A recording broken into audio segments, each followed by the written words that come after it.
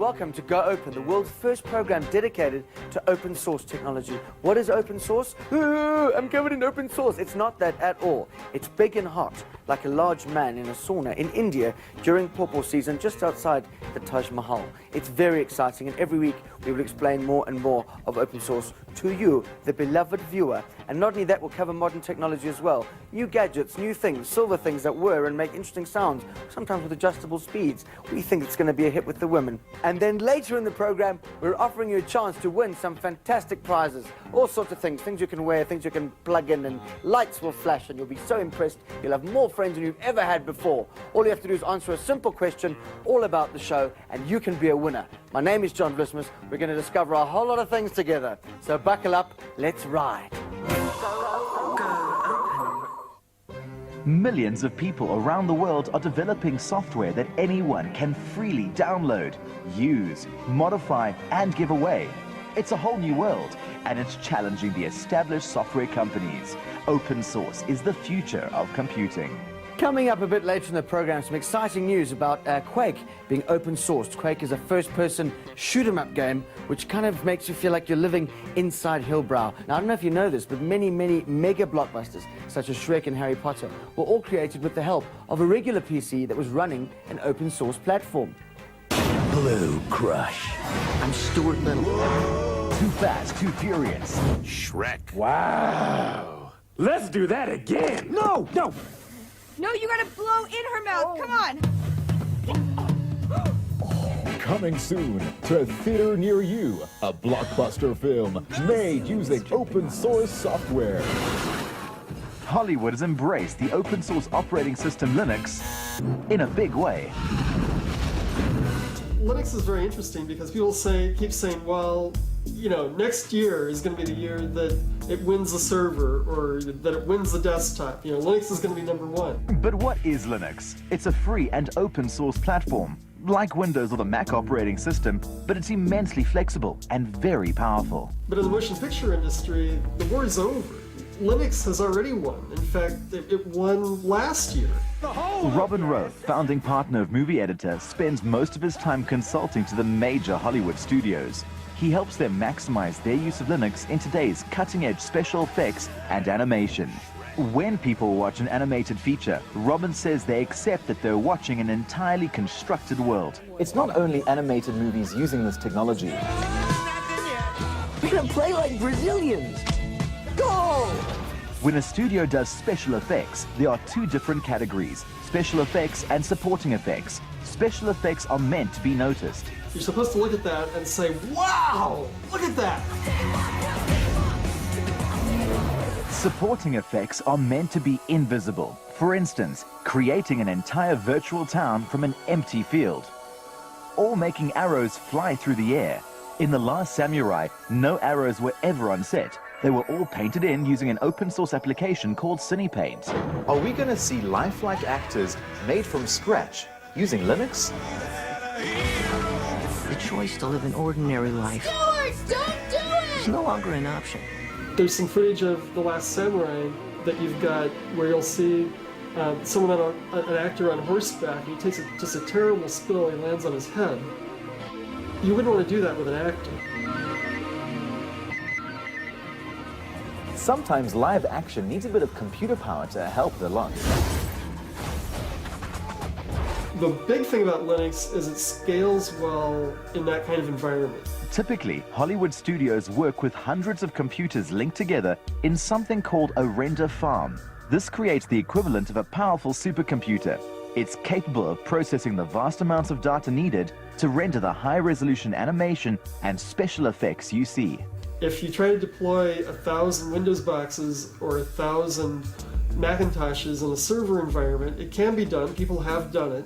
Linux has just been around a lot longer as a server, and in fact, it was the success of Linux as a server for web pages that really drew the interest of the film industry, and they said, you know, that's not that different from what we do.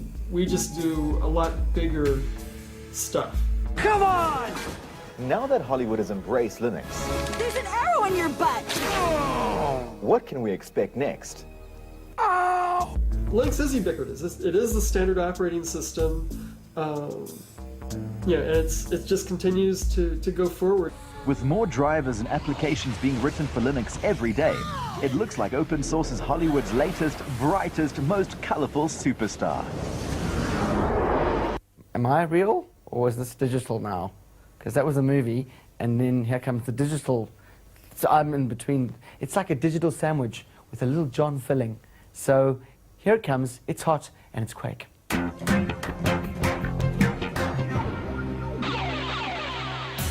Don't you just love shooting your friends and getting away with it?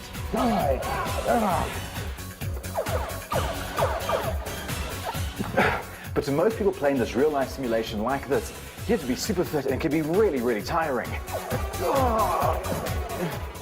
In comes Quake, a reality first-person shooter game that allows you to fulfill all your psychotic tendencies and a whole lot more, without the exit wounds, of course. Every time ID Soft releases a new version of their hit Quake, they make the previous version available on the internet, including the source code. Everyone benefits. Gamers change the game to suit their sicko killer ways. Programmers learn more about games engines. And ID Soft gets to passively audition the best programmers in the world. Here's what some open source gaming gurus have done. They've created new graphics libraries to give the dungeons a new look and feel. And if you're keen to make changes of your own, the source code is there waiting for you to delve into. Quake remains one of the world's most popular games at the box office. Perhaps giving away older versions is getting people to go out and buy the new version. Do a Google search for open source Quake now and download your very own free copy and start hacking away. And I wonder what the open source Quake community have in store for us next.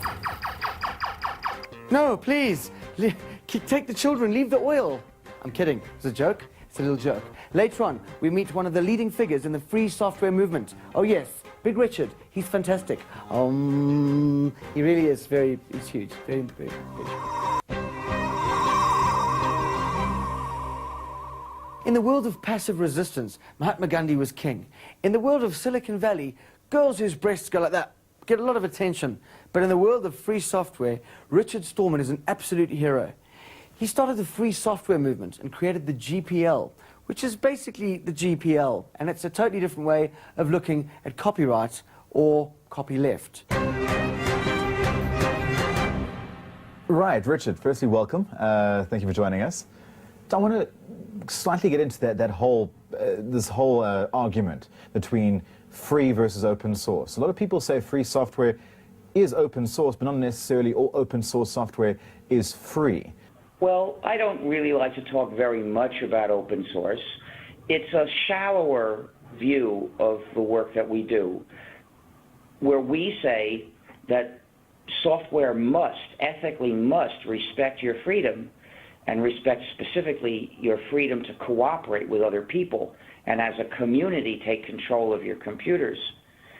They just say that if people let you look at the source code and change it, it'll make the software technically better. Well, that may be true, but it's less important. Imagine people arguing about whether free elections where everyone's allowed to vote would be better or worse for the economy. They're missing the point. What would you say to people who don't want to use the term free because it implies free of charge? I mean, take Microsoft who say, yeah, free like a puppy. Well, they're just being silly. You know, people are well aware that free software means free as in free speech, not free as in free beer. It only takes about 3 seconds to say that to people, and it isn't hard for them to understand. Bill Gates said that how on earth do you expect to make money out of this? You know, as a programmer, you study for this, and you're making the equivalent of $2 an hour. Why would we be concerned about this question?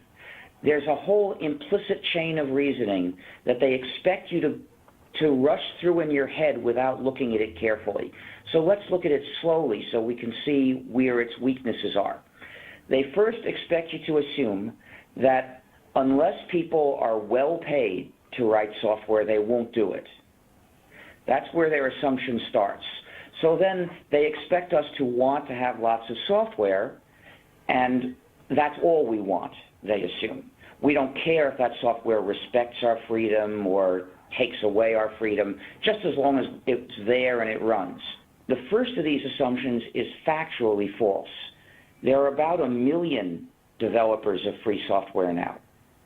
Now, the second assumption is about what our values are. And of course, your values could be different from my values, but I'll just tell you that my values are, I don't want software if it doesn't respect my freedom. In fact, I so much don't want it that I won't take it. If somebody offers me a program, but only on the condition that I promise I will not share it with you, then I'm going to tell him no. I'm going to tell him that to be a good neighbor, I have to refuse that software, and I will refuse it. Oh, it's time to go open. That's what it's time to do. You find open source in the weirdest places. In fact, Pick n Pay, South Africa's largest chain store, has more open source than something with an enormous quantity of source in it. Watch this. When you go shopping at a major chain like this, you may not be aware of the enormous amount of administration that takes place behind the scenes. Thousands of purchase and sales transactions have to be recorded, and a huge clerical staff have to capture the data. Naturally, they need systems that are reliable and secure. Pick n Pay strongly supports open source software, right? Especially if there's a strong business need or business reason to deploy open source.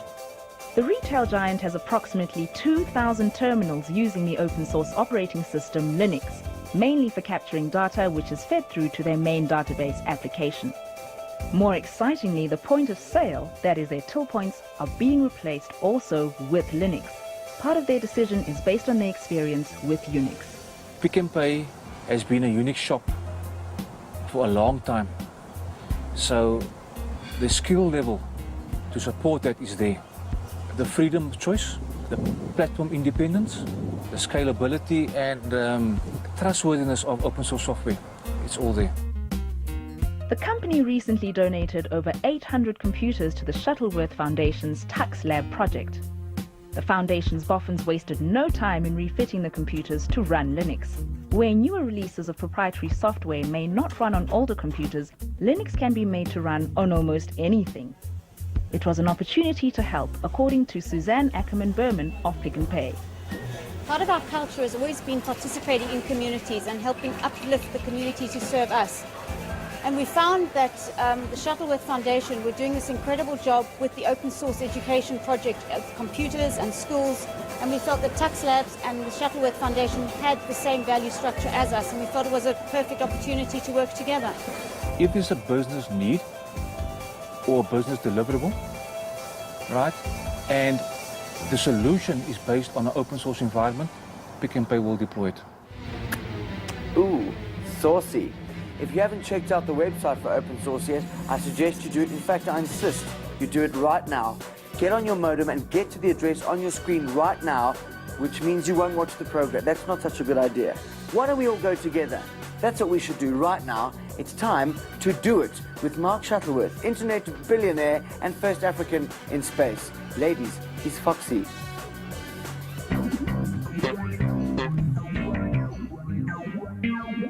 Today we'll be doing it with one of my favorite pieces of open source software, Mozilla Firefox. It's an internet browser, so you use it to surf the internet, just like Internet Explorer or Safari if you use the Mac operating system. But this one has loads of innovative features, it's secure, it's very fast, lightweight, and it's available on Windows, Linux, and the Mac operating system. One of the most powerful things about Firefox is your ability to customize it with any of a host of extensions. Do ads on the page irritate you?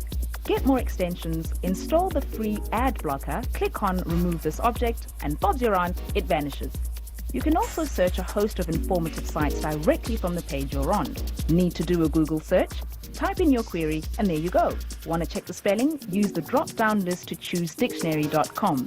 And if that's not enough, you can add any search engine you please. Tab browsing is seriously convenient. Stay in one browser and skip from one page to another by clicking the relevant tab. Firefox is highly paranoid on your behalf. It takes security very seriously indeed. With much better security options than any other browser on the market, you're a more secure surfer for free. Well, that was Mozilla Firefox. things I like most about Firefox are the tab browsing and the security, the fact that I know that I'm much less likely to get a virus if I'm surfing the web using Firefox than if I'm using one of the other browsers out there. Join us next week when we'll be doing it again with open source software. If you'd like to learn more about how to do it with open source, go to our website www.goopensource.org, as opposed to the Lord of the Rings kissing websites, www.snogorg.org, which is very important. Coming up later in the program, how to handle a GIMP, which is very important. Every home should have one. And also the results of our fantastic competition where you can win everything. That's great. Now, just excuse me, I had a bit of a long weekend, a bit of a virus check to do myself. Thank you.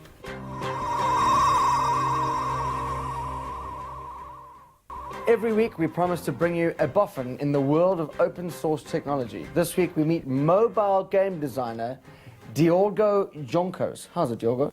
Fine, thanks, and you? I'm very well, thank you. Tell me a little bit about what it is that you do. You design mobile games. Yes, at the moment I'm working from home, designing mobile games, making them, programming and doing the graphics. I'm doing the graphics for a cell phone game called The Bus, which is running... Is it playing now? Yeah, this is a bus. I'm working on this with two of my friends. It's a bit big for a cell phone. Yeah. Tell me a bit about, so what are you doing on this particular, this game will play on a cell phone? Yes, at the moment we're aiming first for Nokia's cell phones, and afterwards we'll convert it to other cell phones. My two friends are doing the programming, and I'm doing the graphics. Before I worked on a bus, I finished another cell phone game called Demolish, which I did the programming and the graphics, and I sent it to two distributors. And that was also for Nokia Series 40 phones. The one distributor has already started distributing it overseas. Locally it's going to be distributed by Exact Mobile. What does it cost to develop a game? Cell phone games, most of the tools you can get free. Like for example Nokia, they give you the emulator and the SDK. The SDK is basically the code you need to make it run on Nokia's phones. So that you can get for free from Nokia's site. And the code that you use, Java, you can also get the compilers free. So for a cell phone game, you can basically your only cost will be your time and getting all the phones to test it on. Tell me about the GIMP. Yeah, the GIMP is a graphics program. That's what I'm using for all the graphics. The features that GIMP include compared to like commercial software, it's very close to commercial software. It basically contains most of the functions. I mean, do you envisage a time when, let's say, you'll be designing full-scale kind of games, platform-level games for cell phone? Yeah, it's slowly getting there. Like, for example, Nokia's N-Gage. You can do some good 3D stuff with it. I don't know if there's a game called Tomb Raider. I'm sure a lot of people know that. And now it's working on the N-Gage, and it looks pretty good. So cell phones are slowly getting there. You've used GIMP, which is an open source based program. What's the benefit of using open source when you design a game? The startup costs for a game company are usually high, and most of that money goes towards software. And because open source is free, it's a huge benefit to use it for starting up. I mean, you're saying that you use open source initially to save money, yes. But it's quite an altruistic kind of idea of making it available all the time. Would you then go on to develop things that other young developers could use as tools? Or, I mean, would you just use it while it suited you and then, go proprietary and then charge people for your games? If I have time, then I would invest time to make better tools to help people use it as well. And then I would also distribute it for free. But at the moment, GIMP, because it has actually all the features that I need to use, I've never had the need to make any improvements or add anything to it. But if I do, then I would do that. Thanks for coming in. It's been lovely to have you. Best of luck with your games. I hope they all do very well in the UK. Thank you. And may you live long enough to contribute to open source. Thanks for having me on the show. Cheers. You might want to get yourself one of these. We call it a pen. It's a very miraculous device that allows you to create paper backups, which is very good. Our competition is coming up in just a minute. In the meanwhile, write down the following website addresses. They're enormous fun, whoopee hey, and they'll teach you to be clever. Welcome to On the Web. From the inners of Hollywood, we get right to the heart of filmmaking on the internet. If you're a budding Tarantino or Spielberg, Stockstock.org is a film festival that allows you to produce and direct your own brilliant film without shooting a single frame. That's because you get a 30-minute tape of footage from old film archives. It's all stuff in the public domain, and your job is to make your masterpiece by selecting and rearranging all of this odd, mismatched footage. You can change the audio and you can add titles, but that's all. No extra footage. Stock is running the competition again next year, so get your thinking cap on and surf to www.stockstock.org. You're interested in my hair, do you just want to take me to bed?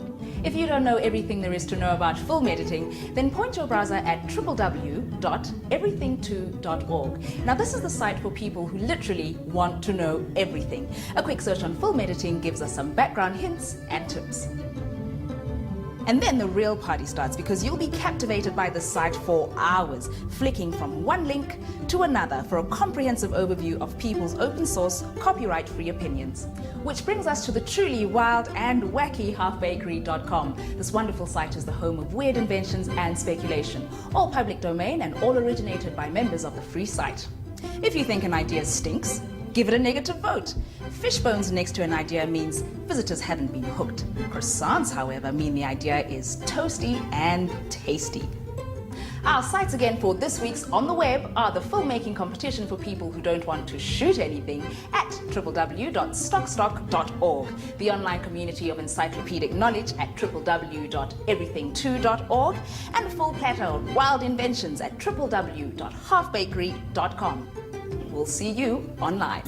It's time for the competition, as I promised, and those who have paid attention are going to score, and those who haven't will go home with less than someone from Zimbabwe. So here we go. You could win enormous prizes. You can win the LG 17-inch flat screen monitor, which is enormously large and maybe quite intimidating for some men. You can win the LG DVD drives, there's 2 of them, or you can win 1,000 Rand gift vouchers from Soviet Jeans and be the nattiest geek on the block. And the question this week is, Richard Stallman is A, famous Hollywood actor, B, a male supermodel employed by Soviet Jeans as their poster boy, or C, the granddaddy of the free software movement? Wow, that is so difficult. Please SMS your answer. That's movie star, male model, or granddaddy of free software movement to the number on your screen. I believe that's 34357. And remember, it's 2 Rand an SMS, because you could win thousands. It's the end of the show. Just kidding, we come back next week and we'll tell you who the winners of the competition are, so you can be big people, very exciting. We'll also talk about blogging, a new phenomenon which is in the world. I think it's when you get mugged by a blowfish. Very exciting. And also the drive-by internet. Yes, homeboys can now also get connected, which is very exciting. Please visit our website. We've gone to so much effort. It really is something quite special. www. It's like a drum, isn't it? GoOpenSource.org. Please go visit it. And until next week, we shall miss you. I shan't send postcards. I have performed an illegal operation involving a small rodent and myself over a long weekend. So that's it. I will be shut down.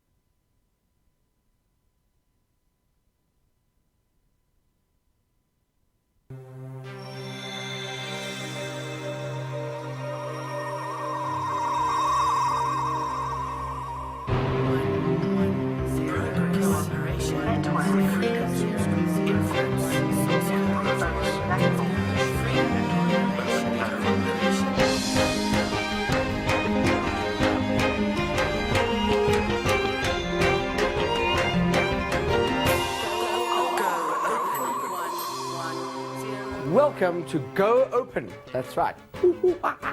That's how clever I feel. In a program dedicated entirely to open source technology. What is it? Well, it's like a big mystery which we'll explain as we go. But it's going to rock your world, we believe. And in the course, we're going to meet some very clever people from all over the world, some inspirational South Africans, and don't forget our competition coming up later, where if you really pay attention, you can win things, and if you don't, you won't, because you're stupid. You write things down. We'll ask you questions. You answer them for us. You can win an LG monitor flat screen, which is like a lizard, but it's flat, and it licks you, and you can see crystal clear, which is very good. You can win a DVD drive, which is not when you're driving and then you can DVD. It's actually a thing in your computer that can play the little CDs with rude pictures on. We're giving away some Soviet jeans vouchers worth 1,000 Rand per voucher each as well. And Hewlett-Packard, in their wisdom, have given us digital cameras and printers, so you can finally go to the office party with enormous pride and catch the secretary doing things that she shouldn't, and then print the pictures and put them in a magazine and make money. Open source software exists as a result of the combined efforts of millions of computer programmers, users, and software vendors from around the world. They share their intellectual property freely, and they believe that software should cost nothing and should enrich the lives of users.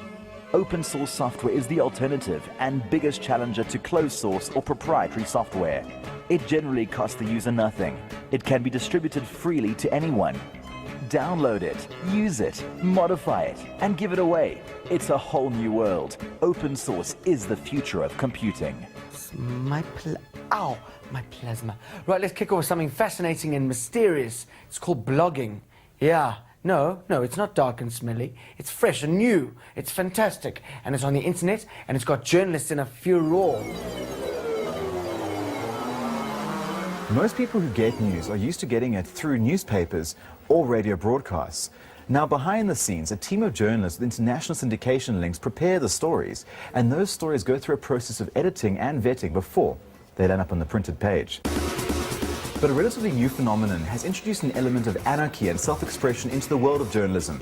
It's called blogging, and its proponents say it's changing the way we get our news. It's like journalism for the people, because we can write whatever we want. We've got a voice now. The blogging gives people like myself who don't necessarily want to write long-winded, drawn-out articles about things that I enjoy. It's my opinion, and whoever's free, you can read it if you want to. This is the headquarters of Missing Link, a multimedia creation company in Johannesburg. They also run Joe Blog, which is a South Africa-orientated blog. The word blog is short for weblog, and it can be about anything, from an online diary to a recipe club to a political campaign. A blog is, to the world of online publishing, what open source is to software. You can feel what we're feeling by the way we write. Like sometimes it'll be really, really light-hearted about a story if it's funny, or if it's really serious, I mean, then we'll put the bare facts and say, if someone killed somebody else, and say, I hope these guys rot in hell. The cool thing about blogs is that people can respond to that as well in the comments, whereas with newspapers, you can't give any feedback. One of the things with an online publication is you can also create a sense of community and a sense of interactivity. So you can allow your readers to comment on stories. You can allow your readers to participate in stories. Matthew Buckland, online editor for the Mail and Guardian Online, has been watching the blogging phenomenon grow in recent years. Where does one draw the line between journalism and blogging? A blog doesn't pass through an editor like a piece of journalism. Our blogs are revolutionizing online publishing. They are not necessarily journalism. But there have been instances where bloggers have crossed the line into journalism and in fact excelled at it. Salam Pax, aka the Baghdad blogger, provided an unprecedented, live and detailed account of life inside the Iraqi war.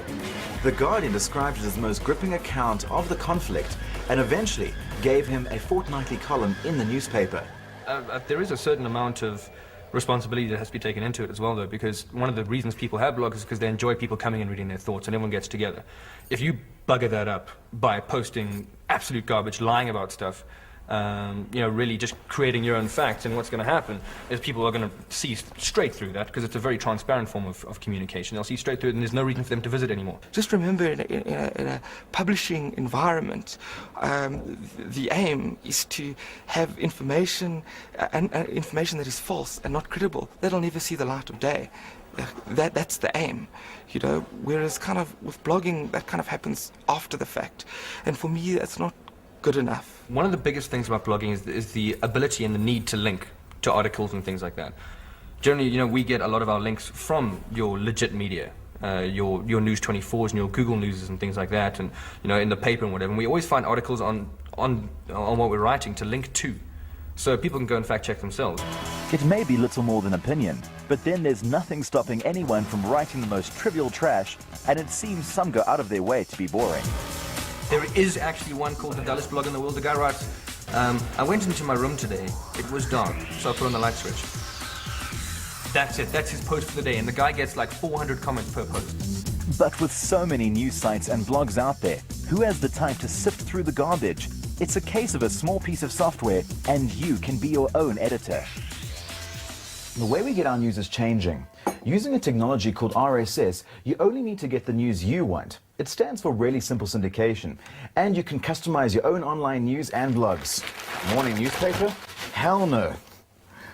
I got it all this morning. An RSS feed can be a standalone program or a plugin for your browser.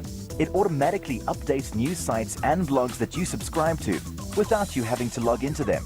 If something of interest catches your eye, you can quickly read the article. What's the next blog going to be about? You're kidding? This? Yeah. Yeah, we've been, while you guys have been shooting us, we've been shooting you, and we're gonna pop on the internet about 5 minutes after you walk out the door. Yeah. We'll comment about our thoughts and feelings and how you guys were so nice and... Well, isn't the internet so easy to use? And what a wonderful research tool for children who are working on launching a shuttle at small break. Unless their school can't connect to the internet, that's not so happy. And maybe even with a phone line they can't connect. So who do they call? Well, luckily, they can call the Internet Delivery Man. Check it out. Andre Rabagliati is a mailman with a difference. He delivers the internet to underprivileged schools using the lowest of low tech.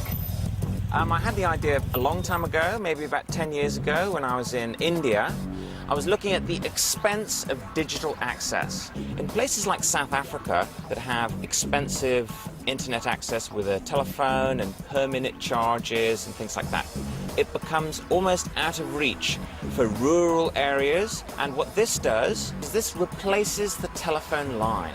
This is 256 megabytes. This will easily carry all the email you could possibly read in a week and all the web pages you could possibly watch in a week. Schools of all types cooperate by sharing resources. Those with internet connections have server computers installed for the non-connected clients. A well-resourced school like Grooteskier that we're at right now can become a launching platform for other schools that are less well-connected.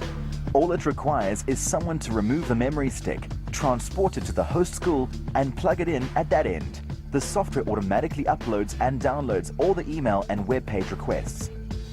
It requires them to put a little bit of effort in to do the work, to carry it back and forth, but it's a high bandwidth, high latency connection. Hot dates. In Johannesburg, Gauteng Linux Users Group meets on Friday, the 3rd of December. And in Cape Town, 2 free half-day workshops, basic website building and GIMP techniques on the 8th of December. Stay with us because we're going to talk to Don Marty in a minute. He's going to share some thoughts, controversial thoughts, mad thoughts about Linux journalism. And please pay attention because when we finish with that, we're going to ask questions about it and we're going to give you prizes.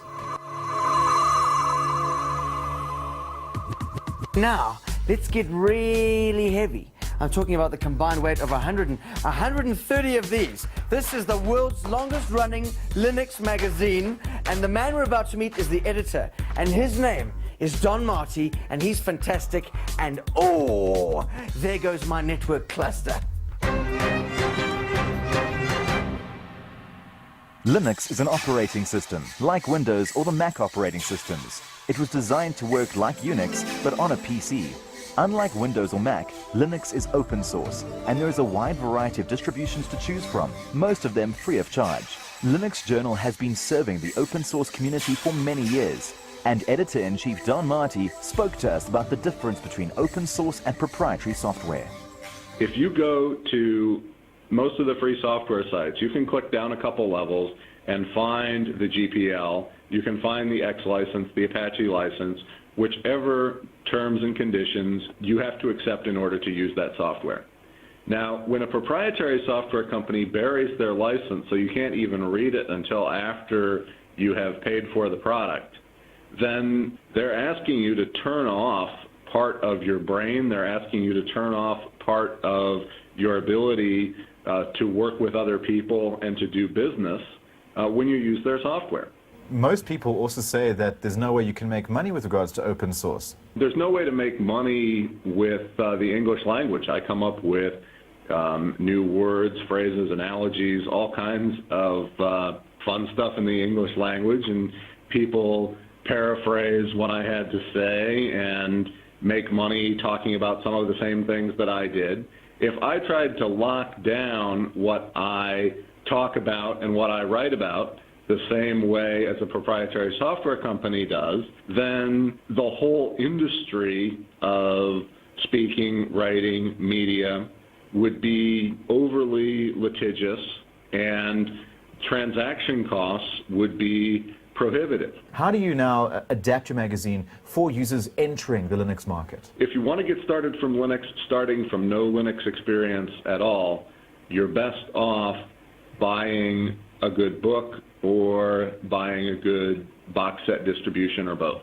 If someone comes to Linux with the point of view of make this exactly as easy to use and work exactly the same way as my existing proprietary OS, or I'm out of here, then that person is not worth spending as much time on as on somebody who says, I want to make this project work for me. The future of Linux, how do you see it in the next 2 to 3 years? All the small-time OSs are going to have their market share taken away by Linux, and it's going to be down to Linux and Microsoft on the server side. Open source empowers. That's a slogan you're going to be hearing a lot of in the future. For example, if someone's blind, doesn't mean they can't be part of the world of IT. Nothing could be further from the truth. Look, here's the truth, and here's the thing. Look how far they are away from each other. Brett Stradom lost his sight at the age of 6, but he excelled at school and became fascinated with computers. For years, he nagged his parents to buy him his own computer. I think I was in standard 6 or 7 when the nagging finally paid off and everybody delved into their annual bonuses and contributed towards getting me a PC. It was a little IBM 286 at the time. I started doing computer studies. I so badly wanted a PC, I didn't mind it not being adapted. I organized things on it so that I could use it. It wasn't as fancy as today where we have them talking back to us and read in Braille what's going on. It is at least a start of being able to express my ideas and my creativity. Brett works as a systems engineer at one of the country's largest insurance companies. He uses open source tools to create programs that, simply put, allow the company's different programs to interact with each other. Now, Brett, your first computer wasn't nearly as sophisticated as the computers we have nowadays. Could you tell us more about the Braille TTY system that you're using? It's a little device that shows a certain section of the screen in Braille. You have scrolling buttons on this device which allow you to move to the section of the screen that you currently can't see. What was it like for you when you first discovered Linux and open source? One of my maths tutors, Stuart Gebby, asked me if I ever heard about Linux and if I was willing to try it. So I took my laptop at the time and split it that I could use both Windows and Linux, and I think it was within about 2 weeks I stopped using Windows completely and just focused on Linux. And what has really been great is just the amount that I've been able to learn. I've learned much more about Microsoft through open source than what I did from Microsoft products themselves. Brett's company needed a web interface for a core piece of software. The supplier quoted over R1 million, which they were not prepared to pay. So Brett created a custom intranet interface, which was a major productivity boost. Using open source and the documents that are available, that gave me the insight as to what I can do and how I can go about achieving this. Brett says his aim is to fit in with society, not to make society fit in with him. I try to lead a life that integrates me well into society, and that's how I'd like to use technology, is to help me cope with the world as it is, rather than trying to get the world to just accommodate me. In the future, people like Brett will have a few more choices open to them, and that's thanks to advances in speech recognition. It's software that allows you to input data and control your computer simply using voice commands. File, Save. Now that's good news if you're a software developer who wants to create speech-enabled applications, because now there is an open source toolkit that's available. IBM has released a whole set of its software to the open source community in an attempt to establish an open standard in speech recognition. Stop, exit, tea break. Let's take a brief tea break while Mark Shuttleworth shows us some of the more difficult things involved in exercising, such as the nostril stretch. Ah! If you think I'm doing my exercises today, I am. It's because my computer has just told me to take a break. The software we're doing it with today is called WorkRave, and it's designed for those of you who spend many long hours working constantly at the computer. WorkRave will keep track of how long you've been working, and at appropriate times will recommend that you take a break, and even tell you what kinds of exercises that you can do will reduce the risk of repetitive stress injury to your fingers, to your wrists, and to your knuckles. Download the program free from www.workrave.com, and you'll find it's easy to configure. Tell it when you'd like your break and how long you want to break for. You get micro pauses and rest breaks. It'll even give you exercises designed to prevent repetitive stress injury. Okay, so remember, if you keep fit, you can spend even longer behind the keyboard. And take care of your fingers. That's what responsible computing is all about. You can run, Mark, but you cannot hide. We will find you, even in the space station, in zero gravity. Who's your server? Who's your server? And remember the website, www.goopensource.org. That's the place to go if you want to find out more about WorkRave, if you need that sort of thing at work, or any other items in our fantastic programming.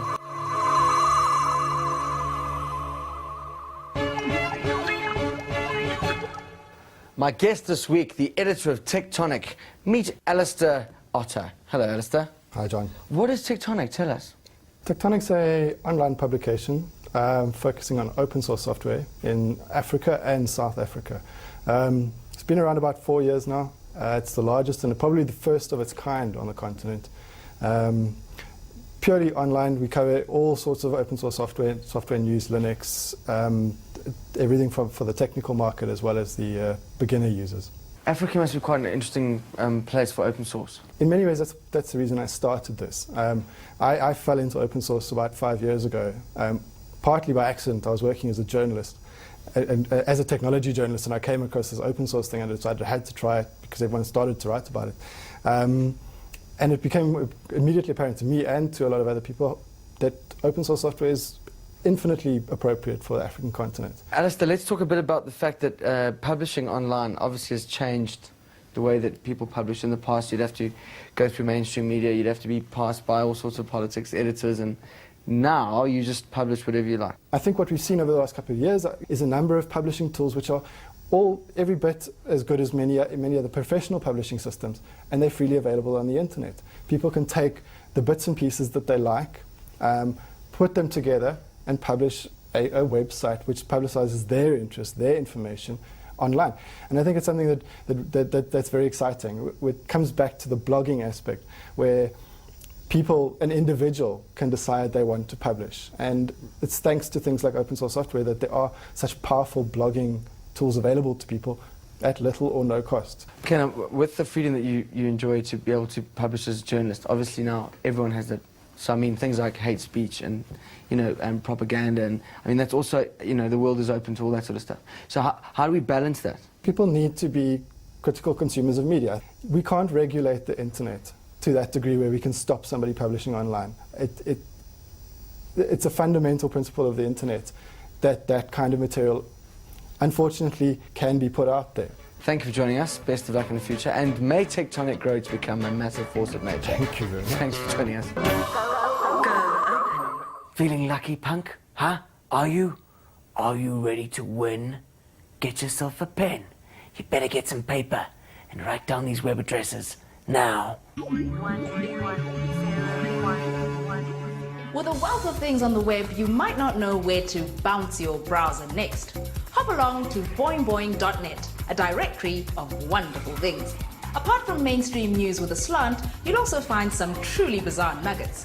This is a picture of a murder scene, recreated in a doll's house with the aim of teaching homicide detectives how to solve a case.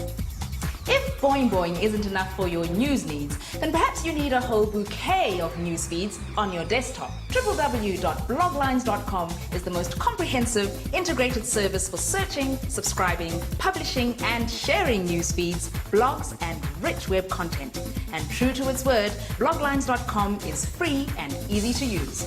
Once you've signed up for free, the directory is the place to find the feeds you're most interested in. With various searching alternatives, we've chosen the most popular feeds. Looks like Boing Boing is pretty popular. Disappointed that your own words aren't appearing in your Bloglines newsfeed? Head for www.blogger.com and start your very own blog.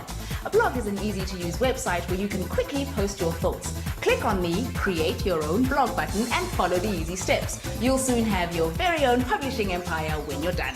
Whether it's boingboing.net, just one news source on the web, or a whole host of news feeds at www.bloglines.com, where you get a whole variety of blogs streaming live on your computer, you still have the choice to make your own blog at www.blogger.com. You might even want to blog about this show.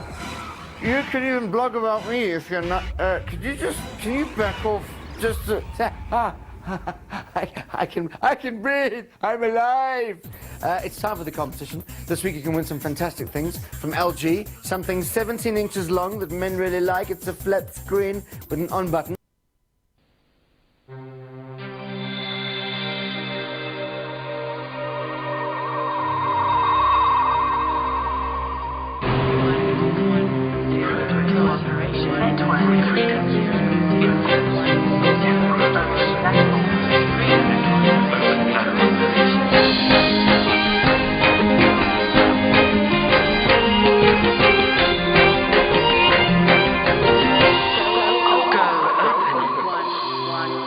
Welcome to Go Open, the world's only program dedicated entirely to open source. What's open source? It's what happens when people from Cape Town, hippies, get hold of software. Stop hogging, share, kumbaya. I'm just kidding, but it's kind of like that, and we'll explain it as we go. Very exciting, and it's not just about PCs and laptops and hubs and bits and bytes and hubs and terminals and portals and gateways and all that. There's more to it, because it's a modern world, even though our children will look at it one day and go, interstellar travel. What were you thinking, you weirdos? What do you call that, the fur tracker thing? And then later on we have a competition where we ask you questions, you give us answers, and we give you prizes. It's fantastic, and there's lots of them. Open source software exists as a result of the combined efforts of millions of computer programmers, users, and software vendors from around the world. They share their intellectual property freely, and they believe that software should cost nothing and should enrich the lives of users. Open source software is the alternative and biggest challenger to closed source or proprietary software. It generally costs the user nothing. It can be distributed freely to anyone. Download it, use it, modify it, and give it away. It's a whole new world. Open source is the future of computing. And now for our main story. That's correct, a homegrown success. We have an exclusive interview with Mark Shuttleworth, South Africa's favorite internet billionaire. And we talked to him about how open source was key to his success.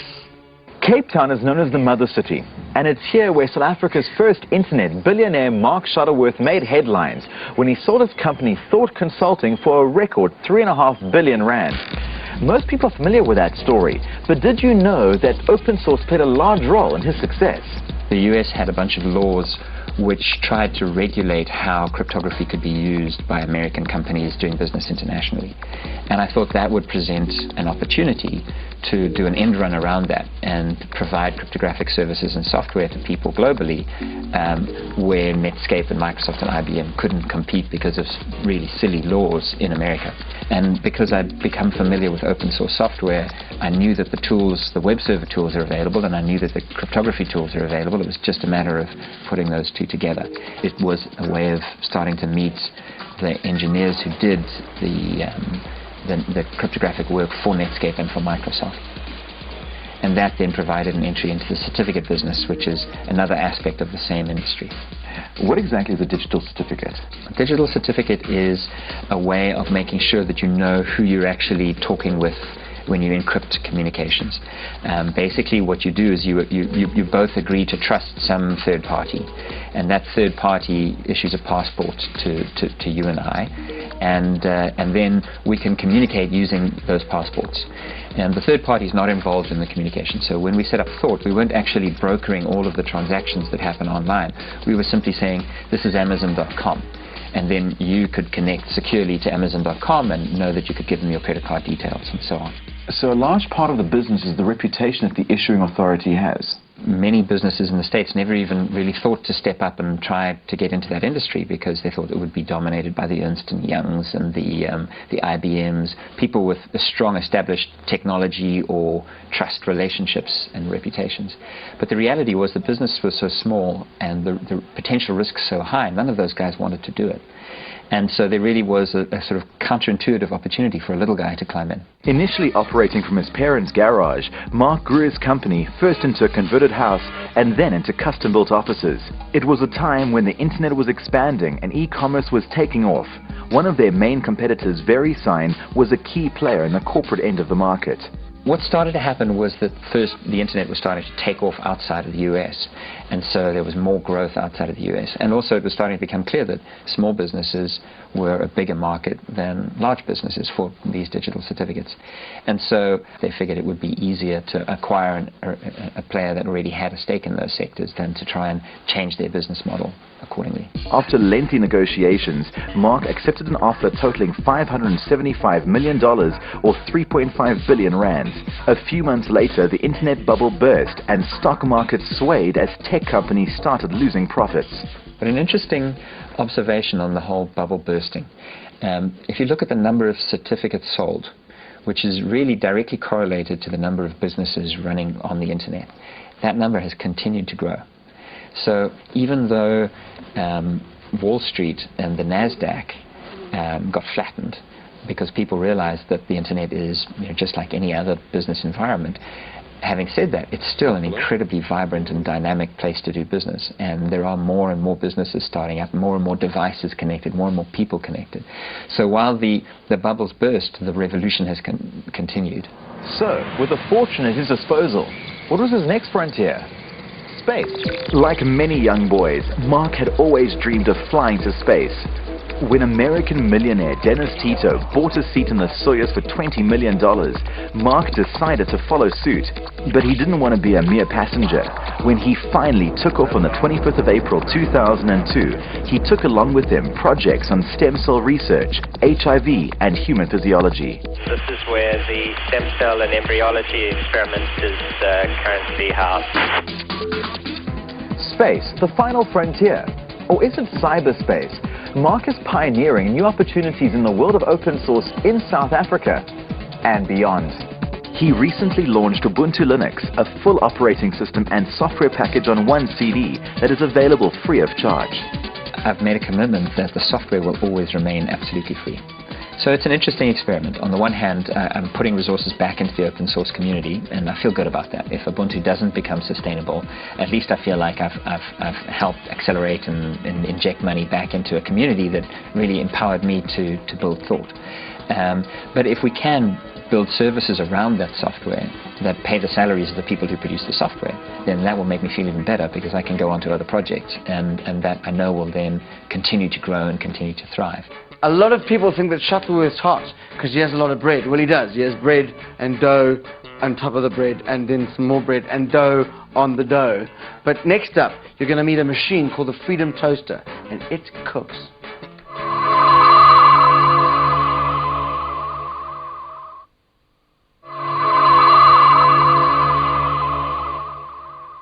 Mark Chase, our intrepid reporter, went to Cape Town to find out about a very different kind of toaster. It's called the Freedom Toaster, and it's best served with lashings and lashings and lashings of open source. So you want to get Linux. Here's the problem. It's 700 megabytes, and the dial-up modem in South Africa, it could take you one heck of a long time to get this sorted out. Here's the solution, the Freedom Toaster. What's the Freedom Toaster? Well, let's ask Jason from the Shuttleworth Foundation. We all say that open source and Linux is free, but connectivity in this country adds a price tag. So what we've come up with is the Freedom Toaster, and it's basically just a computer, regular everyday computer with 3 CD-ROM drives in it that write your CDs for you. And they do that simultaneously. All you have to do is just choose what you want, and it'll do it for you while you wait. Now you're going to show me exactly how easy you say it is to get my favorite distro off the system. There's a No More button over there. Now, if you just want to know more about Linux and you don't want to burn CDs, you can go through that process. However, if you want to just burn your CDs and you want to get out of here, you can choose distribution. Many Linux distros take up 3 CDs or more, which is why the Freedom Toaster has 3 independent CD burners, a world first in programming terms. It took just 7 minutes to burn the entire Mandrake distro. Simple as that. What are the plans for the future for the Freedom Toaster? Well, we're busy redesigning it, so that's happening currently. And then we're going to look at rolling this out nationally, and we're going to have a website that's going to tell everyone about where the toasters are and so on, and that's www.freedomtoaster.org. When you're surfing the internet, your web browser requests pages from the site that you're connected to. The Apache web server is a piece of software that serves up about 70% of those pages worldwide. Now, in order to understand this entire list of things, we sent Mark Chase, because you know he's quite good like that, to talk to one of the founders of the Apache Foundation, and his name is Dirk Willem van Gulik, and this is what he had to say. There were people, myself included, who basically were given a task by their bosses, by their institutions, to basically maintain a web server.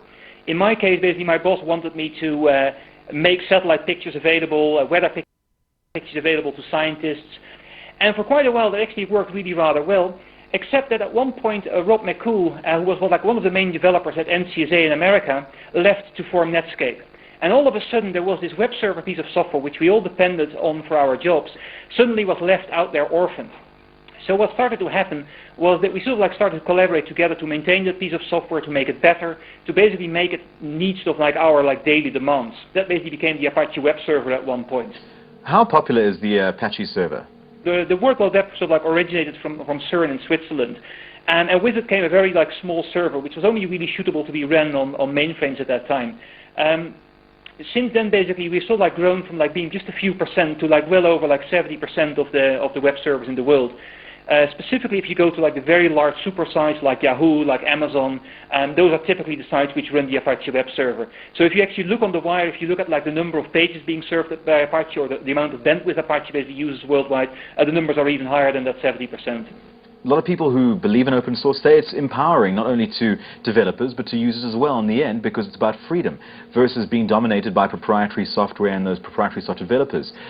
What is your whole feel with regards to open source and the future in that? I have to disappoint you there, or basically disappoint people who are looking in the Apache Software Foundation, sort of for people on a mission who really want to evangelize open source in the world. Most people in the Apache Foundation are actually not quite like that. They're sort of they typically have real jobs, real customers, who just have demands. And they found that the cheapest way, or the highest quality way, or some other compromise way of actually serving their customers is by using open source software and collaborating by others. So most people are simply there because it makes sense to build software together. What threats do you foresee the internet will face in the future?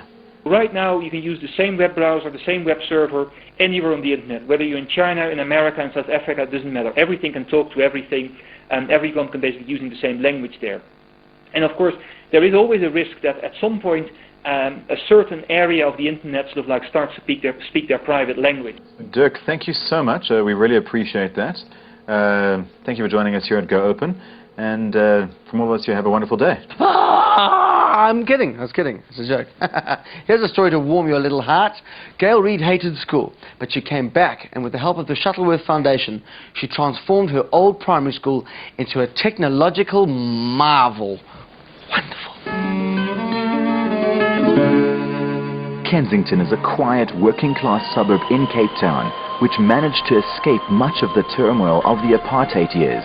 One of its most successful children is Gail Reid, who cut her teeth in the field of computer supplies.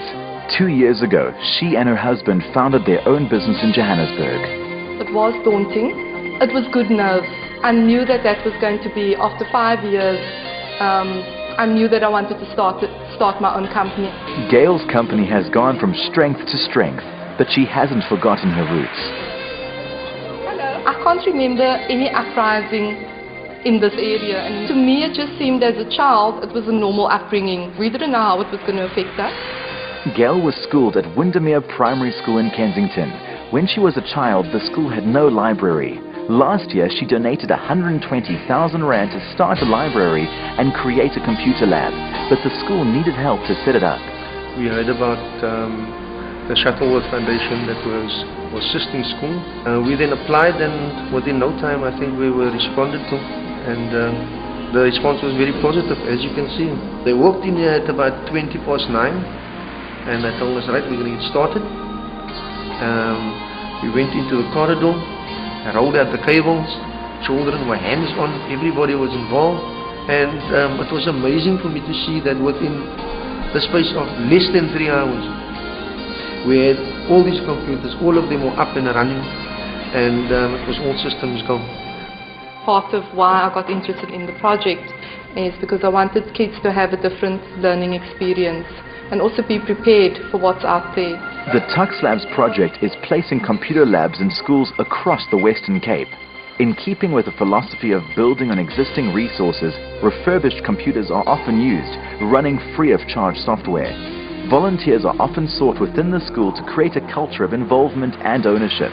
This has proved to be a very cost-effective method of deploying IT in schools.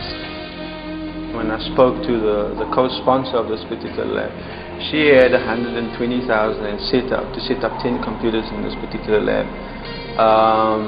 They were also under understanding that they should buy the proprietary-based licenses, which was not included in that particular budget. So the cost would have been higher. Open source software solved that problem, as Tux Labs always installs a free-of-charge version of Linux. And the Tux Labs boffins were able to bring in cheaper, refurbished computers running on a thin client network with just one powerful server doing all the hard work. Instead of 10 workstations, they were able to install 40, with money left over for library books. People will realize that these things are not really sort of door stoppers, you know. You can turn them into workstations and make a real impact in a child's life. I knew that should the school have PCs available to the kids, it would just open up the world a bit more. You don't have to be a school to benefit from free software.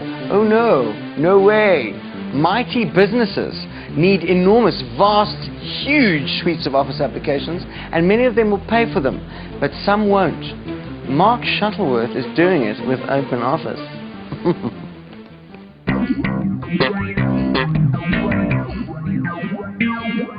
Today we'll be doing it with OpenOffice. OpenOffice is a business productivity suite, so it has several different pieces of functionality built into one piece of software.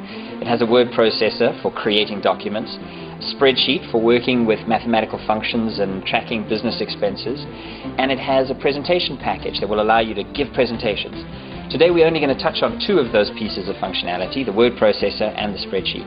I use OpenOffice every single day. That's how I exchange business documents with colleagues here in South Africa and all over the world. No matter what software they're using to write those documents, I can usually exchange my documents with them without any trouble at all.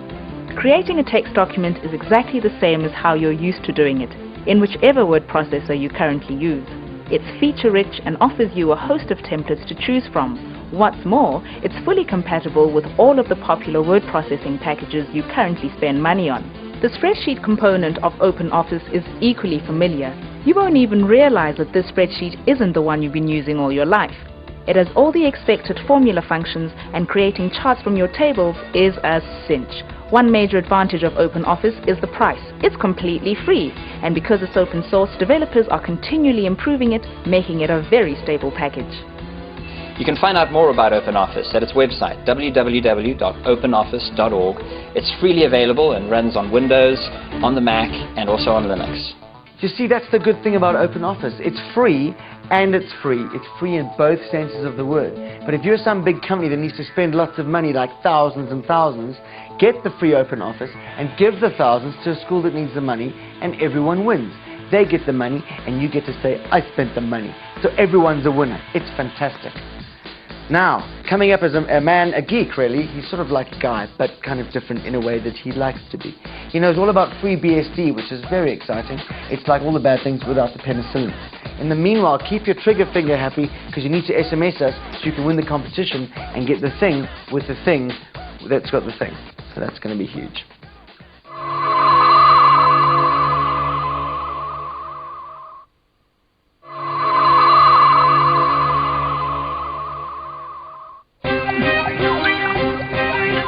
Neil Blakey Milner. Welcome, Neil. When you say that there's freedom, or that there is, let's say, the free software kind of movement, let's just define that for people who may think that just means that there's no money changing it.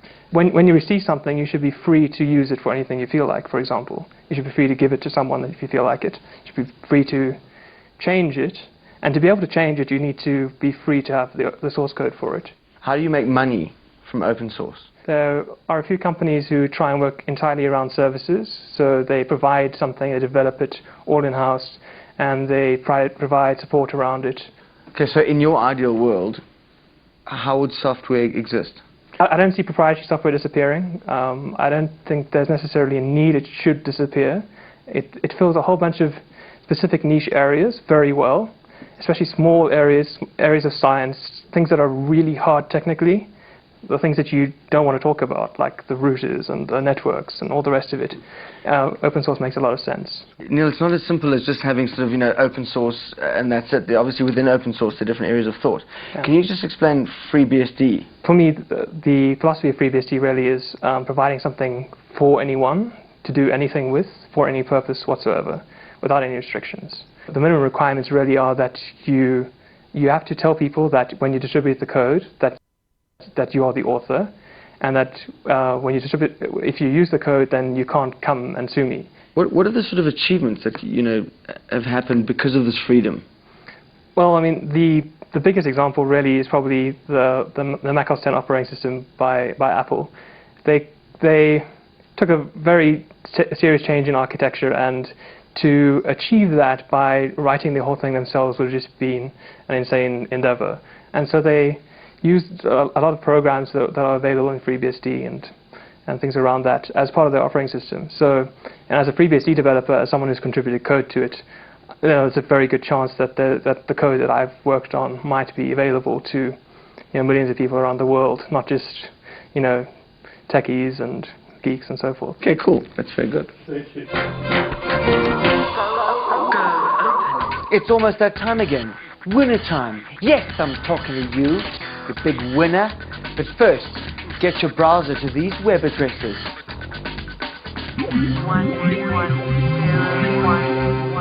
So, what's on the web today? Well, if you're looking for a bit of local flavor, Alistair Otter's Tectonic website is Africa's source for open source news. And it's exactly what the name implies. Up-to-the-minute news and information on what's hot in the world of open source right in your own backyard. So head to www.tectonic.co.za. And if the news is too good and you want to channel your excitement, there's only one site to surf to. happypenguin.org is the place to download free games for Linux. You can search the archives in a variety of ways, or you can take potluck with the games displayed on the front page. With user rankings, you'll never download another dud. One of the most addictive games in the world is Pingus, a free version of Lemmings. All you need to do is type Pingus into the Happy Penguin search box and download the game for free. Now this is an action-packed puzzle game that'll pit your wits against nature. Everything that's hot and happening on Africa's open source scene is at www.tectonic.co.za, and you can download all the games you'll ever need at happypenguin.org, especially Pingus, free game that's easy for you to download. It's time for the competition. Fantastic prizes this week. Jeans from Soviet, it gives a 17-inch flat screen monitor from LG, some DVD drives, and also a package from HP that's got a fantastic camera and an even better printer, and altogether it's called the Photo Smart Suite. It's fantastic. All you have to do is answer the simple question: Mark Shuttleworth went to space in the Apollo, the shuttle, or the Soyuz? That's the Russian one. Okay. SMS your answer to the number on the screen. I believe that's 34357. And remember, it's £2 an SMS. And the winners of last week's competition are... Willem van der Walt wins a 17-inch LG monitor. Elise van Zyl and Balan Moodley win LG DVD drives. William Ledwaba and Francois Hugo receive 1,000 Rand Soviet vouchers each. And Marina Gziev wins an HP digital camera and printer. Congratulations!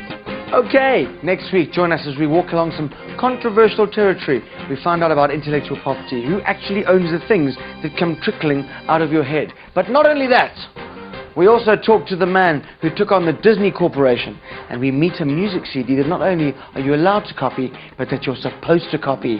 I don't know. It's so crazy it just might work. Only on Go Open. See you next week.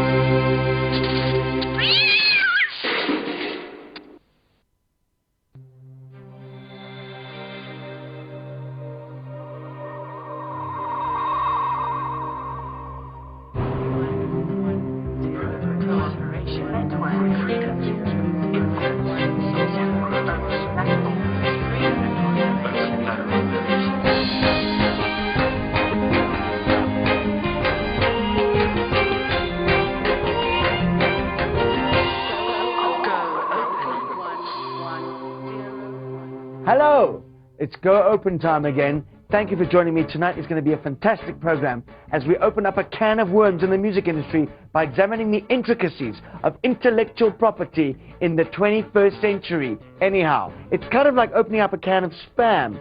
Speaking of opening up different cans, we'll find out all about spam when InWeb tells us about spam busting. Sounds almost rude.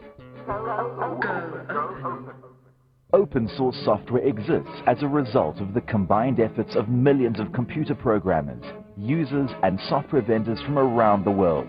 They share their intellectual property freely, and they believe that software should cost nothing and should enrich the lives of users. Open source software is the alternative and biggest challenger to closed source or proprietary software. It generally costs the user nothing. It can be distributed freely to anyone. Download it, use it, modify it, and give it away. It's a whole new world. Open source is the future of computing. Before we tuck in, remember to please pay attention, because in our competition, we ask you a simple question about the show, and you can win many different things. From LG, a 17-inch flat-screen monitor, you can win yourself some DVD drives, jeans from Soviet worth 1,000 Rand, or the HP bundle, a digital camera and a little printer that's really quite sexy. But let's move right along. Copyright or copyleft? It's up to you. You choose. And to help you with that tough decision, we've got DJ Mark. DJ Mark, take it away. When you create something, who owns it? You do, of course. That's what's called copyright. But if you're a commercial musician, you may have signed over those rights to a record company in exchange for them recording you and, of course, promoting you. Coming to you from Johannesburg, South Africa! In a world where knowledge is power, knowing how to keep control of your intellectual property is a must. Lose control and you could lose millions. Retain control and the sky's the limit. Let's take a look at music, one of the most common examples of intellectual property today. A revolution is threatening the music industry as we know it. Maverick artists are refusing to sign to big labels. They're choosing instead to distribute their music on the internet. Meet Mark Friedman, entertainment lawyer extraordinaire. We already know that with the internet, people are able to send MP3s to each other right around the world. Meet Ian Osri, music producer and co-originator of the international hit Whito Quito. We put Whito Quito up under the African section, and it became the #1 choice. You release a song, millions of people copy it. Is this actually allowed? What about copyright? Well, by international agreement, copyright is automatically yours whenever you express your intellectual property in any form, be it a poem, a novel, a film, even plans for a house or a song. When you do a deal with a record company, what happens to your copyright? Meet Dion Mars, ex-Poncho at Gallo, South Africa, now a consultant in the entertainment industry. If you do an average deal with a major record company, not only do you sacrifice your intellectual, well, you retain your intellectual property, but they have the rights to the recording. An artist's career consists of a number of different spheres. The recording industry is just one of those. There's music publishing, which deals with the writing of songs. Now, there's a difference between the right in a song and the right in a recording. Under traditional copyright, there are no shades of grey, only the black and white of the law. Either you keep control of your copyright, or you sign it away completely. This has led to a new way of thinking. Creative Commons lets artists and originators of intellectual property distribute their works under a whole variety of conditions. And this also falls in line with the open source movement. Meet Heather Ford, bossperson of Creative Commons South Africa. Creative Commons is a set of licenses. So basically it says that if I have a song, for example, I copyright that song, but then I attach this license on top of the song to say that this is copyrighted, I own it, but you can use it. It will effectively come down to an individual choice for an artist to decide whether they want to give away material in terms of a Creative Commons license. There's a lot of confusion in the world about copyright, deals, who owns what. New artists are particularly at risk of being exploited. Dion Mars explains. A young artist looking for a deal will sign anything. I consult to quite a few young artists, and I explain to them that if you sign this, that is what's going to happen. And they actually don't care. They just want a record deal. A young musician who is blinded by the stars of a record company offering him a chance to have a contract, will say, we'll sign on the dotted line and you'll become a superstar with us. But at the same time, later on, he'll realize he also signed away his music. Let's be clear on something, and that is that there is no standard record deal. There's no standard deal at all. You can negotiate whatever you like. A lot of people actually want to get income straight away. So they want to get, if they record a song, they want to get the money straight away. Musicians have to understand that with the internet and with them being able to control their own careers, they can actually, the people who create music, they can take it back. Creative Commons has about 4 million works licensed under its terms around the world. People are sharing music all over the place. It's legal. Opportunities are opening up willy-nilly across the board for artists who previously were not really empowered to release their own material. Now look, if you choose to give me your music for free, that's your right. So then why aren't the famous people doing it? Well, maybe they are. For more than a decade, Wired magazine has been defining the cutting edge of computer culture.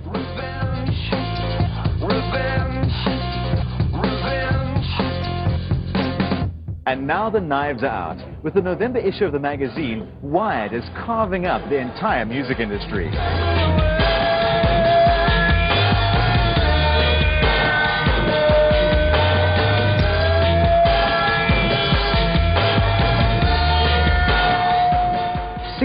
Major international artists have contributed their music to this free cover CD.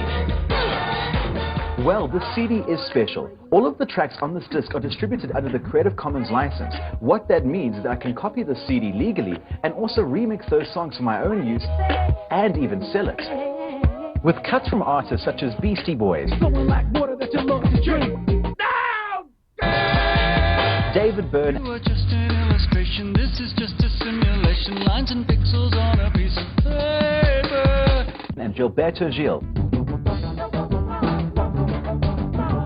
Wired have given us a gift that keeps on giving, forcing the record companies to rethink how they get a slice of the cake. Coming up next, we'll be hearing from the father of the Creative Commons, Larry Lessig. MWeb, not to be outdone, will be telling us how they've become spam super fighters using open source tools. Please do not forget our competition. There are so many gifts waiting to be won. Wonderful things given from us to you with love in a big shape that's quite clean and in a good way.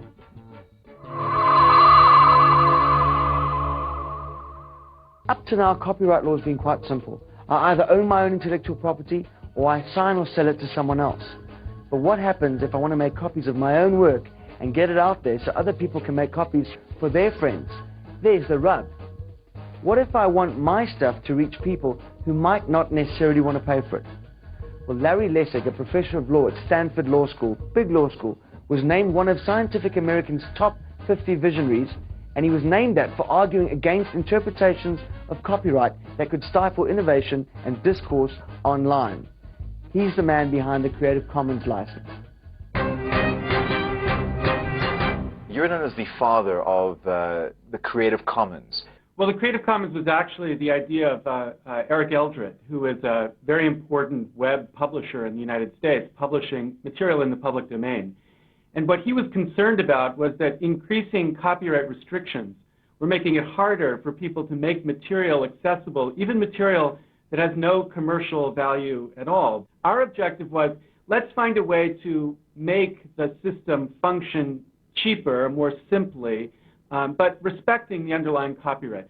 The difference between the two is that the Creative Commons license marks the content with the freedoms that the author intends the content to carry.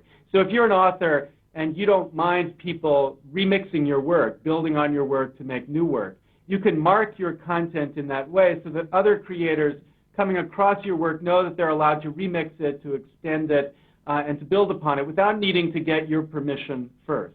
Did Richard Stallman's general public license have any influence in the Creative Commons license? Oh, totally. We stole Richard Stallman's idea and built it in the context of culture. Right now the regime is all rights reserved. If you want to do anything, ask permission first, and if you don't, you are a pirate. We want to change that regime to a regime where authors can make it easy for people to understand the freedoms they have with the content. Can you make money if you publish under a Creative Commons license? This more flexible licensing system actually makes it easier for certain kinds of creators to make more money. And I myself, when I published my latest book called Free Culture, my publisher, Penguin Press, suggested we release the book free online under a Creative Commons license at the same time that the book was being sold in bookstores. Over 500,000 people downloaded the book. And most people don't want to read a book on a computer, so that actually increased the number of sales of the book. There was a story with regards to Disney and how they wanted to extend the copyright with regards to the brand Mickey Mouse. They desired to extend the term of copyright, and they concocted these extraordinary, elaborate stories about why it was necessary. The irony is that the Disney Corporation is now making it so that nobody can do to Disney what Disney did to the Brothers Grimm, by making it so that copyright rules restrict the opportunity of people to build on Disney's work, even though Disney built upon other people's work. One of the things we hope that Creative Commons might do is make it easier for culture internationally to be spread and understood and compete with this dominant Hollywood model. I think its most important contribution right now is going to be in the context of developing nations. Some rights reserved. I'm quite reserved. I am.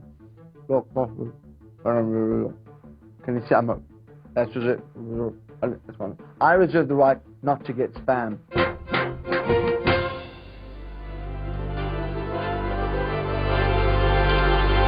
What would you do if more than half your mail was junk mail? The reality is that junk mail isn't such a problem these days, but its electronic counterpart is. Well, spam is the scourge of the internet. It's grown exponentially in the last few years as email has become more and more widespread. Since 2002, internet use has grown from 200 million to 800 million people worldwide. In that period, spam has grown from a paltry 20% to approximately 65% of all internet traffic. At current rates, it will expand to 80% or more in the next 2 years. It completely sullies the idea and the points of the internet and of email, which is much easier, faster, quicker to use communication. MWeb, one of South Africa's largest internet service providers, has been fighting the phenomenon for many years. We asked them how one falls prey to spam. There are various ways for email addresses to get out into the spam world. There are organizations out there collecting email addresses. They have various spiders and robots on the internet searching websites, looking for places where email addresses are entered, and these are collected. If there's a live body at the other end of an email address, in other words, someone responding to an email, either responding and saying, please don't send me this, or please unsubscribe me, that email becomes a usable email address. So you're telling me if you ask to be removed or unsubscribed, you will in fact be targeted? Yeah, they consider you a live body, and that becomes a very valuable email address. Where's the money? How do these people make money? Because somewhere they've got to be making money, and essentially spam is an economy of scale. You're sending out 500,000 emails. If you get 50 or 60 replies, you can make $50 or $60. In October, spam is estimated to have accounted for 80% of all internet traffic. How long is it before we are buried underneath a mountain of junk? When did MWeb decide that spam was becoming such a problem that they had to enact a policy to prevent it? Well, about 2 years ago, I guess, and the last 18 months in particular, we started seeing anything from 40 to 60% of incoming mail as spam. And we had been for a long time investigating different ways of combating spam. So we had very simple filters in place when spam techniques were still quite simplistic. Since then, of course, we've advanced our technology to include a system which we think is very, very effective against fighting spam. But how do you fight it? How do you decide what is spam and what isn't? Well, we've selected a piece of software called Spam Assassin, which is an open source technology. So we've taken the software, we've looked at what it does, and it's really based on a technique called heuristic programming, which is in essence a branch of artificial intelligence. Now with the Spam Assassin product, we have the ability to set the level of effectiveness, and we've set it to a level where we try and avoid creating what is commonly called a false positive. In other words, we don't like to block mail that is actually legitimate. And so the spam filter learns about incoming email, and it builds on a history. It's a bit like building a house and having, leaving the doors and windows open. Maintaining the software, maintaining virus definitions, downloading new spam filtering software when it comes out. I just think it's unfortunately part of the game. Oh look, it's 1 minute to Shuttleworth. Let's go and talk to our resident expert, Mark. He has some things to say about a very useful piece of software, and it's called the GIMP, which makes you wonder how long it will stay software. Today we're doing it with another fantastic piece of open source software. This is the GIMP, an image editing application. So you use this to retouch photographs or for creating whole new images, digital images for the web or for design. If you're an artist, then this is the software for you. It's available on Windows and on Linux. Before you ask, the word GIMP stands for GNU Image Manipulation Program. And you know what the GNU part of that means. Yep, it's distributed free under another acronym, the GPL, or General Public License. It has the power of costly professional programs such as Photoshop and PhotoPaint, with features such as layers, palettes, and a wide variety of tools and filters. And because it's open source, the developers listen to their users, and they release relevant enhancements early and often.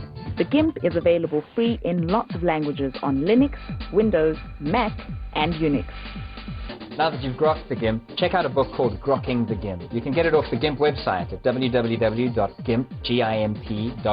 To find out anything about our program and any of the details you might have missed, go to our website, www.goopensource.org. It's all there, it's all detailed, you'll find whatever you need. Coming up next, an awesome competition with prizes worth thousands. Viruses are bad, and spam is bad. How do you fight them? Well, let's ask an expert. Here's Barry Irwin. Barry?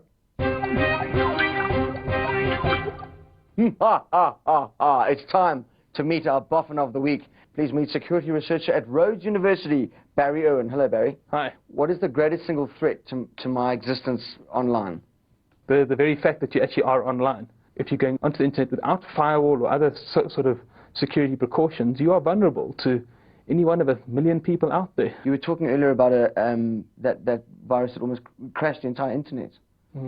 I mean, where does it all end? As fast as people discover vulnerabilities, other people will be making use and exploiting those vulnerabilities, and you've got your third column of people trying to write protection. Do you think that there's benefits to open source? Or, I mean, is it just because of the low usage at the moment that makes it more or less vulnerable to sort of security threats? Some of the proponents will say, but look at open source, it has all these holes. Yes, they have holes, but again, the developers of those products are usually very, very quick to respond, often a matter of hours. To sum it up, I'd say open source solutions are probably, in the long run, a far more secure option to go with because of the fact they are constantly being reviewed. They are being run in multiple places. There are more eyes actually checking through the source code for potential problems. How do we control the amount of spam that arrives that's not actually relevant mail to what I do? There's a couple of ways, regardless of what mail client you use, a couple of sort of simple principles that one can follow. The first is don't go and put your email address in every website that asks for it. The other options are never actually reply to spam. What can open source products offer the normal everyday user in terms of security? So there are two open source products that have quite a nice set of abilities to help the end user deal with the deluge of spam that's coming in these days. One of them is a really nice mail client called Thunderbird. It does everything that your commercial clients do and more. And one of the nicest things it has built in is it's got a bit of an artificial brain built into it. It can tell you when it thinks that mail that has come in is actually spam. And over a period of about a month or so, you can teach this thing to get more and more accurate. What is the best piece of advice you can give as a security researcher? Make sure your antivirus is up to date. Make sure that any patches for whatever operating system you are using up to date.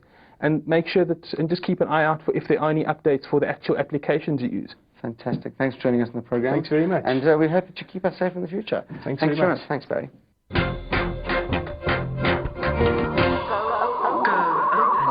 Go Open is all about empowerment, which is why I'm urging you to make a note of the web addresses we're about to show you. The first one is for Creative Commons. You just heard the arguments. Now you can become an intellectual property rights activist. Can you handle that?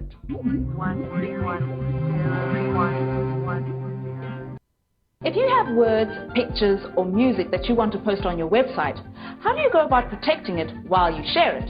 Easy. Just go to the creativecommons.org website and choose the protection plan that suits your purpose and personality. Let's look at an example, shall we? This is the license the Creative Commons site uses for their work. You are free to copy, distribute, display, and perform the work, to make derivative works and make commercial use of the work, but in order to do this, you must give the original author credit. So when we save the Creative Commons logo on our computer, we can pretty much do whatever we like with it, as long as you credit the original author. Now that we've worked up your appetite for intellectual property, let's get arty. OpenPhoto.net is fast becoming one of the funkiest art galleries on the web. Artists on the site can share their work under the Creative Commons license, which means that you can share your work to an appreciative public and maybe find yourself an art piece that catches your eye. And if you want to find out about how the eye actually works, get en.wikipedia.org in your site. Wikipedia is a free content encyclopedia in many languages. Wikipedia's content is created by its users, and its pages are always subject to editing, so no article is ever finished. Now that's a far cry from having to pay for your encyclopedia, isn't it? So now you can get your very own creativecommons.org license to distribute your intellectual property. Then you can share your artwork on openphoto.net using your newly found freedom to distribute it under terms chosen by you. Lastly, en.wikipedia.org lets you expand your knowledge and everybody else's for free. Encyclopedia Britannica, a third of the size, very expensive. Wikipedia, 3 times the size and growing, absolutely free. Wow, big choice there. I wonder which one I'd get. I don't know. Speaking of expensive things, we're about to give you some fantastic prizes. This week you can win a 17-inch flat screen monitor from LG. You can also win some DVD-ROMs. Those are drives. You can win jeans worth thousands of rand from Soviet. And you can also win the Hewlett-Packard bundle. That's a camera and a printer. Fantastic prizes. All you have to do is answer this question. Is Larry Lessig the father of Encyclopedia Britannica, Creative Commons, or Wikipedia? SMS the answer to 34357. And remember, it's £2 an SMS. Here are the winners of last week's competition. Congratulations to Viva Visser, who wins a 17-inch LG monitor. Dawn Murphy and Robbie Boddington get LG DVD writers. Razia Ali and Etienne Miller win 1,000 Rand Soviet jeans vouchers. Anita Couture wins that HP digital camera and printer. Congratulations! Next week on Go Open, we find out why developing countries all over the world are making it legal precedent for their governments to embrace open source. John Mad Dog Hall, one of the open source cognoscenti, which is a very interesting Italian word, which means cognoscenti in English, makes a very strong case for the open standard. Also, we look at Limpopo, where call centers are creating employment for people in one of the poorest states in South Africa. It's really out there, man. It's real. So stay free and stay open. Until next week, I'm going to go this way. You go that way. Okay, I'll meet you back here next week.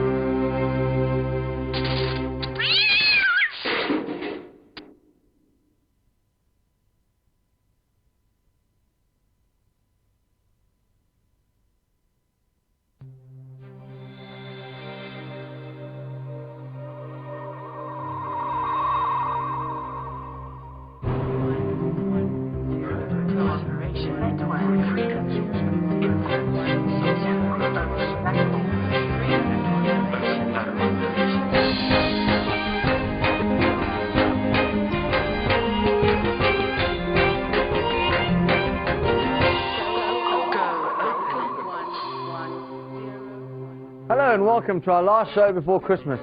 What does that mean? Well, essentially it means, have you seen this man? Reports say that he's porky, a pagan, and prefers to break into a home using the chimney. So if you have seen the owner of this hat, please phone your local neighborhood watch as soon as possible. He is wanted for popping into roughly 3 billion homes in an evening. This week on Go Open, the only open source technology show in the world ever, in the history of the word ever, which is quite long. We're going on a hemispherical trip, which is a trip kind of like that. It goes from Brazil, home of the nuts, how festive, to Bombay, the place where you too can buy a cricket match anytime you have the correct number of dollars. We'll also be finding out about the games that smart people play. I think that's more woo as opposed to And of course our competition, where you can win cool gadgets from people like LG, which is short for and HP, or some lovely clothes from Soviet. Open source software exists as a result of the combined efforts of millions of computer programmers, users, and software vendors from around the world.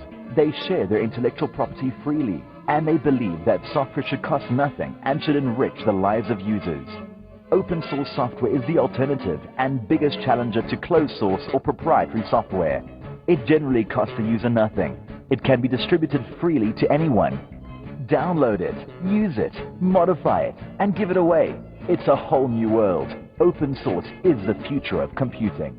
So, how is open source changing the lives of those people who live in those countries that are named developing? Well, from Brazil to South Africa, that's home of the nuts. South Africa, home of the, well, we're also nuts. To Calcutta, spicy nuts. And mainland China, which is basically the south of Johannesburg. Everyone in that part of the world is saying yes, yes, goodness yes, ooh yes, yes, wow, ooh yes to open source. And here's why. Open source is taking over the world, especially the developing world, from Brazil in South America to our own shores to India and China, creating an art imaginatively called the Southern Smile.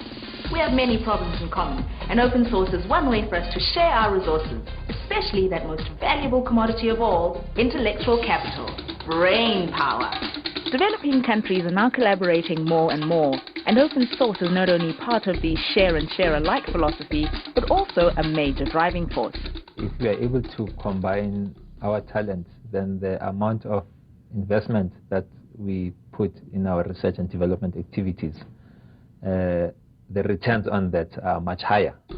Nsantla Mabaso has been working on the CSIR's open source initiative for several years, examining the introduction of open source to government and parastatals. They have tied up with similar organizations in Southern Smile countries to overcome common problems. The cost argument diminishes the whole debate. It's a bit like arguing whether it's more expensive to have apartheid or not, and what is the cost of freedom. In reality, freedom should be free of charge, but it may come at a cost, yet it's still worth it. In India, an experiment to test how well children from underprivileged areas respond to new technology has resulted in an exciting project here in South Africa. Professor Sugata Mitra of NEET, he started a project called the Hole in the Wall. And there he put a computer system in a hole, in a wall, next to a slum, right next to where he was working. And he learned that very soon they taught themselves the basics of a computer. So we have replicated that project in South Africa. The Digital Doorway is an initiative between the CSR and the private and the public sector. The concept is minimally invasive education, and that term basically implies that there's no teacher. We put down equipment, and the users from the community come and they teach themselves how to use a computer just by exploring and playing around with the applications. They try different things, and they learn at their own pace. And that way we hope to increase the computer literacy skills in South Africa. Sam is a young man from Mamelodi near Pretoria. Both his parents are dead, and he has been forced to leave school to support himself by selling newspapers. But Sam has not given up on his education, and thanks to the Digital Doorway, he can pursue a newfound interest: computing. I get everything under the computer system, so I can learn even if I don't go to school. I learn everything. Like the Indian hole in the wall, the Digital Doorway is a robust computer built to survive continuous hard usage. It is running the open source Linux operating system with educational and office programs. It is also connected to the internet. And what's your favorite website? My favorite website is from Mendoza. Oh, Mendoza website. Of all the Southern Smile countries, India is the one we have the most in common with. And there's certainly a lot that we can learn from each other. Taking their lead in the call center arena, we're starting to think globally and act locally. At the HPI community in rural Limpopo, local people are involved in a pilot project to establish a call center, a phone-in help desk for hire. They use open source software written for the task. We're looking at doing the support for the new 441 product, which is worldwide. So we'd have people phoning up from Australia, from New Zealand, wherever in the world, Norway and so on. We'll do the support for them. South Africa has been recognized as a place where, and it's not because of cheaper labor or anything like that, it's just a place where we've got the technology, we've got the infrastructure, we've got everything here. And now they've realized that because of our timelines, we can compete with the rest of the world. The Southern Smile Initiative has support from the government, and open source is making everybody sit up and take notice, not least of all for the opportunities it is presenting.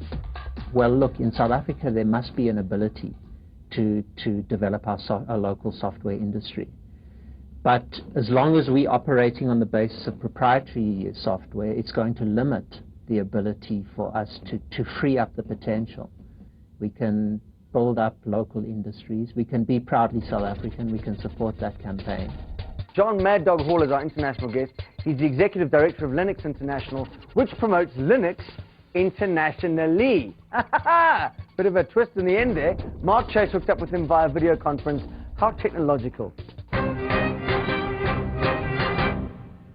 Welcome to Go Open, the world's first show dealing with open source technology and methodology. Now, first up, let's talk about free versus open. I think the real problem there is that people are only concentrating on the traditional ways of thinking about software. Now, what people really want, in our estimation, is really service. And that brings us back to having the bulk of software being able to be available over the net. And then you pay your money to have it tailored exactly to what your needs are. If you get software for free, then how does the development of that software get paid for? There are people who say, well, I'm a consultant or I'm working for a large company, and the fact that I write this free software gives me recognition inside of the programming community, and perhaps somebody will hire me to do a job. What are the hidden costs associated with proprietary software? What happens if a computer company goes out of business and it's that company's email system that you're using to run your government? Can you maintain that yourselves without the source code of that email system? And if people say that, well, that's why I pick a large company like Microsoft to be able to run my company or buy my software from, because they're a large company, well, then I can answer back and I can say Wang or Prime or Data General or Digital Equipment Corporation or Compaq, which were all large companies in their time, but which no longer exist. A lot of end users who haven't come across Linux or perhaps have heard about it, they don't really quite understand that it could be quite easy to use. How would you respond to that? Well, I would suggest that they simply take a little time out and try it. Either by perhaps coming to an event like Linux World and taking a look at it, or they could perhaps visit a university or ask for some consulting firm to come in and present them a presentation on what Linux is like. Today, Linux is shipping on about 1/3 of all the server systems that are shipping. Another third is proprietary and commercial Unix systems, and another third is Microsoft products of different types. Today it's used on most of the supercomputers which are being developed, and quite a few of them which are already in use. This coming December, there will be a supercomputer of 10,000 processors which will be using Linux to help predict the weather as part of NASA's ongoing studies. That will be the largest computer in the world. Thank you so much for joining us on the show. It's been really interesting, and good luck with your adventures. Coming up later, we bring you something really hot and some of the coolest open source websites around. So hot and cold, Ideally, it's your sort of perfect Sunday family lunch or something.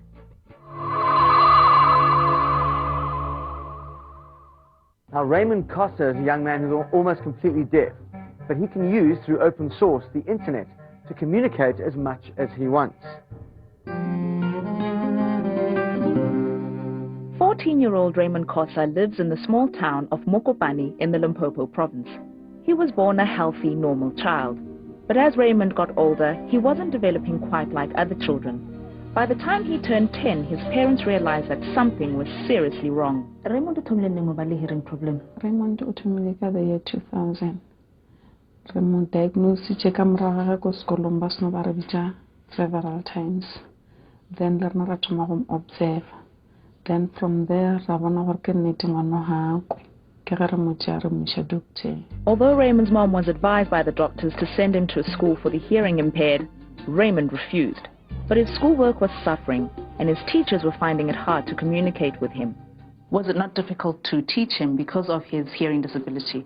And since I'm not trained to deal with people of that disability, I had to develop some methods to accommodate him. I couldn't just leave him alone with those instructions. Shoki Majui is a tutor at the HPI Community Center, which runs open source computer training for the public.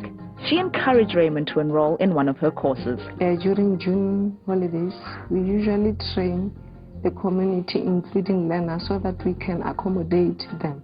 That's how I met Raymond. Raymond was one of my best learners because even he has this disability, he could do anything. The HPI community is run entirely using open source software, which is integral to the computer learning that happens here. One of the motivating factors in using open source is that it allows the community to become self-sufficient. Shoki, did you have a background in open source and computing before you got your qualification from the center? Yes, I did, and it is very helpful because it's different from other software because it is affordable. You don't have to buy it. It won't cost a lot because if I have it, everyone has it. In his course, Raymond picked up skills early and has learned a variety of open source applications which he's using at school and in his everyday life. He's able to do internet and search for information, and sometimes he used to come to me, Mommy, I find the information about the doctor who can help me. Then we try to consult that doctor, and sometimes if I'm going to host meetings for ECD, Raymond used to make programs for me. Initially a shy and reserved child, Raymond has newfound confidence and is determined to lead a normal life. With access to the internet and email at the HPI Community Center just 5 minutes from his home, the world is at his fingertips. Right now, he's a changed person because of the computer, and I know he's going to be completely changed and he's going to enjoy the way he is. It's time to meet our Geek of the Week, and this week, none other than Kagendra Naidu. How's it? Oh, well, thanks, John. You got quite a fascinating story. I'm looking at one of his interviews who kind of says the whole thing, and then you repeat it, and then I go, ooh, tell us your story. Well, I started a company with a very small company with a bunch of friends about 5 years ago odd. And in the process, entered a very niche market of doing database consulting, Unix-based, on very large systems, terabyte systems. And I collaborated on a piece of software that does database migrations. Okay, let's just explain to people out there, what is database that thing? Just about everything you do nowadays relies on some sort of database. Everything from your banking to your medical aid to everything. It's just basically a collection of information. Your software was sort of seen by many people all over the world on that website. Some people in America actually found it. Anyway, it was one of the directors that got a hold of me, and he said, do you have a passport? And I said, yes, I do. And he said, would you like to come over? And I said, I tell you what, if you paid my air travel and my expenses, I'd do it for free. And he was not, get out of here. He didn't think I was for real until I actually landed in Florida. I essentially migrated their system that was taking 17 hours. I did it in about 3.5. Sure, and you didn't charge them at any point? Well, that's the beauty of it, is they took me to Disney World, and I went to NASA, and they really showed me a righteous time, and they were a really beautiful bunch of people. And, one of the greatest things about open source is actually it's a meritocracy. It's about people that want the recognition of their peers. Are there financial rewards to what you've done? Definitely. The costing model is service-based. And essentially, in the emerging markets that we have today, the service-based model is proving itself to be far more robust and more marketable, and definitely more friendlier model from a business perspective. It's Kagendra Naidu. Coming up next, another local hero. And of course, our competition. We can win gadgets and gear and all sorts of things that click and whir and buzz in the night. Kagendra, thanks very much. Thank you very much for the opportunity. Cheers.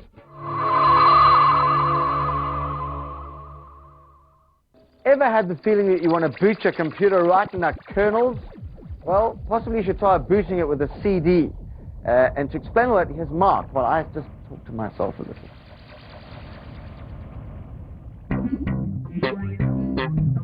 Today we're doing it live.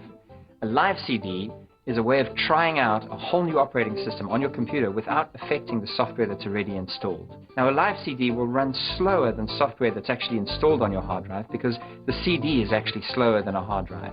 But it's still a fantastic way to show people what Linux is all about, or to put Linux onto a new computer and see whether or not it's going to run. There are several different live CDs available, and the best place to find them is on the Frozen Tech website.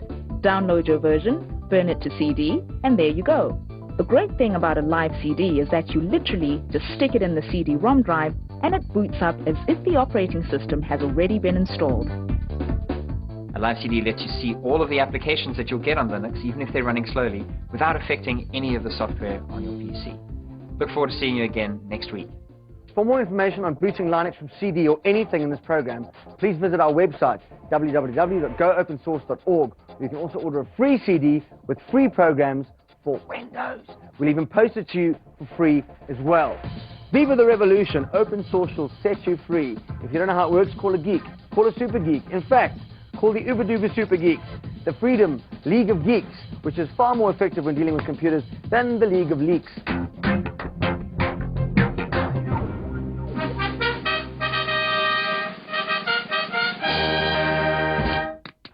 Sir, reporting for duty, sir.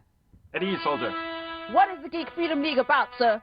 Well, Rafugwe, the Geek Freedom League is about forming an army of geeks all across the country that help us in liberating computers from proprietary software. How do we liberate people's computers? See, most computers run proprietary software. It's not that people choose to install proprietary software. It's really that they aren't given a choice. It's all they're given when they buy their computer.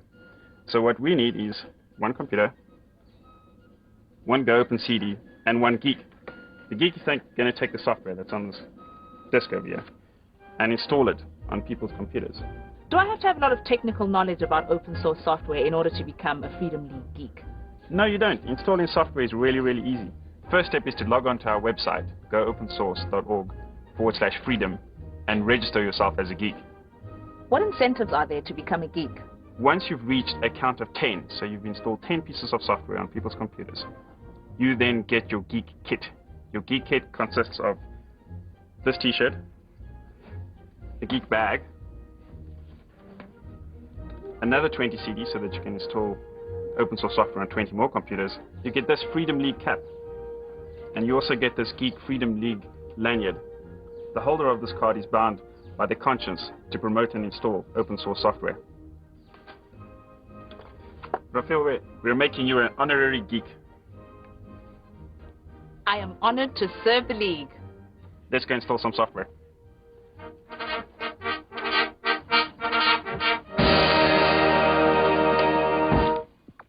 Now you know you're not alone. At any time you need a hand, just call on the Freedom League and they will be on hand to help you with whatever you might need.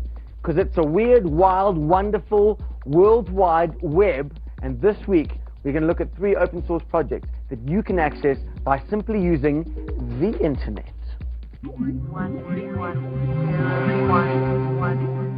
Now that the festive season has hit, you might want to get into the spirit of things by downloading the free and open source Christmas version of Tetris. Get it from www.steinsoft.net and look for it in the projects folder under Games. It's the same Tetris you know and love, but themed and packaged with a corny song that's guaranteed to drive you insane.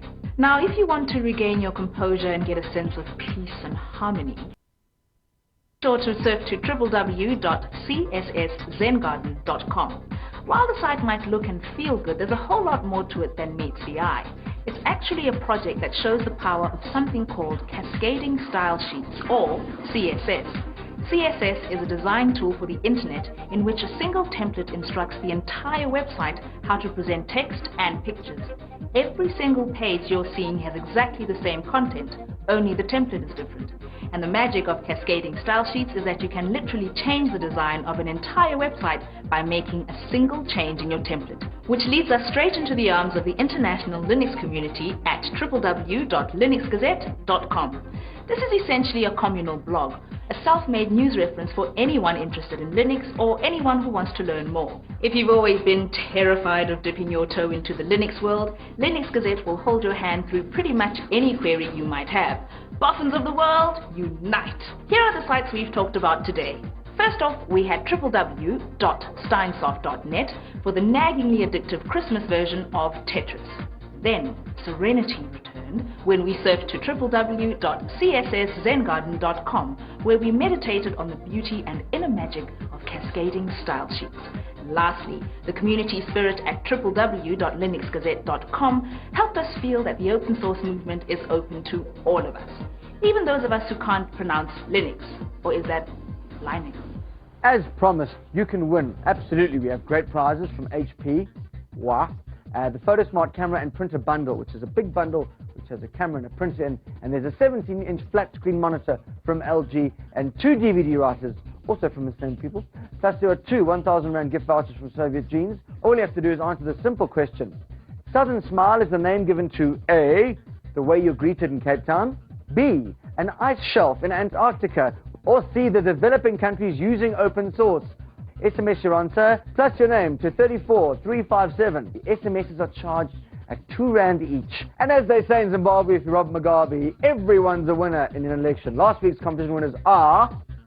Janine Lachransi, she wins a 17-inch LG monitor.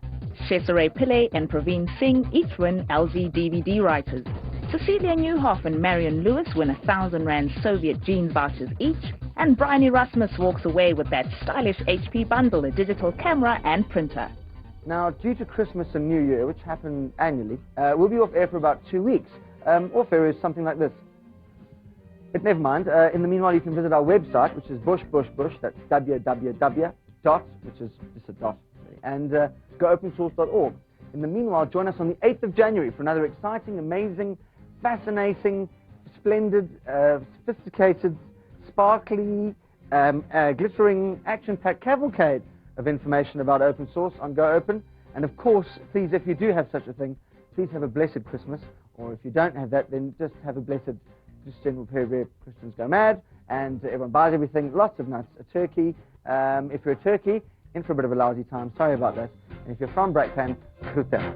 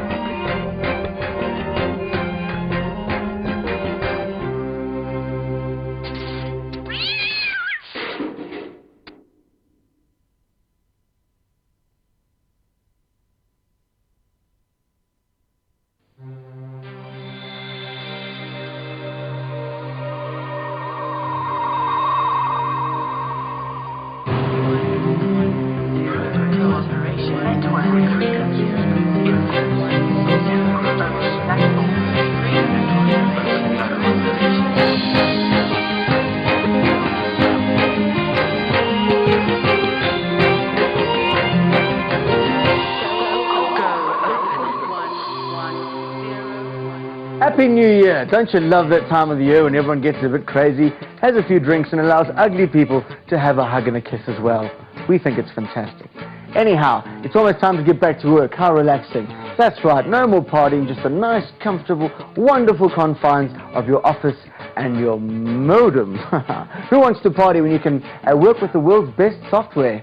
Never mind. Later on we're going to look at freedom and how open source is helping big business to go just that way in the future. Later on, Mark Shuttleworth, his very self, pops in to demonstrate something absolutely amazing.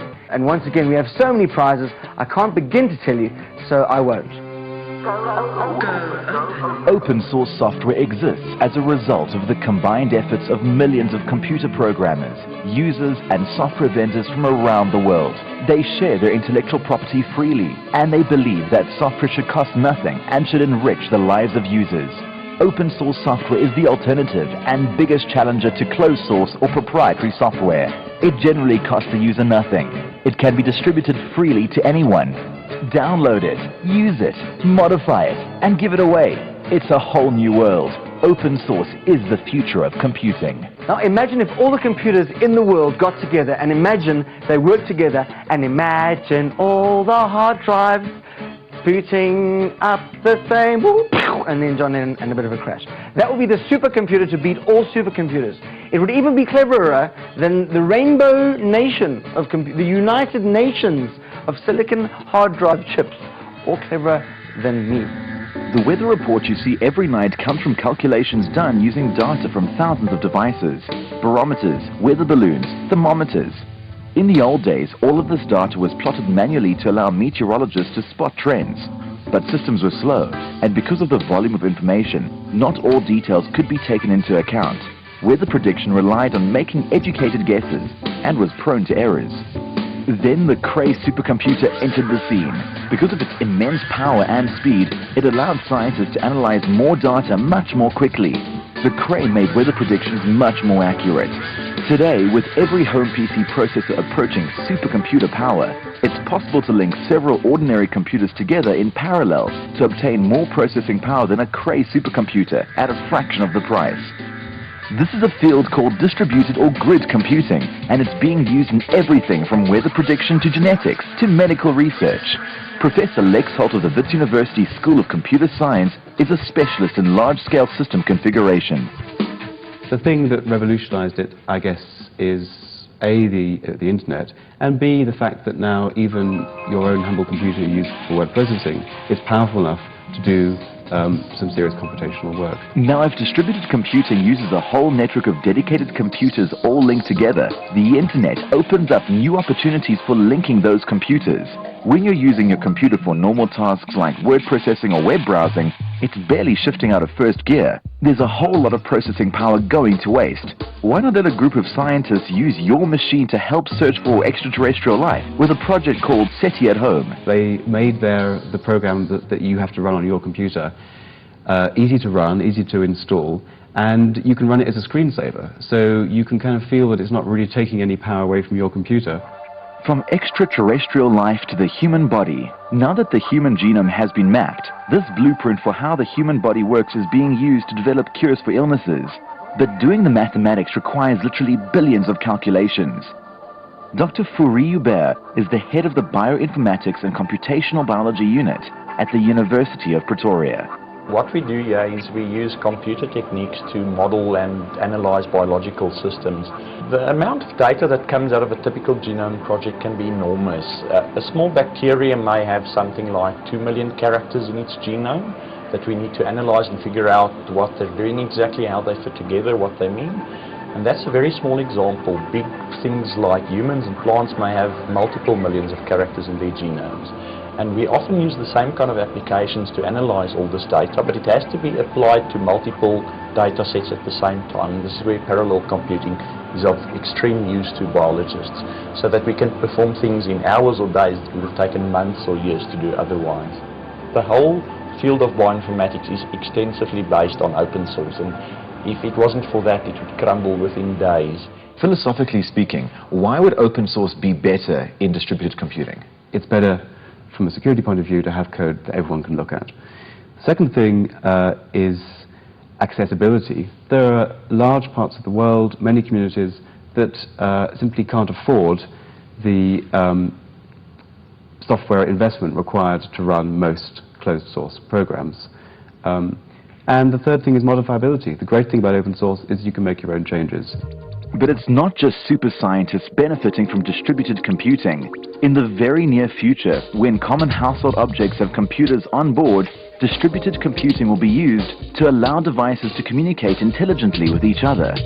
Imagine this gadget talking to this gadget, talking to this gadget, talking to this gadget, talking to this gadget. So we do all this.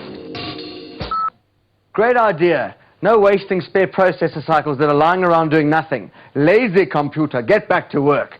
Every week we meet the big guns, and no guns come bigger than Bruce Perrins. He's a project leader at Debian. He was the author of the open source definition, and also the founder of the Open Source Initiative. I can't believe how many things he's done. His business card must make some small circus horses blush. Let's start simply. What is the definition of open source? Well, open source is not just source code. That's the most important point. It is both a program with source code that you can modify and a set of rights that come along with that program.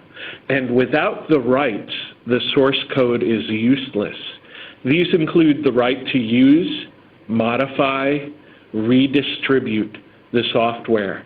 And it is only those rights that give us the partnership that makes open source possible. When we talk about the FOSS movement, the free open source software movement, what distinguishes free from open? Well, Richard Stallman feels that you should talk about freedom first and then get to practical matters, like this is great software to run your business. The open source movement is sort of the opposite, but we get to the same place. We say, let's give business people great software that helps them do their work, helps them save money to spend on things that are important to them, gives them the freedom to run their business the way they like, and then as they get deeper into this software, they will understand that there are freedoms that are important that make this possible, and they will come to accept what Richard Stallman has to say. Proprietary software. Is it just well marketed? Because in many ways people say open source is more cost effective, it's better for your business, it can be customizable, and better support. Why do people still go for proprietary software? I submit that open source works better because it doesn't have the huge overheads of the retail paradigm. It does not have the risk of the contract paradigm. When you do something under contract or even with your own employee, but only for yourself, you have the burden of all of the cost and all of the risk of that development. So why not go open source with your non-differentiating software? And then you share the risk and the cost with other people, even your worst competitor can be your partner on that software because it's non-differentiating. Thanks once again, and have a great day. All right. Right, here's a couple of things we should chat about. First of all, DVDs. So many people have asked us for those the episodes. Well, 3 people, my mum, her single friend Flo, and her brother-in-law who's in prison currently. I don't want to talk about that. It will be available from our website, www.goopensource.org, at the end of the series. It's all 13. It will be available in about 7 weeks' time. So that's quite exciting. And coming up next, Tiger Brands goes open source, and Mark Shuttleworth gives us an intro into a little-known but really rather useful drawing program. Ooh.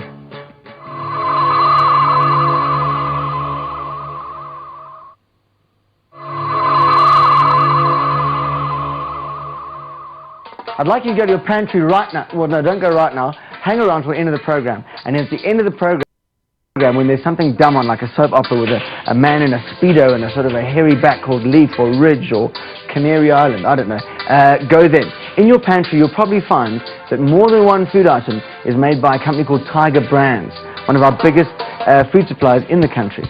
And they're about to go open source. How do you think they could possibly count all those cans, boxes, other things wrapped in paper, some not in paper, and others never in wood, for example? Well, of course, they use computers. Think of what you buy every month when you do your grocery shopping. Tiger Brands touches our lives and our stomachs in more ways than one, with products ranging from breakfast cereals to main meals, from sweets to pharmaceuticals. It's a company with IT requirements that can only be described as large. Tiger Brands is on our live network, almost 3,500 users, encompassing 136 sites around the country, about 150 odd servers, excluding our application servers. large. For a company like this, data is immensely valuable. The entire inventory has to be controlled, from the manufacturer to the supply and delivery. We run quite a large Oracle environment, Oracle applications. That is pretty much the food manufacturing system. It handles the raw materials, production, right the way up to delivery and dispatch to the customer or to the stores, running all centrally as well. Although they had used open source in several non-critical situations, the Oracle application had always run on proprietary Unix. But when they were faced with a software upgrade, they decided to investigate migrating to open source Linux. How did the cost and efficiency and security affect you choosing open source versus proprietary? For Tiger Brands, the cost is obviously an issue like every other company. The task was given to the IT department to come up with a solution which met all those requirements. Security being a strong aspect, uptime and availability of the system to the users, very huge factor. The task wasn't really to come up with an open source solution. That just happened.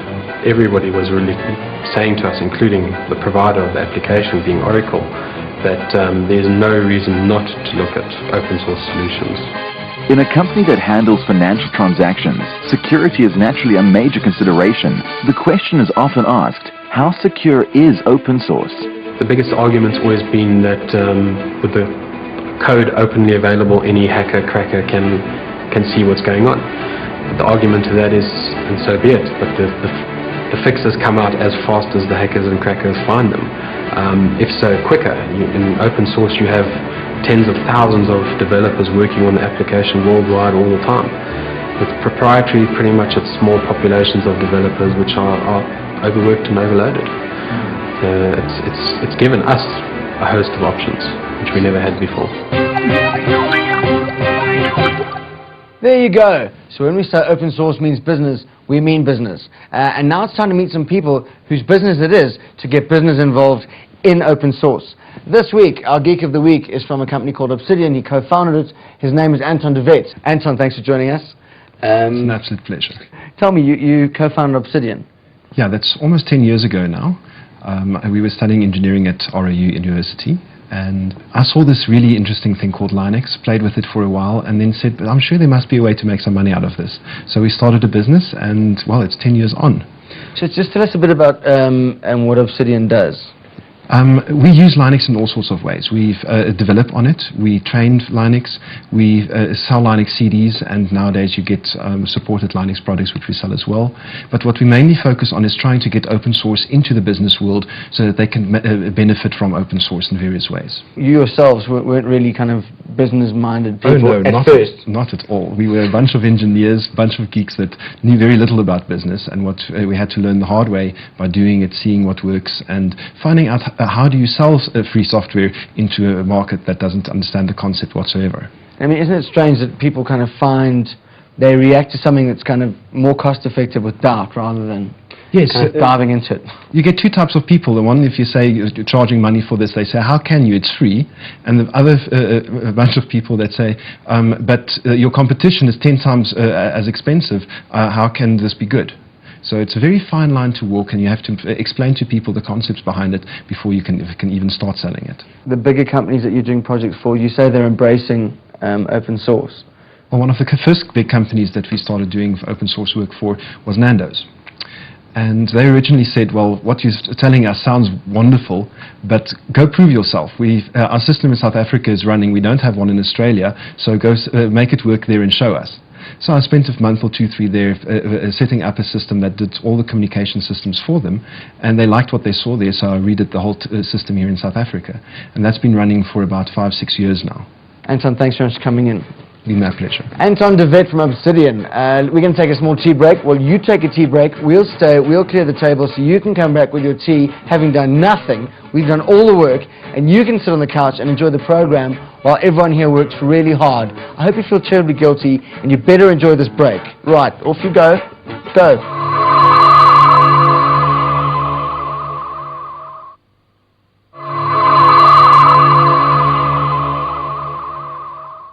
As his girlfriend once said, you can kiss my astronaut. Mark Shuttleworth is standing by with a look at an open source alternative to vector art programs. Today we'll be doing it with Inkscape. Inkscape is a vector drawing package, so you use it to create line art on a PC. It's like Corel Draw or Adobe Illustrator or Aldus Freehand. Unlike programs like Photoshop and the GIMP, which create bitmap artwork, vector programs create artwork that can be resized without creating artifacts, those jaggy edges that you get when you expand a bitmap too much. Although it's only on version 0.4, it is already remarkably mature. It saves documents in the web-friendly SVG format, with features like transparency, gradients, node editing, pattern fill, ping export, and more. The active SourceForge community contributes plugins, and there's a feature wishlist on their site, and upgrades and patches are being released monthly.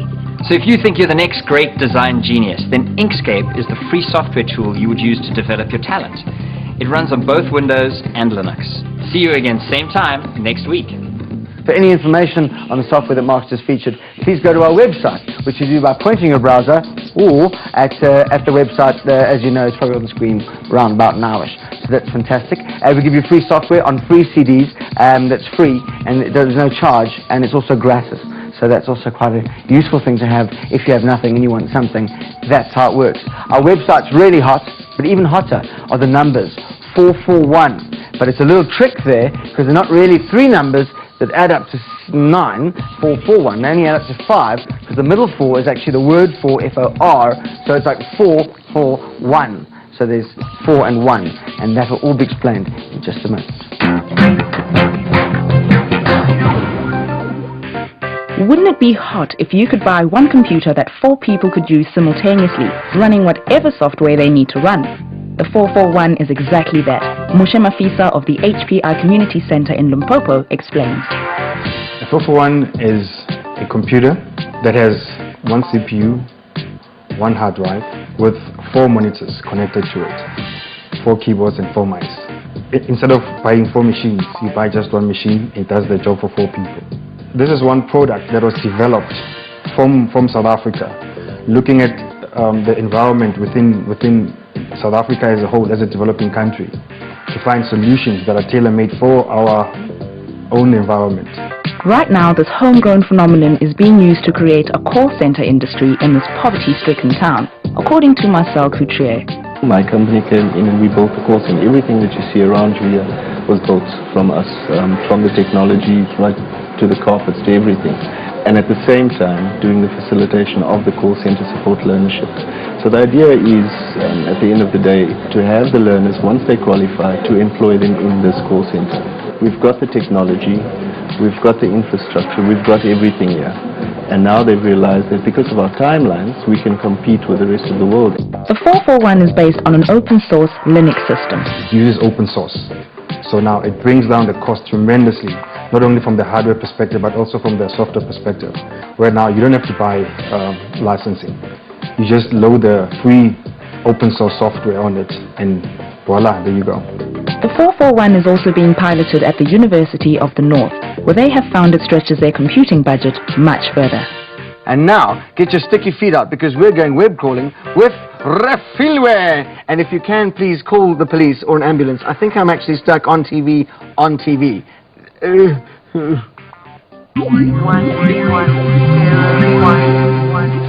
If one of your New Year's resolutions is to make a bigger contribution to the world, then point your browser at www.distributed.net.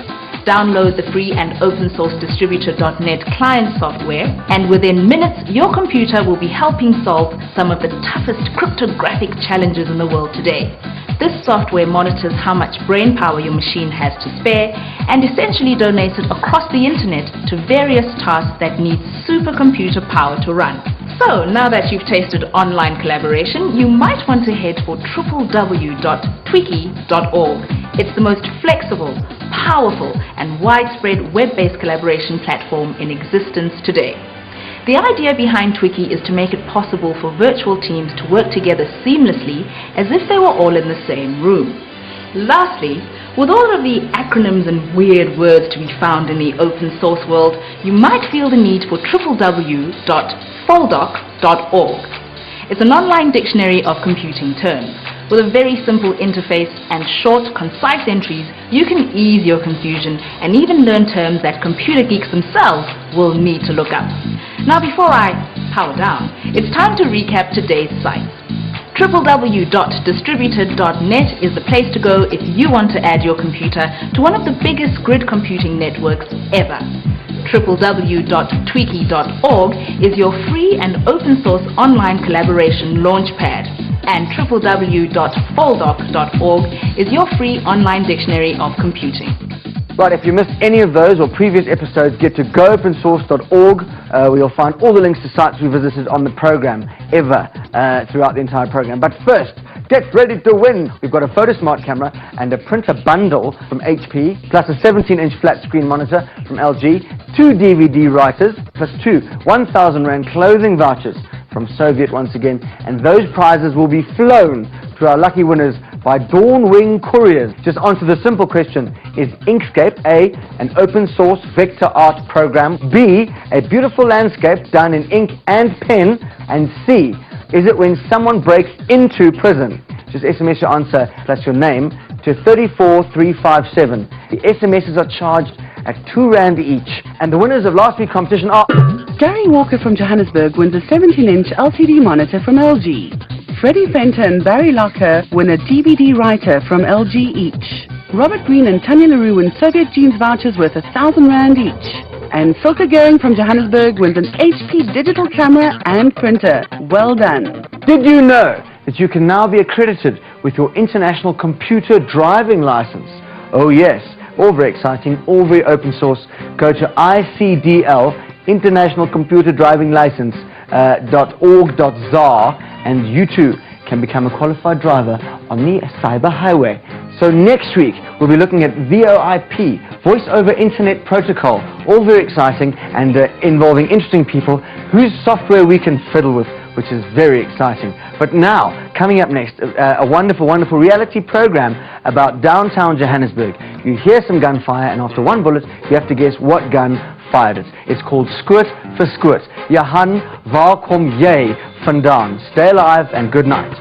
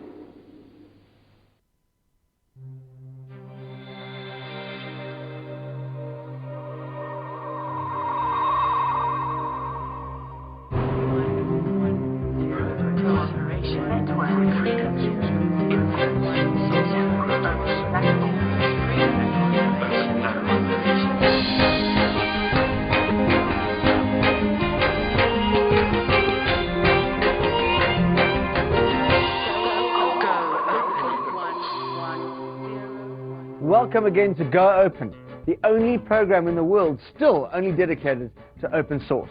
What is open source? Watch us and you'll find out. When will people catch on? I don't know, but hopefully they'll realize soon it's the hottest thing. Today we'll be looking at VoIP, that's Voice over Internet Protocol, which is where you use the internet to make phone calls instead of the people that you normally use to make the phone calls, who we can't mention because we can't. But it rhymes with welcome. Later on in the program, we're giving away some fantastic prizes. DVD writers, computer monitors, all sorts of stuff, including clothing. There will be clues in the program, so pay attention if you, it's the right thing to do, really. Open source software exists as a result of the combined efforts of millions of computer programmers, users, and software vendors from around the world. They share their intellectual property freely, and they believe that software should cost nothing and should enrich the lives of users. Open source software is the alternative and biggest challenger to closed source or proprietary software. It generally costs the user nothing. It can be distributed freely to anyone. Download it, use it, modify it, and give it away. It's a whole new world. Open source is the future of computing. The internet, it's like a huge web, a stretchy web that stretches all over the world, connecting computers and of course thereby connecting people. So why shouldn't we use it to make phone calls? No, I'm asking you. Never mind. In a few weeks' time, even our legislation will change and the whole VoIP thing is going to be everywhere, literally. Technological development in the last century has been spurred on by increasingly improved communication. From the internet to the cell phone, our ability to talk to each other has fueled innovation and helped businesses grow from local to global. The technological world has been described as a global village, but there are still some barriers to be overcome. Communication, for one, is the lifeblood of business, and yet those international calls are still extremely expensive. But that is all about to change since the Minister for Telecommunications, Dr. Ivy Matsepe-Kasaburi, announced the deregulation of the telecommunications sector, effectively paving the way for South Africa to join the rest of the world in what is fast becoming the greatest revolution since the internet itself. It's called Voice over IP. In its simplest form, you can use a sound card and a headset with a microphone to let your internet connection replace the phone line. Dedicated software uses the computer's sound card to convert the sound to digital packets, which are sent over the internet to someone with compatible software on the other end, thus saving on international or even national call costs. But there's nothing new about this technology, according to Morkel Theunissen of the University of Pretoria Department of Computer Science. The current situation in the telecommunication industry is that most of the back-end network is already IP-based. It's only the last mile to your house that's usually this telecommunication circuit switch still. And now taking that into your home, you'll be able to do a lot more stuff. So you'll be able to use the same line to do concurrently your telephone calls, your fax, your data, internet connection, and so on. As technology becomes more ubiquitous and bandwidth becomes more available, the next stage will be to integrate the Internet protocol equipment with existing telephone networks, according to value-added network service providers, Molo Africa. You can use it to start right out from a small company with 2 incoming lines from Telkom and 4 extensions to replace the traditional little PABX that you would have had in the corner by a PC running Linux that can now take these incoming calls and route it out to the extensions and allow these extensions to place outbound calls. But then with all the fancy features that go with that, such as music on hold or voicemail or least cost routing when you want to route outbound calls directly to the cellular operators, and then pretty sophisticated and advanced functions such as an auto attendant where you get the lady saying, please press 1 for sales, 2 for marketing, whatever, and finally even a conference bridge. So you can have this sort of system where incoming calls can all be joined together in one conference and people don't have to travel to attend meetings. But this doesn't mean that the next generation of telephony will keep you tied to your PC. Molo Africa have produced an adapter that turns a standard telephone into an internet-enabled device. So that you can run a conversation from this regular old telephone here over the Ethernet LAN as an IP conversation. Behind all this runs an affordable open-source tool called Asterisk. It's a version of Linux that has been developed to provide a range of IP telephony services.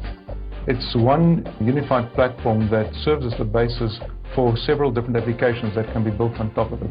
Services such as interactive voice response, conferencing, call center functionality. But the IP system wasn't designed to handle voice and video. When sending a data file via a network, it gets broken up into manageable data packets, which arrive at different times, and the system reassembles it on the receiving end. But if we were to do this to voice, it would sound something like this. Hello? I'd like a really expensive computer, please. Packets need to be in sequence, arrive at the user, so that the voice call is recognizable to the end user. And that's why you have a carrier-grade standard of implementing the network layer. Both telephone and IP networks have traditionally been cable-based, but now an opportunity exists for developing countries in Africa to leapfrog technology by implementing wireless networking, which can be a great deal less expensive and more accessible. Providing internet access there is simple through wireless technologies, and once you've got the wireless data connectivity, which is already happening right now, it's pretty simple to just run voice over that, and therefore that will really make voice telecommunications very accessible, very inexpensive, and very widely available. So the world's changing, and open source is a big part of that. So let's talk to Eric Raymond, the author of The Cathedral and the Bazaar, considered by many to be the Bible of the open source movement. Eric, welcome to the show. We here in Africa are pioneering the open source movement. How was it for you as a pioneer all those years ago? Just felt like something I had to do. I was tired of watching my people lose. Why were they losing? Because they didn't know how to market. They didn't know how to take the idea of open source software to the mainstream and make it persuasive to business people, to the press, to the mainstream culture.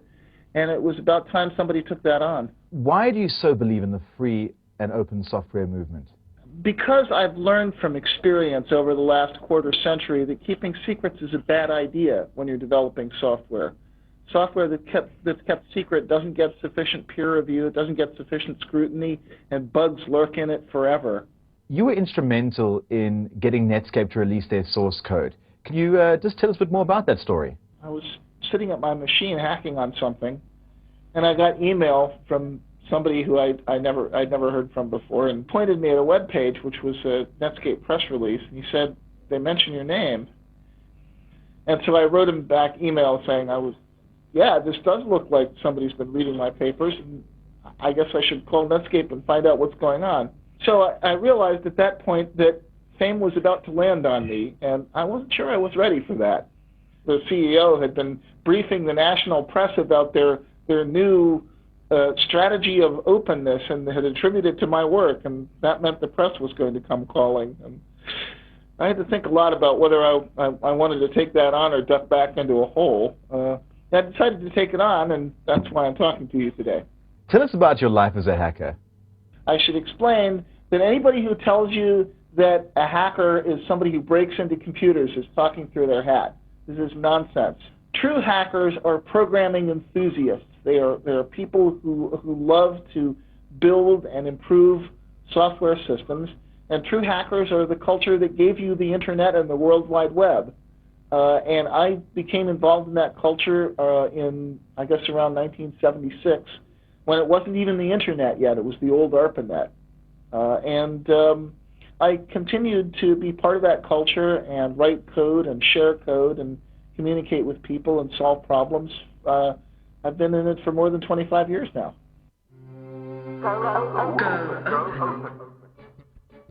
Coming up later in the show, we meet someone who had his life changed by open source.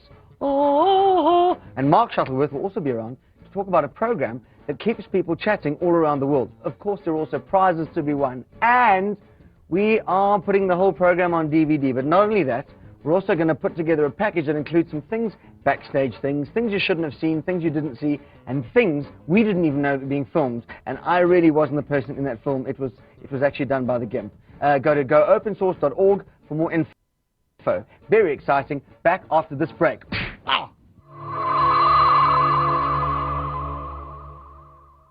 Open source really is changing people's lives, some rapidly and some more profoundly, but over time. Take, for example, the story of Solly Masinga, who was a packer and now he's a hacker. What does a young man have to do to get singled out for special mention by Thabo Mbeki, the President of South Africa? And you'll be able to change your life for the better. Solly Masinga is a full-time employee at the HPI Community Center in Limpopo.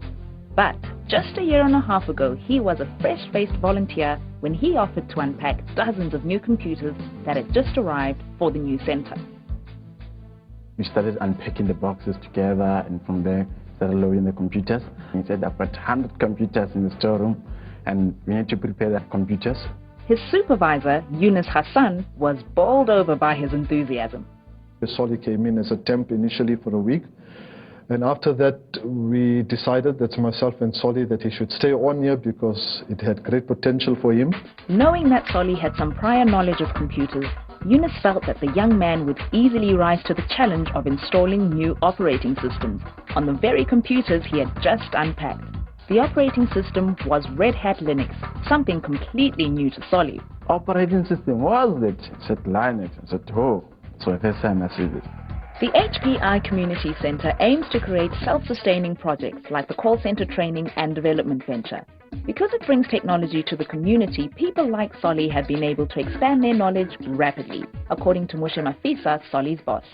A perfect example is Solly, who had no prior knowledge of open source, who had no prior knowledge of networking. Now he's a master in open source. Now he can set up wireless networks, you know, he can set up a server. So yeah, it's endless. The local municipality approached the iCommunity Center for help with a special project. They needed a wireless network to be installed for their computer system. The person chosen for the job, Solly Masinga, and nowadays his duties extend further afield. I'm responsible for the testing and the first-line technical support of the 441, and also the customization of the 441. The 441 is a system designed by HP, which is basically a computer that can be used simultaneously by 4 people. Solly has been chosen as one of the key members of the development team. Even when you say, you know, let's go sleep, it's now late. We go to bed, he'll also be still studying, you know, looking for references and researching on whatever we've had a problem solving. So yeah, he's just amazing. The project is here not to measure the power of technology, but to change the people's life in a positive way. Hard work, an aptitude for computers, and the will to succeed. These are just some of the factors that brought Solly Masinga onto the same podium as the president. That concludes our speech. Thank you very much. Amazing what someone with determination and the right tools can do. As they say in Cape Town, well, we've taken a look at voice over IP and how it's changing the face of telecommunications here and overseas. I now have here with me in the studio someone who's helped to develop one of those very systems, one called Ilanga. I have Jason Penton in the studio. Jason, you won a prize for some innovative work that you did. What we did was we took our system and we entered into the National Innovation Fund competition. We entered into the road section and we won it. The system itself is called Ilanga, which is a system that we're using to switch telephone calls using a basic computer. We have a command center which you can control your entire communications portfolio from your computer. So if you're in the office, you can simply drag your cell phone into a specific box and it will ring when your extension's dialed, or move it back if you don't want it to ring, or move all the devices into the unavailable devices. And if someone phones you, it'll go straight to voicemail because you typically don't want to call. So you have this nice innovative way of controlling how the system works for you, as opposed to you sort of molding yourself around some system that's been designed. You're working on at Rhodes developing open source stuff, particularly voice over internet protocol. Voice over IP, yeah. There we go. Tell us a bit about it. Well, basically voice over IP is carrying voice over the internet, or any data network for that matter. And what we're doing at Rhodes is building a communications platform which runs on a standard computer, which will be able to route calls to wherever you are in the world. Now what we're doing is we're putting this whole system onto a standard desktop computer where you can run the entire system and do exactly the same sort of functionality for a lot less cost. Okay. This is all using open source components, of course. So where do you guys make money? Again, from the support. The main system you'll have to buy, obviously, as a computer in itself. There is hardware to integrate to the existing system. So what you have to do in this roadmap to the future of the next generation telecommunication network is bridge the two environments together.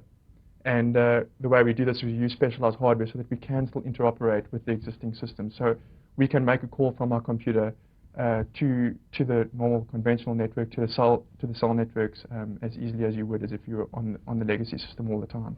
Right, don't go away. We're going to have a quick break because we need to get Mark ready to talk all about game, which we are sure you'll love, because it's a new kind of game, not a game that you know. And he got game, that Mark.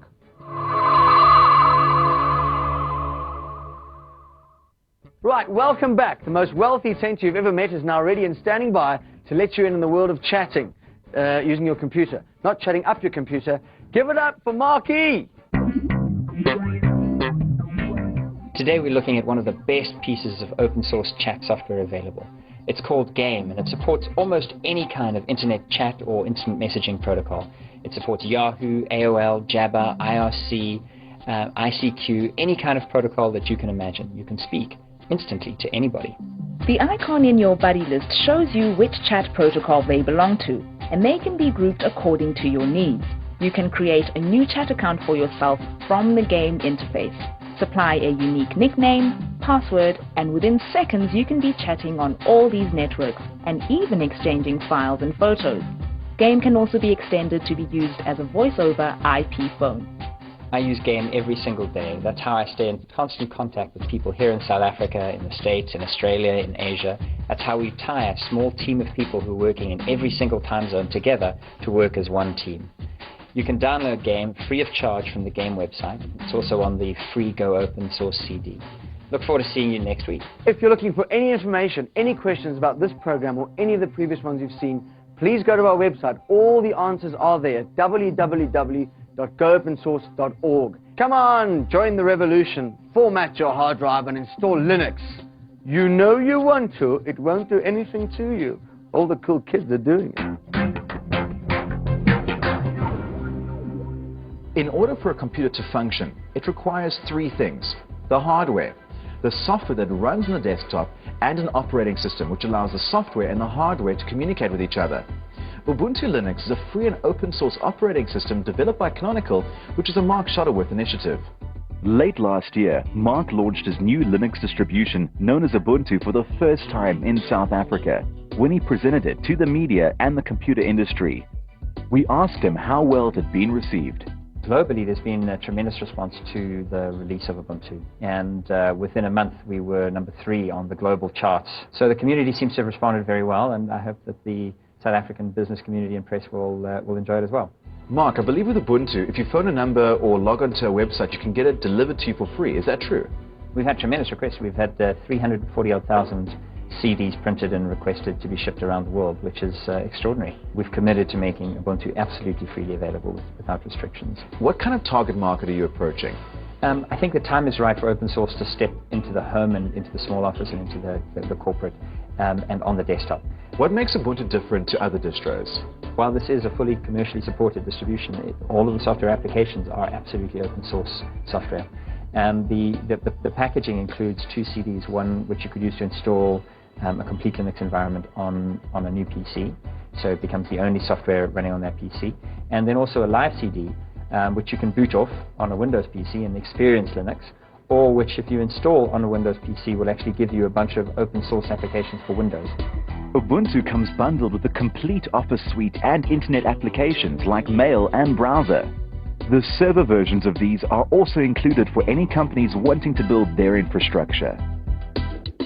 Now, I know we don't like to discuss licenses per se on this particular program, but there is one license you'd like to get, and that is the International Computer Driver's License, which is very exciting, and you can get it at icdl.org.za, and you too can drink and hard drive. Glig, glig, glig, glig. Rafile will be in attendance momentarily with some fascinating websites for your earnest perusal.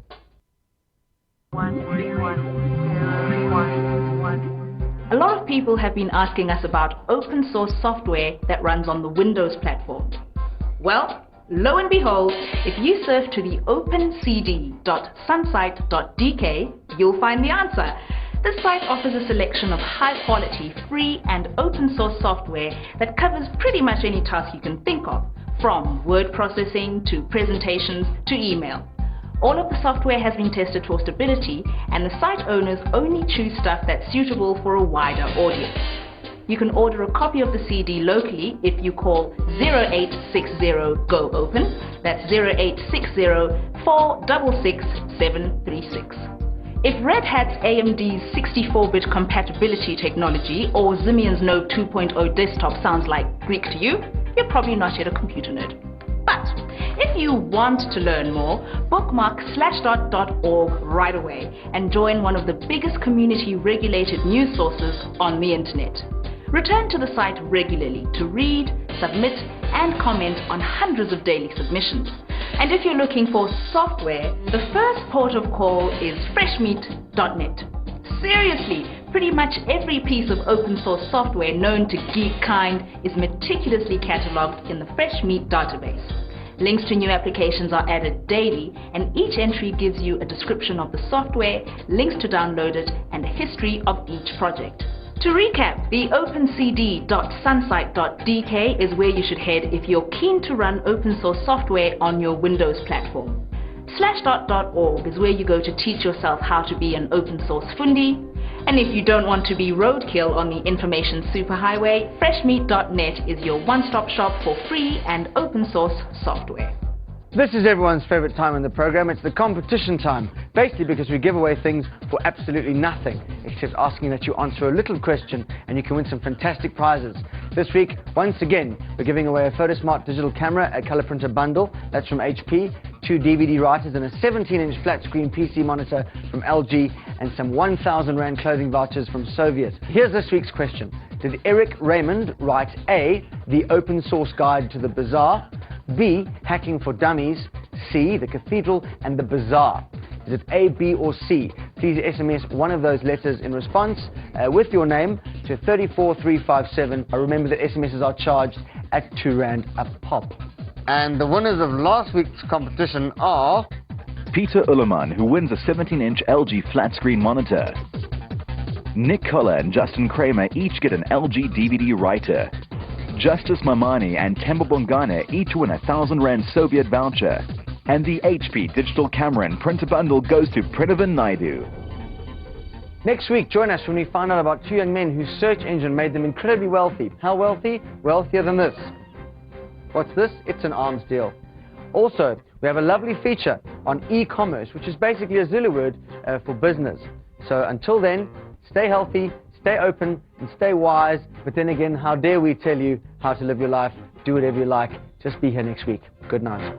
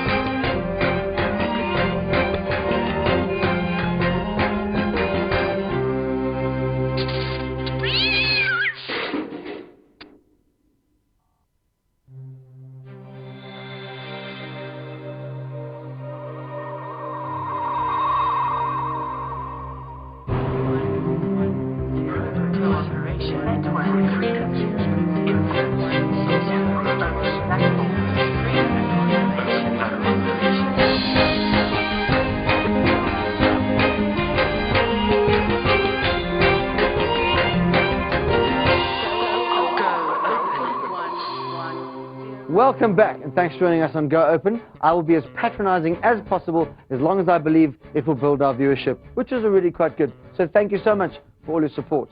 Open source, fantastic idea. Television, an even better idea, where through some sort of illusion, I can't see you, but you can see me. Hello, Mom. Okay, good. So stick around, you can win some fantastic prizes, which we know will make you keep watching, because you get something for nothing, and that's how people work. Open source software exists as a result of the combined efforts of millions of computer programmers, users and software vendors from around the world. They share their intellectual property freely, and they believe that software should cost nothing and should enrich the lives of users. Open source software is the alternative and biggest challenger to closed source or proprietary software. It generally costs the user nothing. It can be distributed freely to anyone. Download it, use it, modify it, and give it away. It's a whole new world. Open source is the future of computing. The business of searching for information has become the internet's killer app, which is short for application. Basically, that's geek speak for the coolest thing since sliced bread. We're not sure what was the coolest thing before sliced bread. We think it might have been bread, or it may have just been something that we don't even know what it was, but it was sliced. So we're not sure, but it doesn't matter. But Google has made an enormous business using open source. On the 18th of August, when Google listed on the NASDAQ, it made international headlines because of its phenomenal growth to a value of $30 billion. This company doesn't sell anything physical, but 80% of web users are clued up enough to use Google when they need to do a search. It was quite weird when Google started out. It was it just appeared on the scene, because there were a number of search engines around. And it was basically, they sort of suddenly said, okay, we are now the search engine. According to Wikipedia, the raw computing power harnessed by Google makes it the most powerful supercomputer known to humankind. running at speeds in the region of 300 teraflops. Google's grid computer runs 3 times faster than the Earth simulator. The thing about the speed part is traditionally what you do is take a very large computer and you would load the information into the computer and do a search on it and then give the results to people. The problem with that is that if lots of people come along and hit your site, generally you've got to start adding a hell of a lot of these very big computers in order to do the job. And very big computers come at large price tags. So where they started to innovate was to get high performance out of very low powered machines. Google started out in 1996 as a university research project. 2 PhD students, Larry Page and Sergey Brin, worked out that a search engine based on a mathematical analysis of the relationships between websites would produce better results than other search engines on the web at the time. The essential ingredient in the Google ranking system is to observe that pages that have got lots of links going to them are more likely to be relevant and interesting than pages that have few links going to them. This was their insight and the basis of their first ranking algorithm. Google is now estimated to have more than 60,000 linked computers. The main thing that they need lots of computers for is the processing tasks that are involved in keeping the Google database of web pages up to date. The technology behind Google's search algorithm is a closely guarded secret. If you're someone who's trying to make your website or your company's website appear higher up in the Google rankings, then if you know exactly how Google's doing that ranking, you can tweak your website in special ways so that it comes higher up the rankings. One thing we do know about Google is how it finds things on the web. You wouldn't think that the World Wide Web employs spiders to help you, but they're not as hairy and scary as this one. Google's server farm has more than 60,000 Linux computers all running spiders called Googlebots. When the spider finds a page, it collects the data on that page and sends it back home to Google, where it's stored in a vast cache that pretty much replicates the internet on their machines. This keeps the Google database up to date, so when you do a search, the whole of the web is being crawled for you. Back at the end of the 90s, what made Google stand out from all the other search engines was how good it was at ranking the result pages according to their relevance. So, for example, if you type Johannesburg into Google these days, there are something like 3 million pages that Google thinks are kind of related to Johannesburg. But the top 10 that you get are, on the whole, very relevant. In total, there are around 9.5 billion web pages, images, and Usenet messages in the Google Index, and this figure is growing every day. Listed now as one of the biggest technology companies on America's NASDAQ stock exchange, Google makes a large portion of its money through highly targeted advertising. If you hit the Google website with a query, what it'll do is effectively 2 searches. The one is a search that you're looking for. The second query is to search for advertising that it might be of relevance to you. Basically, those two together, the one's effectively financing the other one. But given the sheer size of Google's computer needs, it simply wouldn't be able to exist without open source software. If you've got an enormous amount of machines, the software, the building blocks on all of those machines is going to add up to an enormous amount of money. Google wouldn't really be possible without open source software. With a mission to organize the world's information and make it universally accessible and useful, Google remains first prize for 80% of people searching for anything. Our guest this week, our big gun, is a fantastic man. He's the founder of a thing called Creative Commons, which is kind of like the open source for intellectual property, but particularly for music. And he's a lawyer. I know, but he's lovely. Here's Larry Lessig. Professor, thank you for joining us on Go Open. Let's dive straight into it. Record companies, the big ones, have said that MP3s hurt their bottom line. There's been no independent study of MP3s that demonstrate any substantial harm that they're causing to the record companies. In fact, in Europe, record sales go up even though MP3 downloads also go up.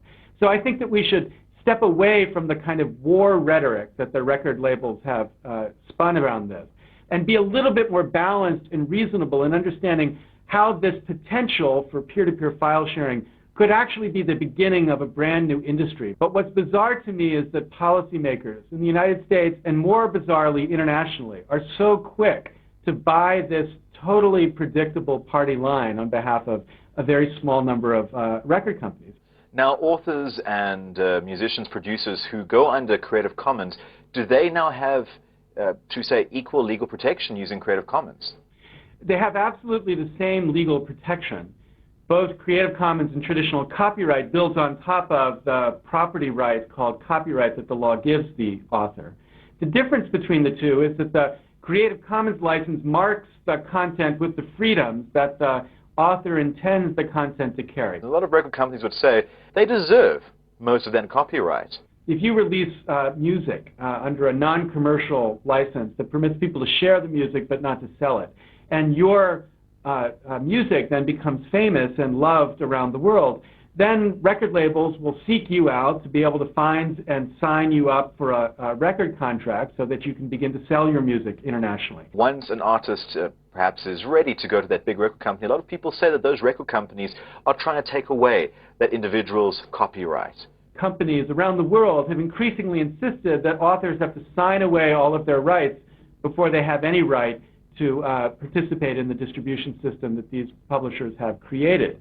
So musicians in the United States face this all the time. In order to release their record, they're going to have to sign away so many other records to this one label. And if it turns out they're not a success, according to the label won't free them to do their work elsewhere. And one of the things we hope Creative Commons will do will be to revive this ideal that it's authors who should control what happens to their creative work. But what I oppose is the idea that the law should reinforce one particular way to distribute content and disable all the others' potential ways that could compete with that. Mr. Lessig, thank you so much for joining us here at Go Open. Yeah, very nice to be here.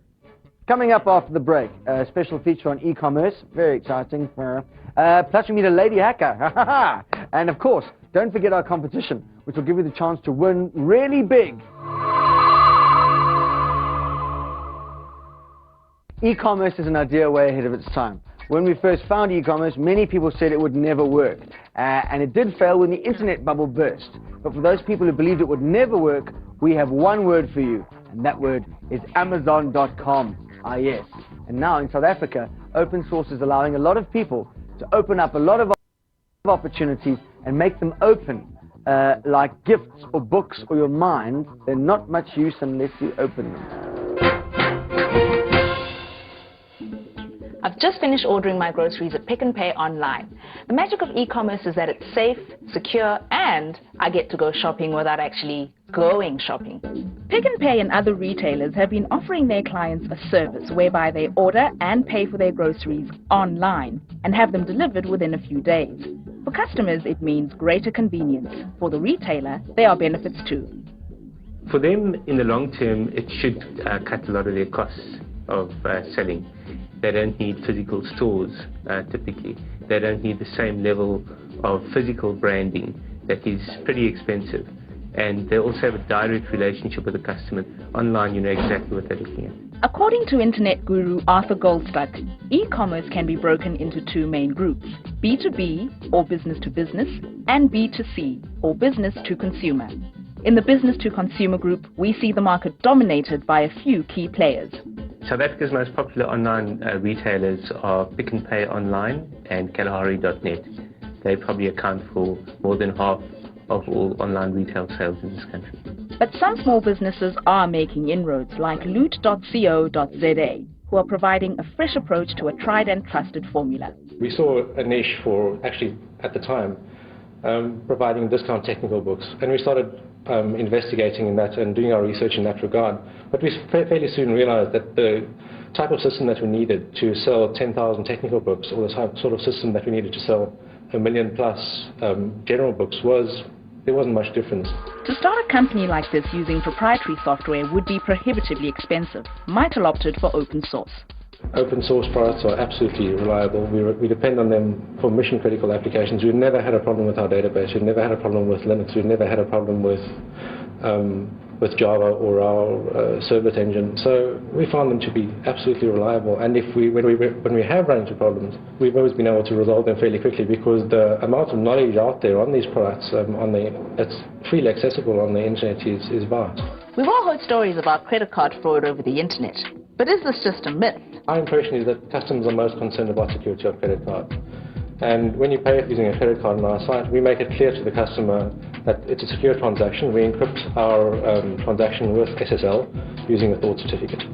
And we also give the customers the option of not storing their card details in our database at all, which means that if our database were to be hacked, which we're very confident that it will never be, but even if it were to be hacked, an intruder still wouldn't be able to get hold of their card details.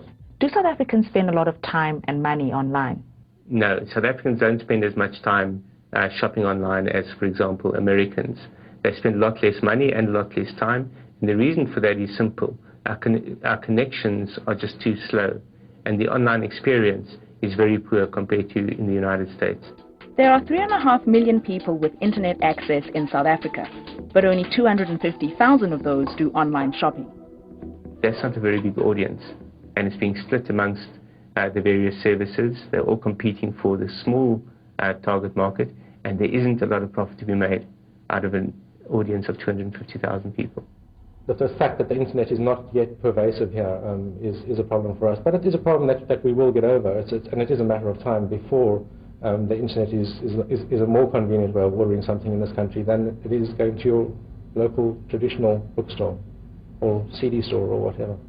Like any business, a successful e-commerce site requires hard work, good customer service, and keeping overhead costs down.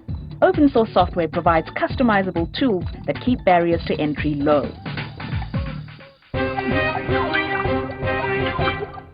Her name is Amanda Joseph, and she is from 7C. She's assistant administrator, and she's most welcome in our studio today. Tell me when you first decided that the Geek's Life was for you. I think it was about 5 years ago when I started as a web developer. Basically, at that point, I was using proprietary software, and it was only a couple of years later that I was introduced to OSS through my brother. He installed Linux on our PC at home, and that's how I started getting involved with it. And how did you find the transition? It was difficult at first. I think the learning curve happened when I joined 7C Computing 3 years ago.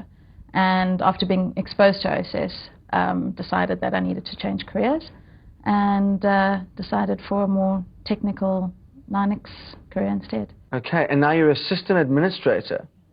Ooh, what does that mean? That basically means that we install Linux servers for small businesses that look after their business IT functions such as email and internet and antivirus scanning, and I basically support that and look after those boxes. How does OSS kind of enhance what it is that you do? Well, basically being able to, stick your head under the bonnet and seeing what's actually going on. So you kind of look at the mechanics as opposed to just trying to run the surface of the operating system. Absolutely. And you use open source in a business that makes money? Yes. We keep meeting people who tell us about how cost effective and how adaptable the software is. I mean, why do people buy proprietary software?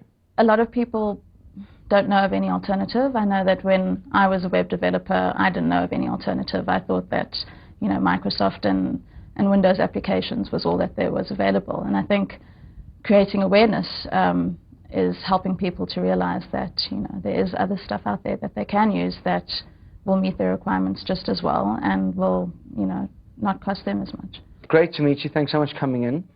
Fantastic. A lot of people have asked us for the entire series on DVD, which is a bit twittish, as we haven't actually finished filming it yet. But never mind, we'll get to you in a minute. You should learn to eat with a fork. But go to our website, goopensource.org.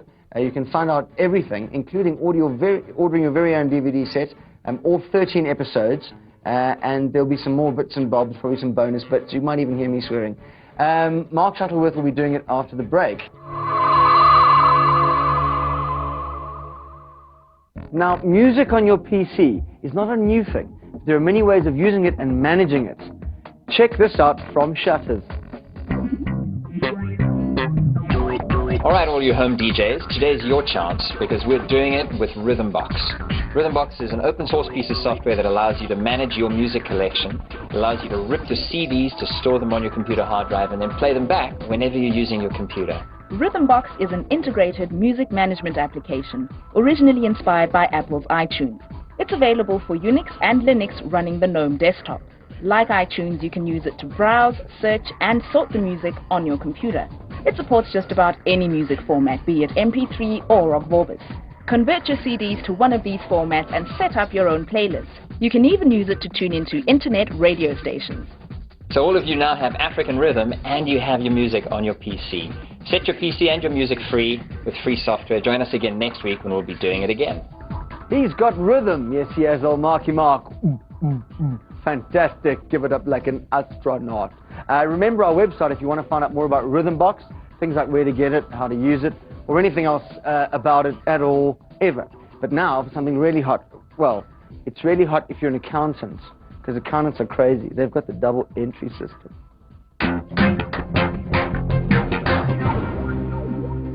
Cash flow is the lifeblood of any business, although keeping control of your debtors, your creditors, your VAT and your income tax can be a nightmare of paperwork.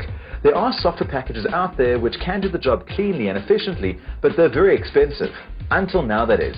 One of South Africa's most established software packages has now been released as open source. It's called TurboCash. It's a fully integrated accounting software. It fully caters for debtors, creditors, stock control, invoicing, cash book, reconciliations. It allows you, as far as reporting is concerned, you can run a standard balance sheet, a standard income statement, a standard cash flow report. It fully caters for that. TurboCash is a legacy of 16 years of development in the South African and international environment. It is used mainly by small and medium-sized businesses, although it can be scaled to quite a large organization. There are users out there that have up to 7-8 users using TurboCash at the same time. I have people where they do in excess of 200 invoices daily. And then on the other hand, I have other users that do just like one invoice daily. Plugins, some of them developed by other software vendors, provide further functionality, such as internet banking and wide area network support. The company runs training courses and offers various support contracts for a fee. Alternatively, the website lists a host of independent consultants throughout the world.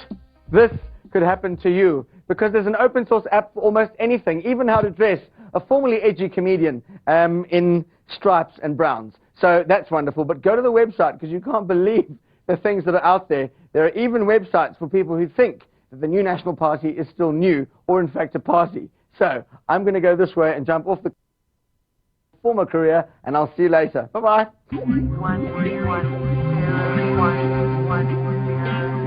We've talked about e-commerce, and now we're about to make it personal.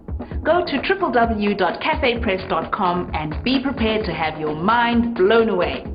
This site allows you to create your own gifts and to use their online retail space to sell your goods. Choose from a wide range of blank products. For instance, a mug. Add your own artwork to the item, moving it around till you're happy with the placing, then add it to your shopping basket. Cafe Press will make the item and ship it wherever you want it to go. And your unique gift stays online. And if it's popular, other people will buy it, earning you a percentage of the sale price. If you're keen to search for likely gift items, browse to the obvious choice, google.com. Let's try something that I'm sure is not unique. We'll search for Google itself.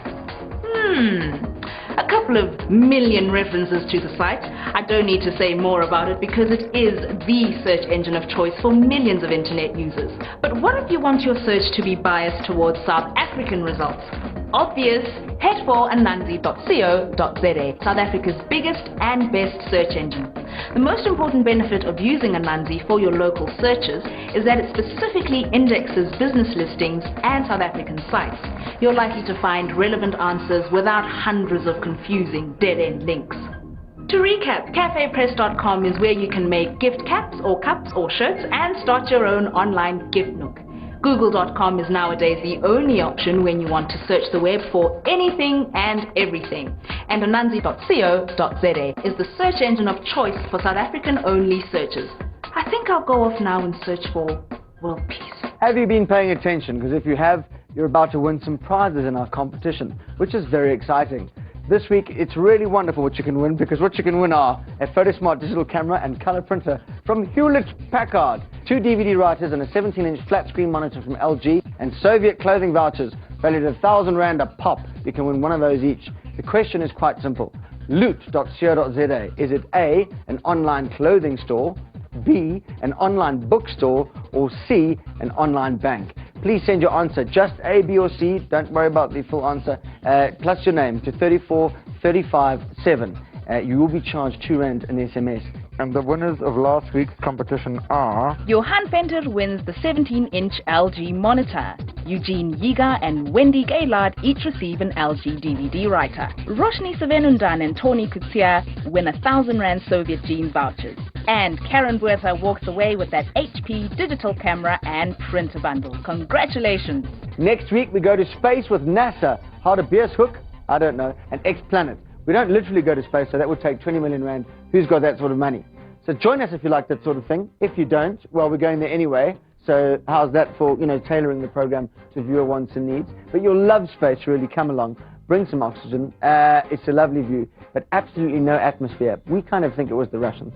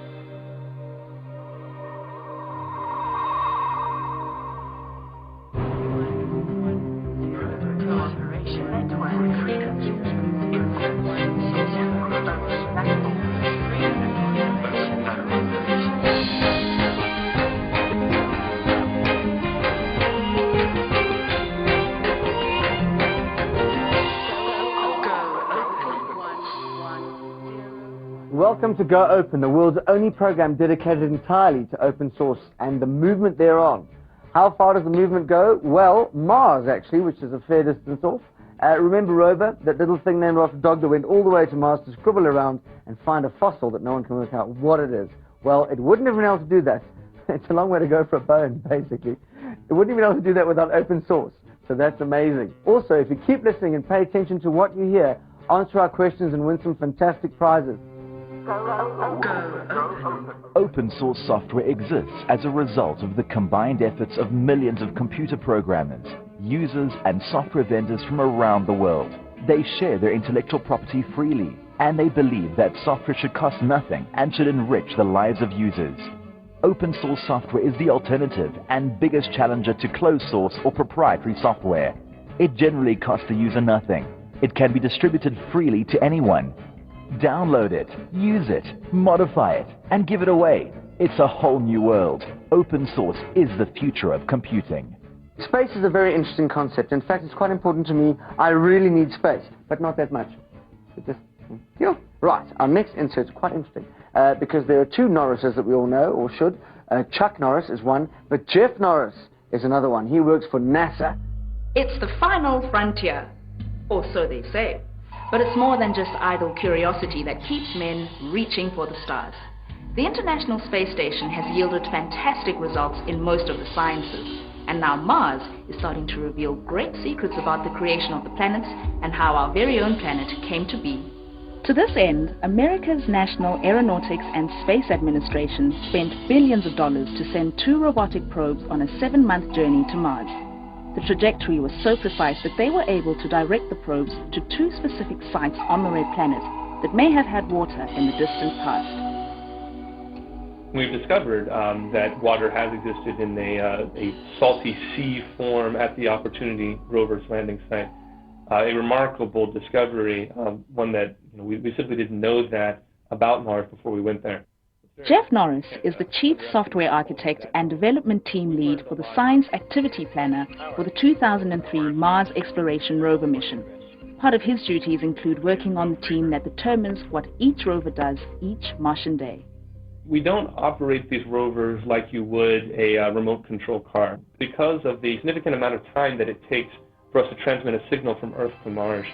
Rather than telling it, okay, drive forward and tell us what you see, we tell it a whole day of things to accomplish.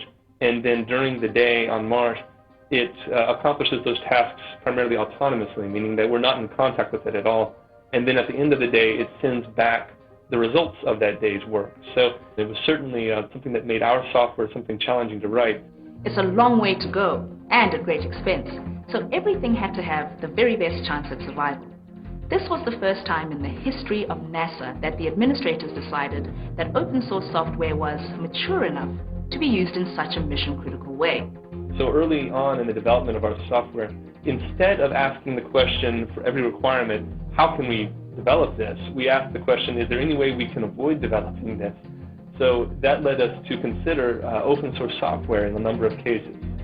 Although open source software is not used on the rovers themselves, it plays a major part in many aspects of the mission.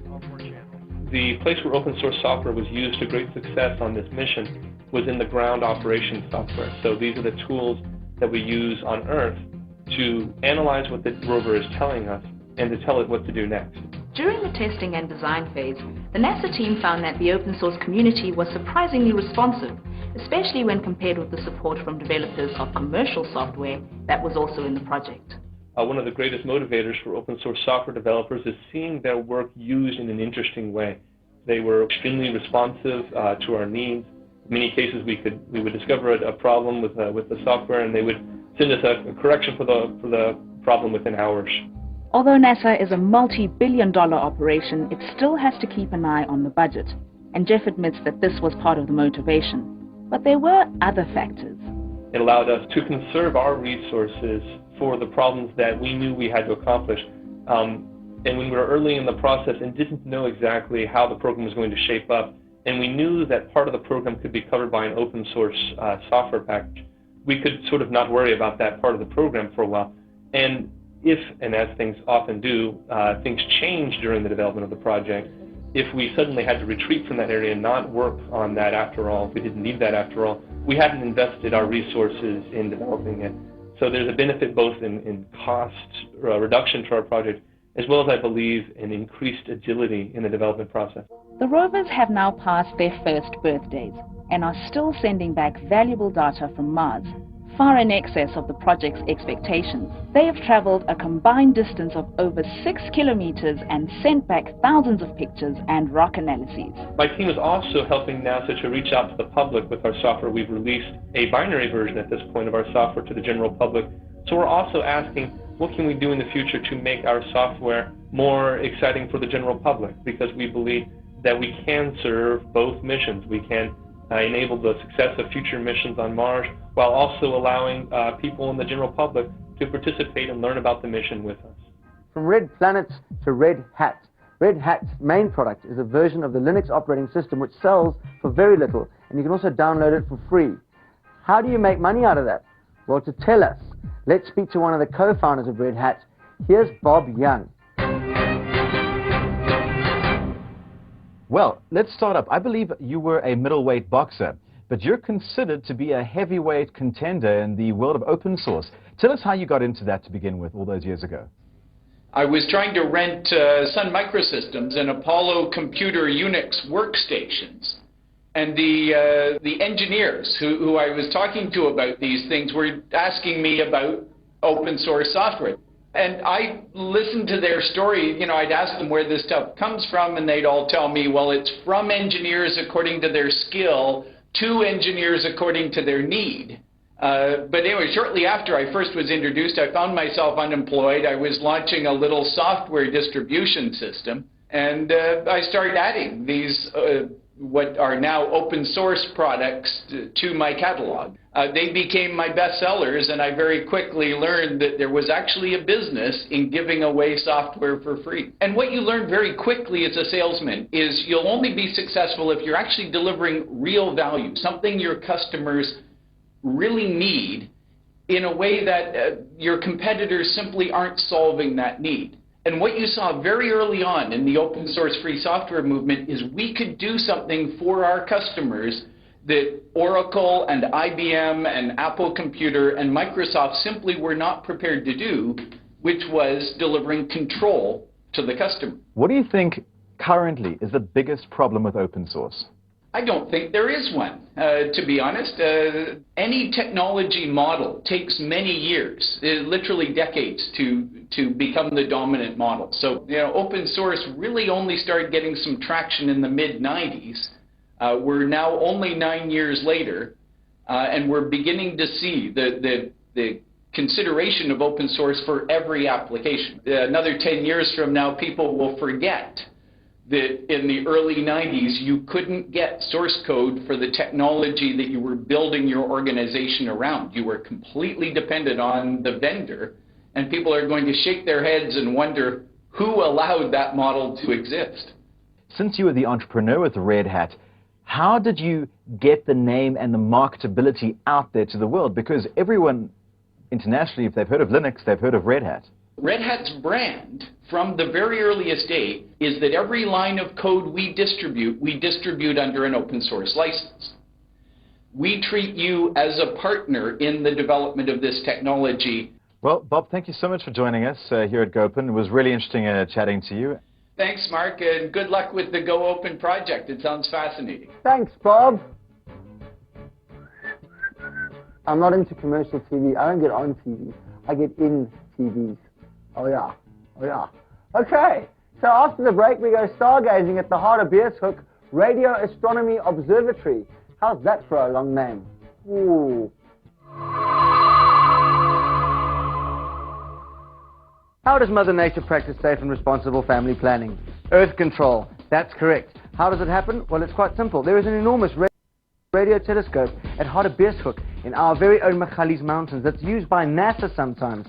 How do you like that? It's so sensitive that cell phones and microwave ovens aren't allowed in that area. And the shuttle can't come in because there's no place for it to be parked safely. It doesn't have tracker, no gear lock, and no removable radio. The Hartbeespoort Radio Astronomy Observatory is hidden away in an isolated valley in the Magaliesberg mountain range. Built in 1961 by NASA, the observatory was used back then in the space race. Nowadays, it's owned and run under the auspices of South Africa's National Research Foundation. Dr. Jonathan Quick is in charge of all instrumentation and computing at the observatory. Well, part of the problem with astronomy is that you need to be able to interpret the signals that you're receiving. A radio wave comes in from space, but before we observe it, we actually convert it into an electrical signal. And in order to be able to maintain the continuity of the so-called calibration, you have to intimately understand how you're getting from one value to the other value. So if there's any black box in the wave which you cannot understand or be able to open up and see exactly how it's wired, you then lose that continuity of calibration that I was talking about. The telescope is a massive 26-meter diameter dish with moving parts weighing in at 200 tons. Huge electric motors push this vast mass around, placing this dish exactly where it has to point. If a radio signal is coming in, this huge bulk of steel has to be positioned to within 0.002 of a degree, a matter of a few millimeters. And thanks to the power of modern processors, normal desktop computers make this kind of extreme precision possible. Sarah Buchner is doing her doctorate at the observatory. It's very much a niche market with very specialized software, which must be high precision, accurate. Proprietary software doesn't allow people to examine or alter the source code. As a result, scientists prefer open source software because they're free to lift the lid and make changes as they need to. In order for an astronomer to trust some software, to trust a black box which someone gives you, you have to be able to understand what it's doing, which means that you have to be able to look at the source code. It enables us to get into the guts of what's happening, to be able to tinker with it if it doesn't do what we want to do. The telescope itself is controlled through a specific hardware board for which no driver existed under Linux. So the whole driver interface through which we communicate is handwritten by myself. NASA handed the center over to the CSIR in the mid-70s, but Hartbeespoort still plays a vital role in their explorations. In fact, the entire Mars rover project wouldn't have been possible without input from the team in this desolate valley south of the equator. In order to get a probe to Mars, we need to know where Mars is going to be when the probe arrives there. We also need to know when to launch the probe, so we need to know which way the Earth is pointing at a particular time, in order to find the optimum time to launch the probe. And in order to do this, we need to know the exact rotation parameters of the Earth, how fast it's rotating, how that's changing. When aiming at a planet that's 80 million kilometers away, the word exact takes on a whole new meaning. Because of the distances to Mars, getting wrong the angle by a small amount can mean that you miss Mars completely. This is where Harabeshoek fits in. The observatory is used to determine the exact position of Earth in relation to other planets. Through this minute observation, scientists are also able to tell how fast and how far the surface of the Earth is shifting. This is all related to the base of this telescope, which is moving at 2.5 centimeters a year in that direction, together with the whole African continental plate. Around the world, astronomy is largely an underfunded endeavor. Because of this, astronomers have created a tight-knit community. The telescope is fully controlled by open source software. The coordination is all done in terms of open source software, because obviously if you want to coordinate many observatories, each observatory needs to be 100% sure they're doing exactly the same thing. And the only way you can do that is by common software, and by common software that everybody is free to tinker with and make sure fits into your system. One of the strengths of this observatory is we haven't got the biggest telescope in the world, or we're not that well-funded, well-resourced, but it's a small group of dedicated people who are trying to do clever things cheaply, and that's where open source fits in with us perfectly. Our Geek of the Week is Thomas Fogwell of the CSIR. Thomas, thanks so much for joining us. You're at the CSIR. That's correct. The Council for Scientific and Industrial Research, is this? Yeah, that's right. What is it that you do there? I'm a software developer. I design, architect, and develop software systems for clients. How I got involved in open source basically came about as a result of my career there, where I use a lot of open source tools to develop custom solutions for clients. You mentioned government kind of embracing open source. One of the projects I've been involved in recently is a project we did for the Department of Public Service Administration. It's basically an anti-corruption management information system, and it was done using only open source tools. And the idea is also to open source the code that we developed there to allow other governments to use it as well. Government, particularly Department of Science and Technology, are trying to foster an indigenous ICT industry that's self-sufficient and that can be globally competitive. Okay. And they see open source as a mechanism to doing that. The CSR has a project, a migration project, where the idea is to migrate as many of the desktop and servers to open source as possible.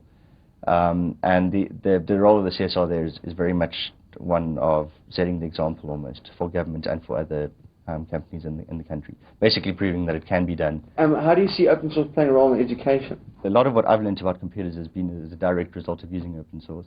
Open source tends to engage the user in ways that proprietary software doesn't. It allows you access to the source code, which means you can learn how the software works. You can learn from the best out there, basically, how to develop good software. What do you think is the best thing you've ever achieved using open source?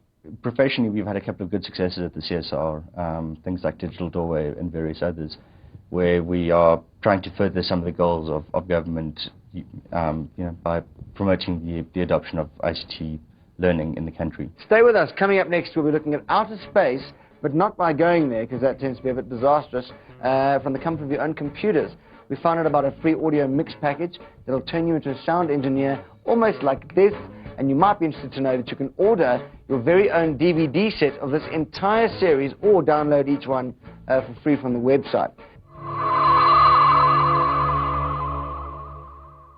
Before we hit competition mode, I'm going to let Mr. Shuttleworth introduce you to some software that's sound software that's really sound, but it also sounds sound, and it's about sound, and it's sound.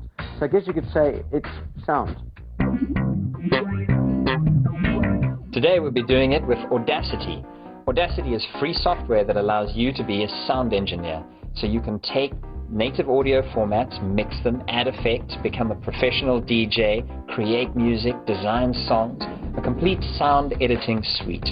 Audacity is compatible with a variety of sound formats, including WAV and, of course, Ogg Vorbis. There are tools for cutting and pasting, changing levels, and pitch and tone changing. It has filters like echo and noise removal, and support for third-party VST, LADSPAR, and Nyquist plugins. Multiple tracks are supported, and it's available on Windows, Linux, and Mac OS X. So with Audacity, you have all of the free software tools you need to be a serious sound engineer. Shutters, we have some bad news. We worked out that if you'd found out about X Planet earlier, you wouldn't have had to spend all that money getting shipped off to space. And let's face it, the equivalent of a little beetle with big engines on the back and being a bit nervous about all little portholes. Oh, Earth, oh, you, oh. You could have just done it all from the comfort of your own chair by switching your computer on and watching X-Planet. While it's true that in a few decades almost everyone will be able to afford space travel, at this moment, if you want to reach the stars, your options are limited. Until now, that is. X-Planet is a piece of free open source software that puts you in your very own space shuttle. With X-Planet, you get to leave Earth. Most of the planets and stars in our solar system have been accurately mapped into X-Planet. They orbit in real time. They move the way real stars and planets actually move. Let's say you decide to look longingly down on Earth. X-Planet plugs into the free NASA satellite feed for weather charts, so you get to know what's cloudy and what's hot on this, our third rock from the sun. Best of all, X-Planet is free, so stop saving up for your own personal space shuttle and download X-Planet. We've got liftoff. Open source is the gift that never stops giving. There's even more space stuff for you on the web. So write down these web addresses or just find them on our website, which is www.goopensource.org. Yearning for a little more space, are you? X-Planet not enough for you? Well, it's Celestia to the rescue. Point your web shuttle at www.shatters.net and download your very own free real space simulator. You get to experience our universe in 3 dimensions. Unlike most planetarium software, you're not confined to the Earth's surface with Celestia. You can take celestial journeys through our solar system or to more than 100,000 stars or even beyond our galaxy. And if you're tired of getting lost in space, use your superior hand-eye coordination and 3-dimensional perceptivity to play Neverball. You can find it at this site, eculus.org/Neverball. Remember those puzzle games you played as a child where you had to get the balls into the slots by moving the platform around? Well, Neverball is exactly the same, but it's hyper-sophisticated and uses real mathematical modeling to make the ball behave as it would in real life. It's an obstacle course and a battle against time. A different battle against time is keeping up with the latest gadgets. www.gizmodo.com is gizmo heaven for geeks and the rest of us. If you've ever felt the pressure of keeping up with the Joneses, this site will make sure you know about the latest gadget before the Joneses even get out of their starting blocks. There are ridiculous numbers of new gadgets written about every day, and they're all classified into categories and subcategories, so you can filter out gizmo genres that don't appeal to you. This week's sites again are www.shatters.net/Celestia, where you can download your own free real space simulator. Eculus.org/Neverball is where you'll find one of the most challenging 3-dimensional games around for free. And www.gizmodo.com is the place to go if you suffer from gadget yearning overload. But now, it's competition time. You may be able to win.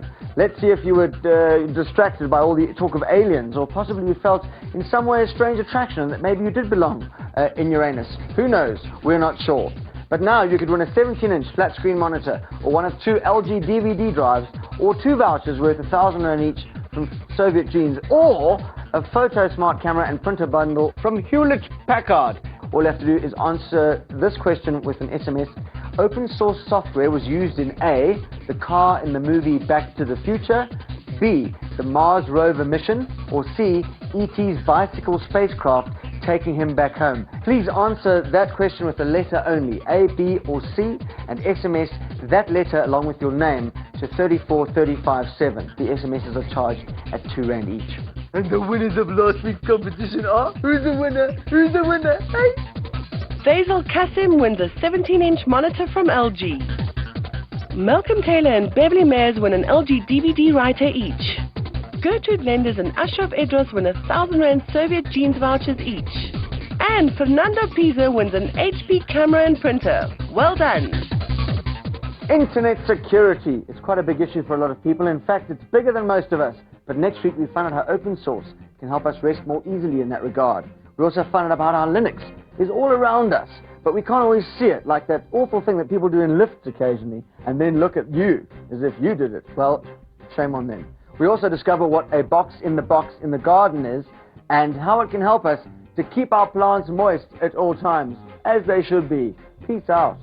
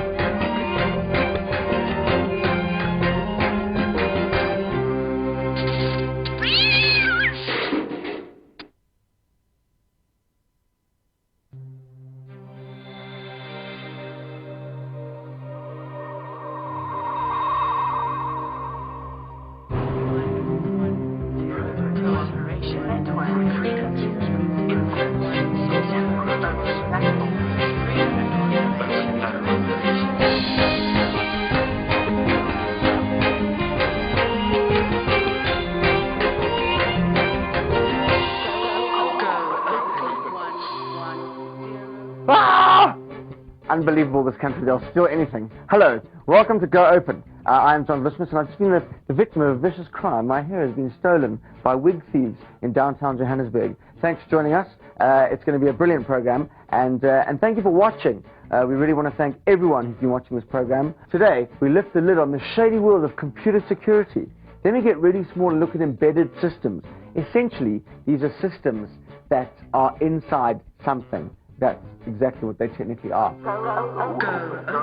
Open source software exists as a result of the combined efforts of millions of computer programmers, users, and software vendors from around the world.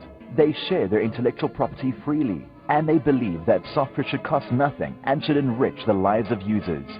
Open source software is the alternative and biggest challenger to closed source or proprietary software. It generally costs a user nothing. It can be distributed freely to anyone. Download it, use it, modify it, and give it away. It's a whole new world. Open source is the future of computing. They say the only secure computer in the world is one that's been unplugged, taken out, juggled around, whipped in, put in a hotel, all the numbers of the rooms are taken off and shoved around, and then that's at the bottom of a dark cave in the ocean, under a volcano, under a rock. But that's not really true, because there are ways to guard against your data, or even worse, your identity. Because if you haven't got your name, what have you got? Being stolen. You can still use your computer with relative ease and safety. And to find out more about that, let's speak to that guy. He's gorgeous. He's so hot. Mark Chase. What happens when you wake up a zombie? It becomes a bot. And how do zombies get there? Usually it's worms that do the dirty deed. Zombies, bots, worms, spiders, backdoors, and Trojans. Scary sounding names for a scary phenomenon. Not only can your data be corrupted or destroyed, but your computer can be hijacked for malicious use. Or your personal information can be stolen. Computer security is everyone's business. Computing without security or computing without trust implies don't do computing at all. Because if you don't practice safe computing, it's only a matter of time before you're attacked. In 2000, Deloitte did a study in which we put a Linux machine and a Windows machine, both running web servers and databases, in their default configurations on the internet. We found that they were both compromised within the first half hour, and from then on they were compromised regularly again and again. These attacks often came from programs called spiders. They're designed to troll the internet and look for open ports, like a thief looking for open doors, and then report back to their authors. People will break into a system because it's vulnerable, not because of what technology it's running, nor what information it contains. Not all attacks are malicious. It could be curious computer students exploring the internet. But then it could be spammers who want to use your computer for relaying junk mail, or criminals who are out to steal your identity. There are a lot of software available on the internet today that can enable a lot of people just to commit identity theft. It's software called spyware that operates in the background, logging keystrokes and mouse clicks and sending this information back to its author. That's how your credit card details, PIN numbers and passwords can fall into the hands of someone who can then transact on your behalf. A hacker would probably not try and hack into a bank. The banks probably got big security systems at play. If you can hack the man-at-home's system, you've got a trusted relationship by proxy straight into the bank. Most common vulnerabilities are found through two ways. One is malconfiguration or weak configuration of the operating system and the network services that it offers, where somebody with specially customized code can run programs against these services and use that as an entry point to break into the machine and become the administrator of that machine. And with that access, they now have total control over the system and can access all data on it, and then also use it as a launching pad for attacks on other systems. Let's talk about open source versus proprietary security software. As soon as a vulnerability is announced or declared in the market, the world community of the open source community is responding now. And they're responding firstly by announcing it, and secondly they're responding by recommended ways to address the problem. In the commercial software world, your time to respond tends to be cloaked by a lot of commercial issues. And that's one of the reasons why security systems themselves tend to be based on open source technologies. But no matter what you do, the weakest link is always the human element. Often during penetration testing exercises, security consultants will send out emails to the users in the organization, and they will contain a malicious attachment. We find on average around about 10% of these programs will be executed, and they allow us to bypass all the firewalls and other perimeter security devices that are in place in organizations. So it just goes to show that it takes one user's mistake to get in. The organization has to lock every single door, but we only have to find one unlocked door to get in. Well, security is everyone's business, it seems. Every week we bring you some international opinion, and this week we speak to a man that the US government chose to examine homeland security after 9/11, as well he should. Was in a bit of a shoddy state. He's a security guru, and his name, no really, I'm serious, is Bruce Schneier. Let's jump right into it, Bruce. You being a security expert, how important is security? Well, if you think about the promise of the internet, it's to mirror everything we do in the real world. And so really the limits of security become the limits of the internet. What has one learned through increased security required on all levels, from ground up all the way through to computers? Well, I think we've learned that most security measures don't work. And a lot of security is simply selling to the public the idea of false security. I mean, airline security is a great example. Pretty much everything that's been done since 9/11 is a complete waste of time, with two exceptions: reinforcing the cockpit door and teaching passengers to fight back. And I say that because I look at security as a system. I look at the weakest link. I mean, if you spend billions of dollars defending your airplanes and the terrorists move to shopping malls, you've wasted your money. You haven't actually solved the problem. In the computer world, we get that. We know it makes no sense to increase the key length of the cryptography if the operating system is bad. That we know the bad guys are going to go in through the vulnerabilities, and that fixing something else isn't going to make it better. How does an end user make sure that when he's downloading something which is free and for nothing initially, that he might not be downloading something which might also have a virus? The way to avoid that is to only download from reputable sources. I mean, there are mechanisms, signing code, and they work for an intelligent user. But for an average user, that's going to be too complicated. Have you been looking into providing open source packages with regards to security and antivirus software for those platforms? Well, right now we monitor open source products. We monitor the Linux operating system. We monitor Apache. We use Snort, an open source IDS, when we monitor some of our customers. We use Linux in our monitoring box because it's much easier for us to control it and make it more secure. We can strip out the things we don't need. So already we deal with open source. I'm a strong proponent of open source. I think it's done great things. I think it's done more to improve Microsoft security than anything else, just by being competition. Thank you once again for appearing on Go Open. Well, good luck. Please stick around, because in a moment we're going to find out about a box in a garden, which sounds like a Pamela Anderson video when they took a trip to Botanical Gardens, but it's not. It's something quite fascinating. Things aren't always as they seem. Computers don't have to be a keyboard with a screen and a box with a thing and that's not what they have to do. They're all around us. Embedded systems can be tiny and unobtrusive, like the brains of British princes.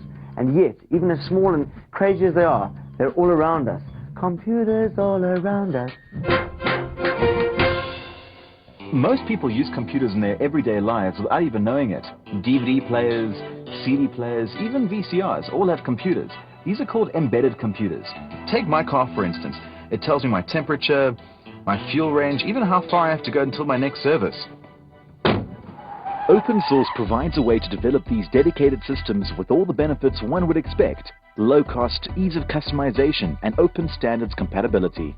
You can easily get access and you get other developers, not only a single company looking after your needs, but the whole world. So chances are somebody out there has the same needs as you, and there will be a solution tailored for your needs already. Frogfoot is a Cape Town-based tech firm run by Abraham van der Merwe and Johan Boerter, who discovered open source at university. They provide a variety of solutions for their clients, which range from small businesses to large corporations. Well, an embedded system is a device where the actual computer is hidden from the end user. An example would be a cell phone or a wristwatch.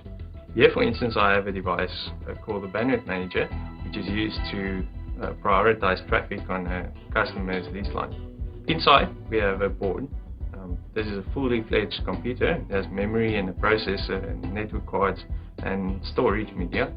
So where Linux comes into the game here, or open source software, is we install an operating system on here. The user will never actually interact with that, but it's a fully fledged operating system, the same one you would run on your desktop, just stripped down a little bit more to perform certain functions. Even large industries have looked to embedded systems for solutions. A few years ago, some casinos had a problem. Too much money. Well, too many coins. Managing the millions of coins and tokens in machines was a logistical headache. They turned to Namitech in Johannesburg to create a smart card solution. Now we started manufacturing to begin with what we call our smart cashiers, which is pretty much a bridge between where you can insert cash and it issues you a smart card with value on it.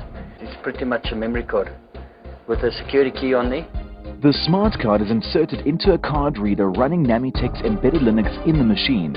All transactions are verified and authorized on the central server in the casino. Instead of coins, it's the card that pays and receives payouts. Adrian and his engineers chose Linux as an operating system mainly for security reasons. But at every step, I mean, you also got sort of devices reading at the sort of cash out machines that can read this. You've got machines that loads value onto this, that has to read it. So every component of your system there has to be secure. For a lot of this, we also use Linux on the server side for exactly that thing as well, that we can lock down specific features on our server. Dimitrios Savidis of Powerband works mainly with embedded systems that make life a little easier. We could take a house or a building or an apartment block and link in a power line modem, which basically allows you to create networks over a 220-volt cable system. It'll use your electricity as a conduit, as opposed to cabling the entire building. And it's all controlled really from a firewall type embedded platform. So if you're sitting at work and you decide you want to turn the chicken on an hour before you get home, you could basically log into your house, see the entire infrastructure and say, turn the microwave on, turn the front porch light on, and turn the pool pump off. In the not-too-distant future, all gadgets will become mini-computers. What that means is that everything will talk to everything. It's not all about international heroes, though. The South African open source scene also has some heroes. And who better to speak to about computer security than Coltrane Nyati? He's here in the studio. How's it, Coltrane? Hi, John. Tell us a little bit first about how you started getting involved in computers. I think I started back at school when I was doing my standard 8. There was a science lab created in our rural village back in Bushbuckridge. You've gone on to do quite a lot of work in computer security. Yes. And particularly with banking. Can you tell me a bit about that? Okay. I think in the banks, normally in an ATM, there's a PIN pad. If you insert your card, you enter a PIN. And the PIN pad normally protects your PIN that you enter and sends to the bank for verification. So normally those PIN pads They use unique keys to protect that information, and those keys are unique to each and every ATM. So you can imagine if a bank has 800 ATMs, there's 800 keys that they need to manage. It's a big bunch of keys. Exactly. Okay. And every day, the way they protect your information is such that the algorithm or the method used is such that if you keep the keys for more than a day, then it can be cracked. So the program I wrote, and it was on an open source platform, was a program to manage those keys, have a secure database, and make sure that no one knows the keys, including myself in the bank. Only the systems know the keys. Coltrane, you've gone on to work with the government, Home Affairs particularly, and you're using open source platforms to kind of do stuff with Home Affairs. Can you tell us a little bit about the government's involvement in open source? By software, there's license that goes with the software. And if you deploy the software widely, we pay a lot of money, especially in government. For example, in Home Affairs, we have over 3,000 employees. So you can imagine the number of licenses for all the different types of software that we'll use. So in open source, we were saying as government, we can load open source as our operating system, as well as the tools on top of this will be open source. And we save on licensing. We just need to train our users on how we use this. Coltrane, thanks so much for coming in. It's been great to have you. So you think you're a confusing boffin, huh? Do you, huh? Those glasses don't fool me. Prove it to us. Get yourself an open source international computer driver's license. Just go to www.icdl.org for the details and choose the open source license. You too could have a fancy certificate to hang on your wall and impress people with, much like I did, except I crossed out the driving license part and put in international Czech driving license dot there. So we'll see you after this.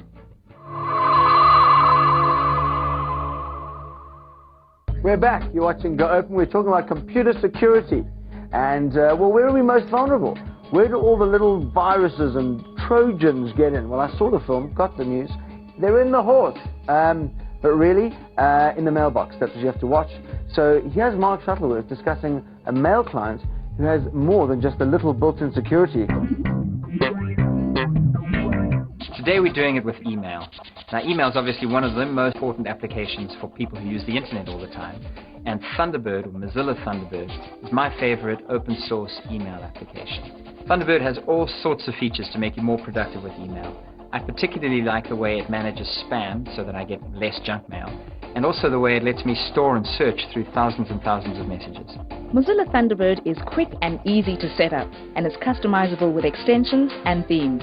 But its real power lies in its junk mail filter, which gives you Bayesian control over spam. Another great security feature in Thunderbird is the ability to disable images in messages, which can be a way for spyware or worms to get onto your system. In addition, mail filters help you sort mail from mailing lists or specific clients. So, whichever operating system you prefer, you can use Thunderbird for your email. Thanks, Mark. What a great story. I love the smell of Mozilla in the morning mail. If you'd like to own the entire series of Go Open on DVD, you can go to our website, www.goopensource.org, and you can buy them for 199 Rand. And now turning to matters rural. Oh, look at that turning. That's very good. Anyway, HP have just launched a wonderful project to take the internet to the rural community. It's in carpool.com. It's very exciting and allows everyone in the community to find out more about self-sustaining development. Out in Limpopo, aside from the weather, what could possibly be hot out here? The HPI Community Center in Limpopo is home to the Box in a Box in a Garden, a prototype of a shipping container filled with computers, all in a vegetable and herb garden. But what have cabbages got to do with computers? The Box in the Garden is using IT, and that's open source based. It is this HP 441, which is an open source based PC, which has 4 terminals connected to the box, 4 monitors, and 4 people use it at the same time. And these things will have all the training materials required for a sustainable livelihood. How to do, for example, the drip irrigation, the water sanitation, water purification, how to have sustainable herb gardens, medicinal gardens. And all of this PC literacy training, etc., will all be on this box that will come in a container. And this is a very effective way of getting education to the people. Not only education, but job creation as well. We intend to have this rolled out throughout the whole of Africa and hopefully the world as well. From a technical point of view, what benefits have you seen in running this BBG using open source? We need to put thousands of these boxes all over the place, and if we're going to look at proprietary software with license fees, it becomes very unsustainable. I mean, here we're looking at something that works out to a few thousand rands and can become very affordable because of open source. We're going to be generating power using a solar panel that gets laminated on the roof of this box, and that would provide enough power to run this entire box in a garden. Rafilu is here, and she's got some security and embedded device related websites you may find rather interesting. Security, security, security. If you're twitching with a bit of paranoia, that's good. Because security is one of the most important concerns of computing today. Click your way to www.securityfocus.com, and there you'll be able to keep track of all the nasties currently buzzing around the web. And while you're on the site, you can also find articles relevant to your operating system or join one of the free mailing lists for a daily security digest. One security company even provides a global threat meter, indexing how dangerous it is to be surfing the internet right now. Definitely a must-see, especially if you're an aspiring cracker or hacker. Now that you've got security on the brain, you should get out more with your mobile device. Check out www.linuxdevices.com to get up to date with the latest and greatest devices running your favorite open source operating system. linuxdevices.com has news and reviews from around the world, with articles focusing on various gadgets and news about Linux-friendly vendors. There's a large and growing gallery of gadgets and devices running embedded Linux. So from handheld computers to Linux-based robots, there's something cool for everyone. Now that you've started drooling over all the newfangled contraptions running Linux, why not point your browser at www.tuxmobile.org and find out how you can put Linux onto the devices you already own. Tux Mobile has a large repository of stories and case studies to choose from, so go in and dig around for your model of laptop or even palm top and try Linux out today. Now don't delay, go to securityfocus.com and get up to date with what's happening in computer security. Then head straight to linuxdevices.com to check out the latest and greatest Linux gadgets. Finally, tuxmobile.org is the place where you'll learn how you can put Linux onto your mobile gizmos. Get out your crib notes, and it's time for the competition. All you have to do is answer this question correctly, and you can win the following fantastic prizes. There's a PhotoSmart digital camera and color printer from Hewlett-Packard. There are 2 separate DVD writers from LG, and as well as a 17-inch flat screen monitor. Some Soviet clothing as well. The question is quite simple. Is embedded Linux, A, an operating system for use by journalists in Iraq, B, a small customized operating system for single-use systems, or C, a portable computer you can play with in your bed? Send your answer, just A, B, or C will do, plus your name to 34357, and you'll be charged £2 in SMS. And the winners of last week's competition are...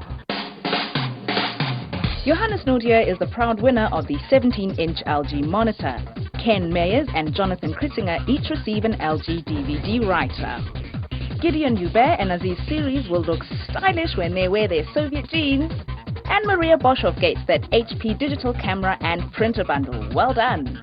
Well, that brings us to the end of our episode on security. We hope we've given you some education to sort of arm yourself so that you're secure in your computing, as a squirrel's nuts are when they're tucked in a tree. Next week we look at open source in education. We also take a look at the local Linux distro with a difference. Very exciting. Then we meet some people who like to fiddle with their software. I know, rather distasteful. Until then, stay free, stay happy, and like the shops that never close, stay open.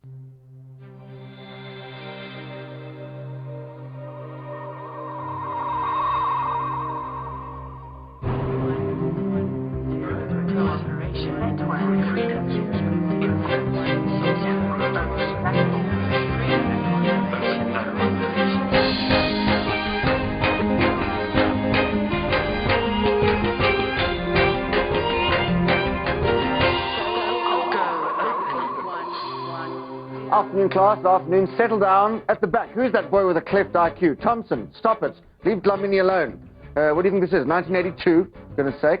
Welcome to Go Open. This week we go back to school, not for nostalgia's sake, but to look at how today's learners are being set free with open source. Here we go. Open source software exists as a result of the combined efforts of millions of computer programmers, users, and software vendors from around the world. They share their intellectual property freely, and they believe that software should cost nothing and should enrich the lives of users. Open source software is the alternative and biggest challenger to closed source or proprietary software. It generally costs the user nothing. It can be distributed freely to anyone. Download it, use it, modify it, and give it away. It's a whole new world. Open source is the future of computing. Later on, we'll be taking a break to play with our noodle. That's right, we can all play with each other's noodles. It'll be a noodle fest.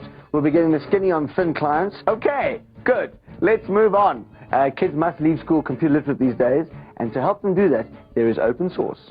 For anyone leaving school, computer literacy is not negotiable. A school without a computer lab is simply not equipping its learners for life in our modern computerized environment. Yet by its very nature, a computer lab is expensive to set up and maintain, especially if you want to run the latest software. We were looking to upgrade, and it would have cost us in the region of about 70,000 Rand to upgrade our lab here. Well, what we needed to do was to put on Encarta 2002 and go up to Windows 2000. And the problem was they needed more RAM and they needed bigger hard drives. Keith Bosenberg is the computer teacher at Grooteskuur Primary School in Cape Town. Although they're an elite private school, funding for the upgrade was a problem. Then he heard about the Tux Labs project. I went along, had a look, and they explained to me that you didn't need hard drives. You didn't need P4s. We've got P1s. And for almost next to nothing, we could upgrade. We didn't need to go up to the next operating system of Windows and so on. The school refitted their computer lab for a mere 20,000 Rand. All the existing computers were converted to thin clients running Linux with a powerful server handling the data. The package includes office suites and educational software, while the need for an encyclopedia is met by the internet. We use Wikipedia, and Wikipedia is a web-based program, and what's nice about it is that it's interactive and it's in Afrikaans as well, which is very big because our school is English Afrikaans as well. At Hyde Park High, librarian Jeanette Long had a steep learning curve when she volunteered to upgrade the school's computer lab. And then when the person who was running the computers left, I said, well, I'd take it over. Little knowing what I was letting myself in for. I started from scratch. I started doing an A+ course and got thrown into fixing the computers. Jeanette grew her school's complement of 30 PCs to 140 in 3 different computer labs, mainly by using thin client technologies to keep costs down. So the advantage for us is we can migrate old machines. We don't have to throw them away. It's less of a security risk in the classroom because the thin client machine has little value to a thief. And our terminal server itself is not huge either.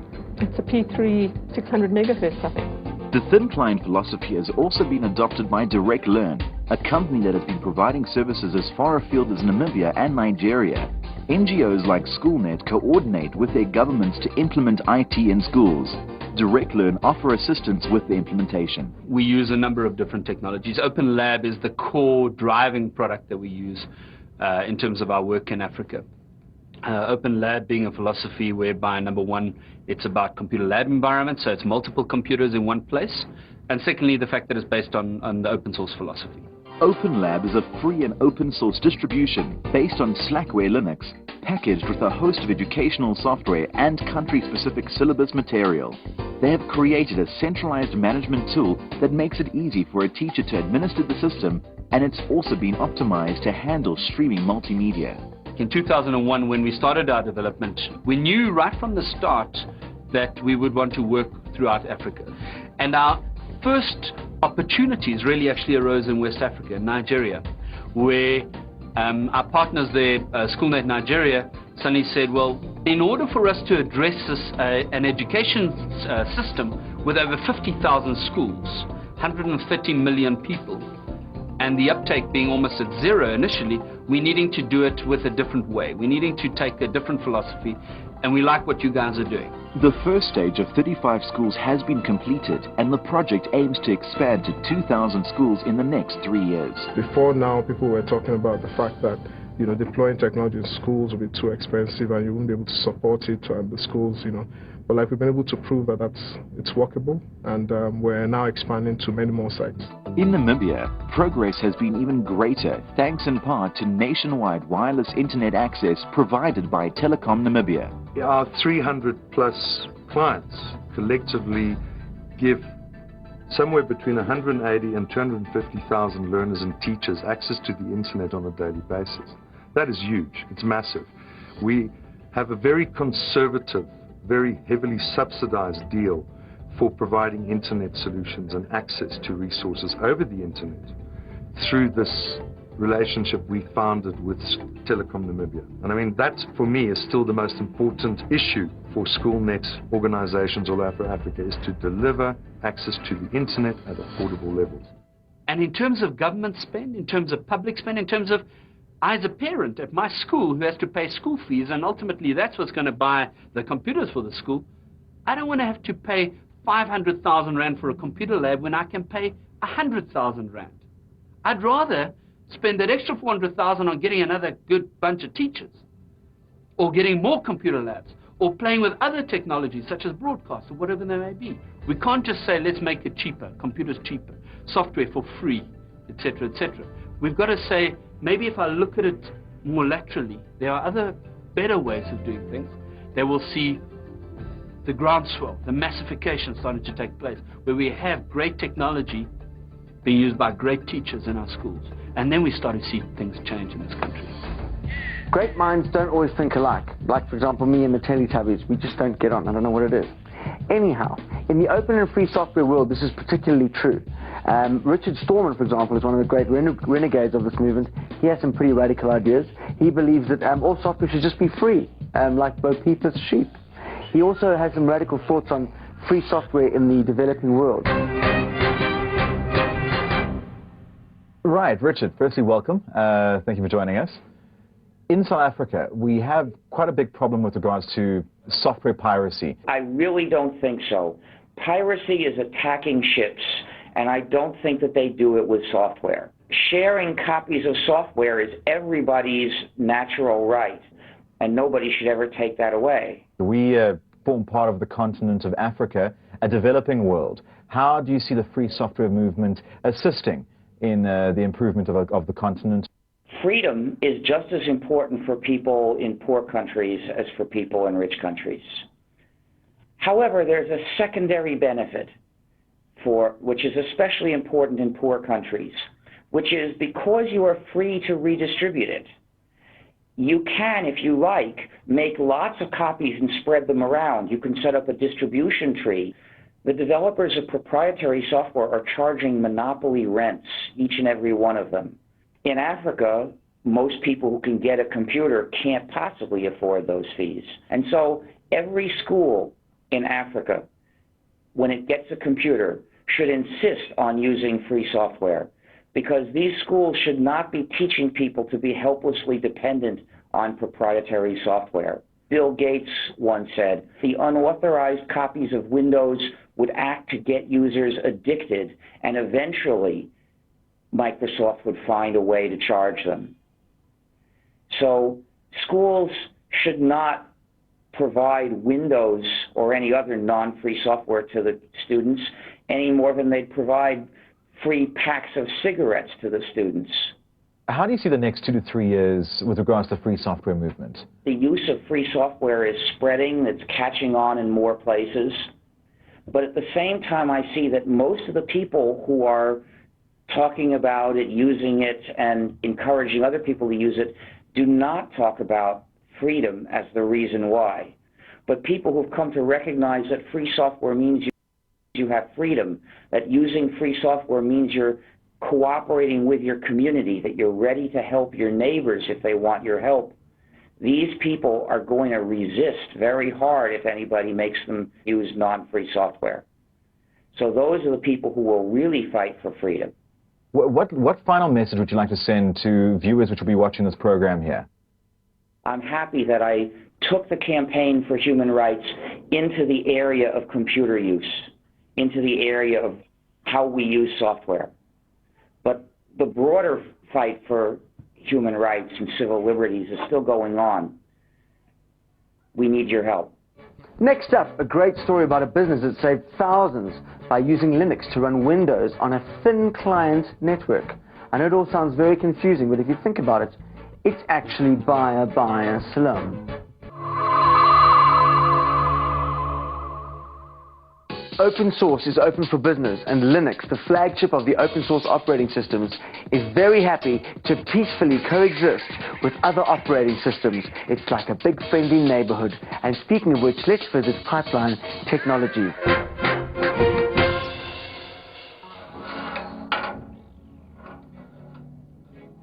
When it comes to computing, thinner can sometimes be better. When a large number of computers are being used for everyday use, the thin client model can prove to be very cost-effective. One powerful server can supply enough horsepower needed for a computer lab, an internet cafe, or even an office. And with fewer moving parts, there's less to go wrong. Pipeline Performance Technologies do testing and analyses for water, gas, and oil pipelines. It's a job that requires specialized gathering of data in the field, which is then processed on proprietary Windows computers. But when they needed to upgrade their software, they found their existing hardware was too old and needed upgrading.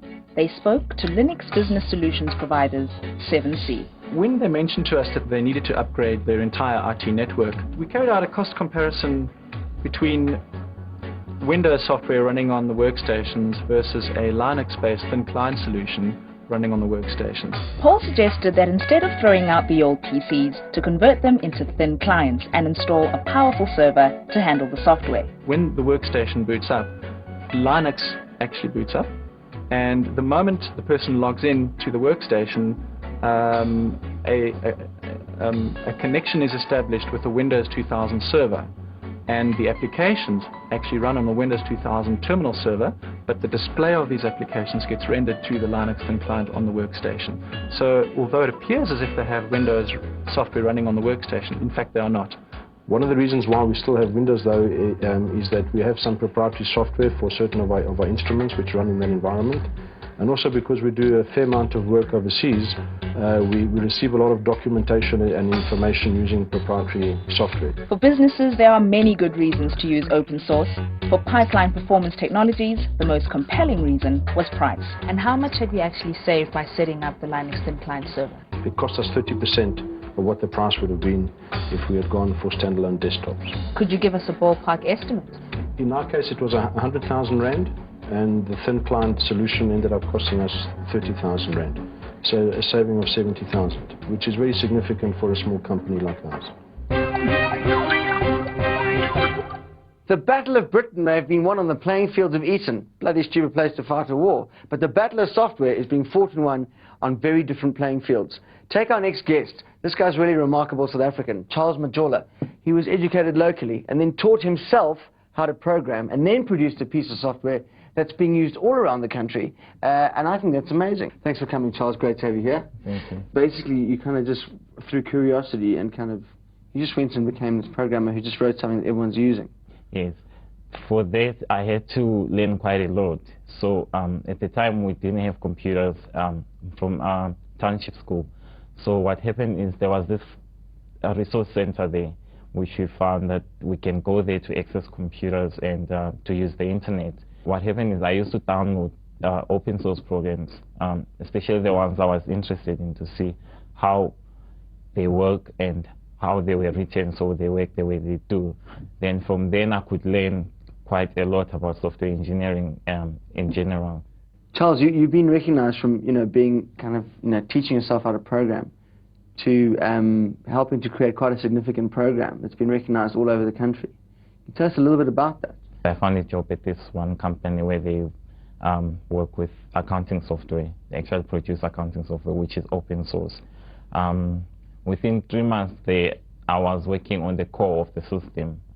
It was quite a challenge at first, and I got recognized by CSIR for the work I did, and that's when Mark Shuttleworth actually found out about me, and then he thought, well, it would be a good idea to have me on the team. I worked there as a developer. We develop Ubuntu, which means we get different software applications to work with Ubuntu, and then we try to do bug fixing from the users who use Ubuntu when they find that there's bugs or problems with the software. But what's the ultimate thing you think you could do, you know, with programming?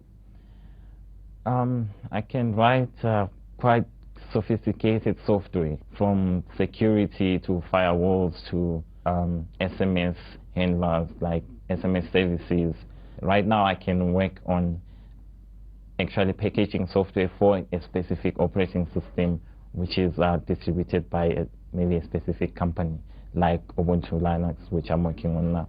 Thanks for joining us. All the best with Ubuntu. We hope it goes well, and hopefully we'll see you in lights in the future. Cheers, Charles. Thank you very much.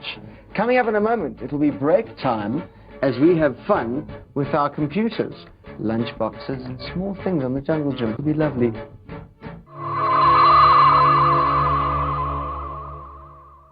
Often, people who are looking at open source are concerned about support. How do I get help?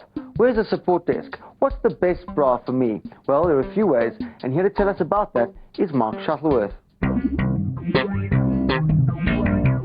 So what do you do when things go wrong? Open source isn't produced by a company, so it's not immediately obvious where you would go to get technical support.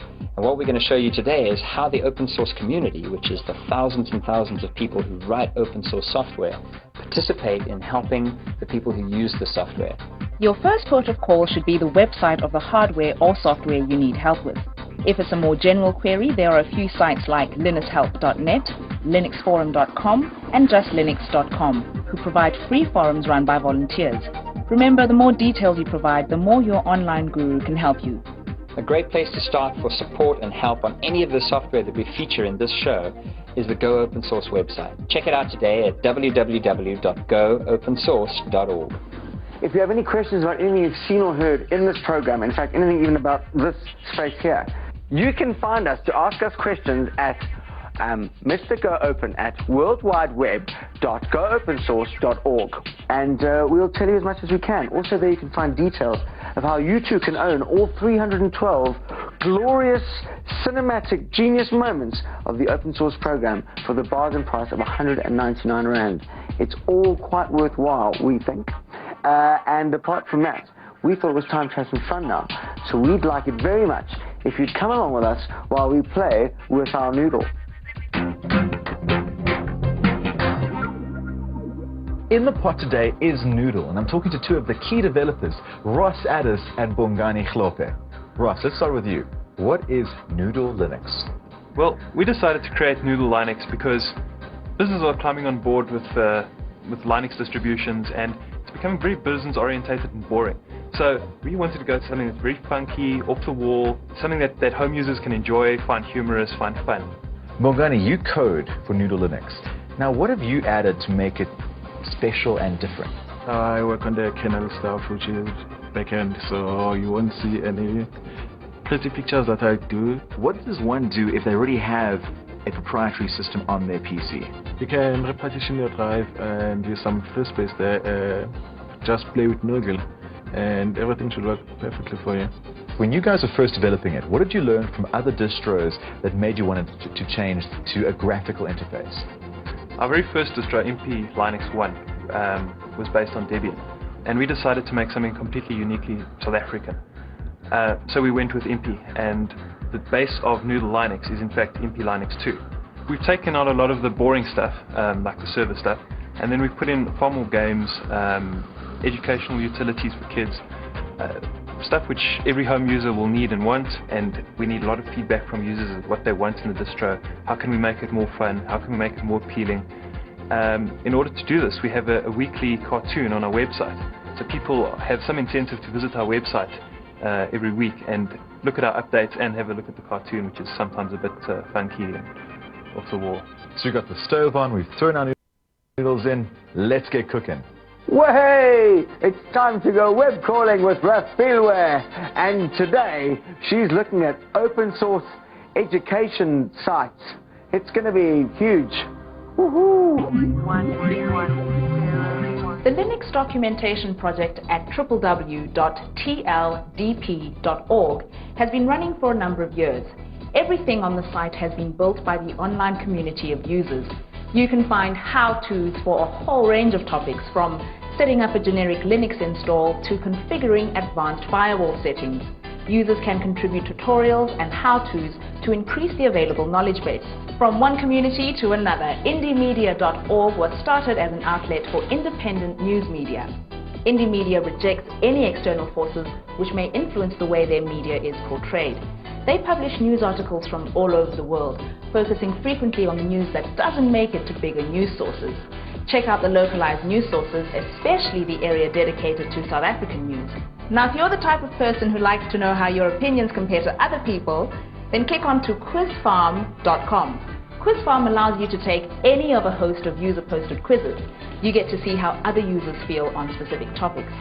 And you're free to create and upload quizzes of your own. Now, I wonder what people would think of posting a quiz about this show. Well, here's the buzz. The Linux documentation project at tldp.org is the place for you to go if you want comprehensive help about your Linux platform. indiemedia.org is your source of independent news and views, where you can find out what's really going on. And quizfarm.com is the right place to go if you A, like quizzes, B, have an opinion, or C, all of the above. Well, that's all we have time for. Thanks for joining us once again. I'm just kidding.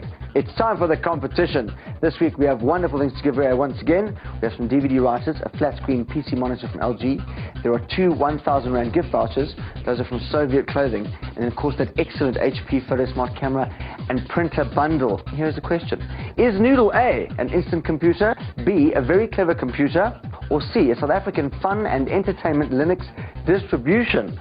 SMS your answer, A, B, or C will do, plus your name to 34357. You'll be charged 2 Rand per SMS. Huh? Who's the winner? Who's the winner? Who's the sweet winner? Who's the winner?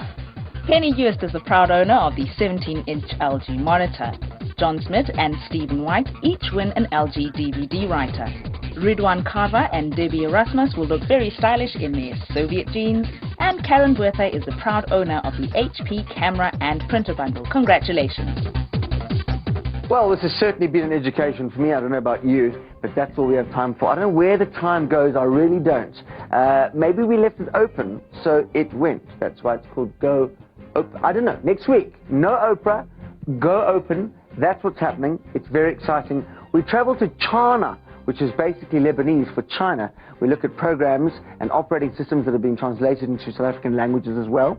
And we play backgammon with a new angle. Ah yes, stick around, you'll see what that means. Okay kids, there's the bell. It's home time. Bye-bye.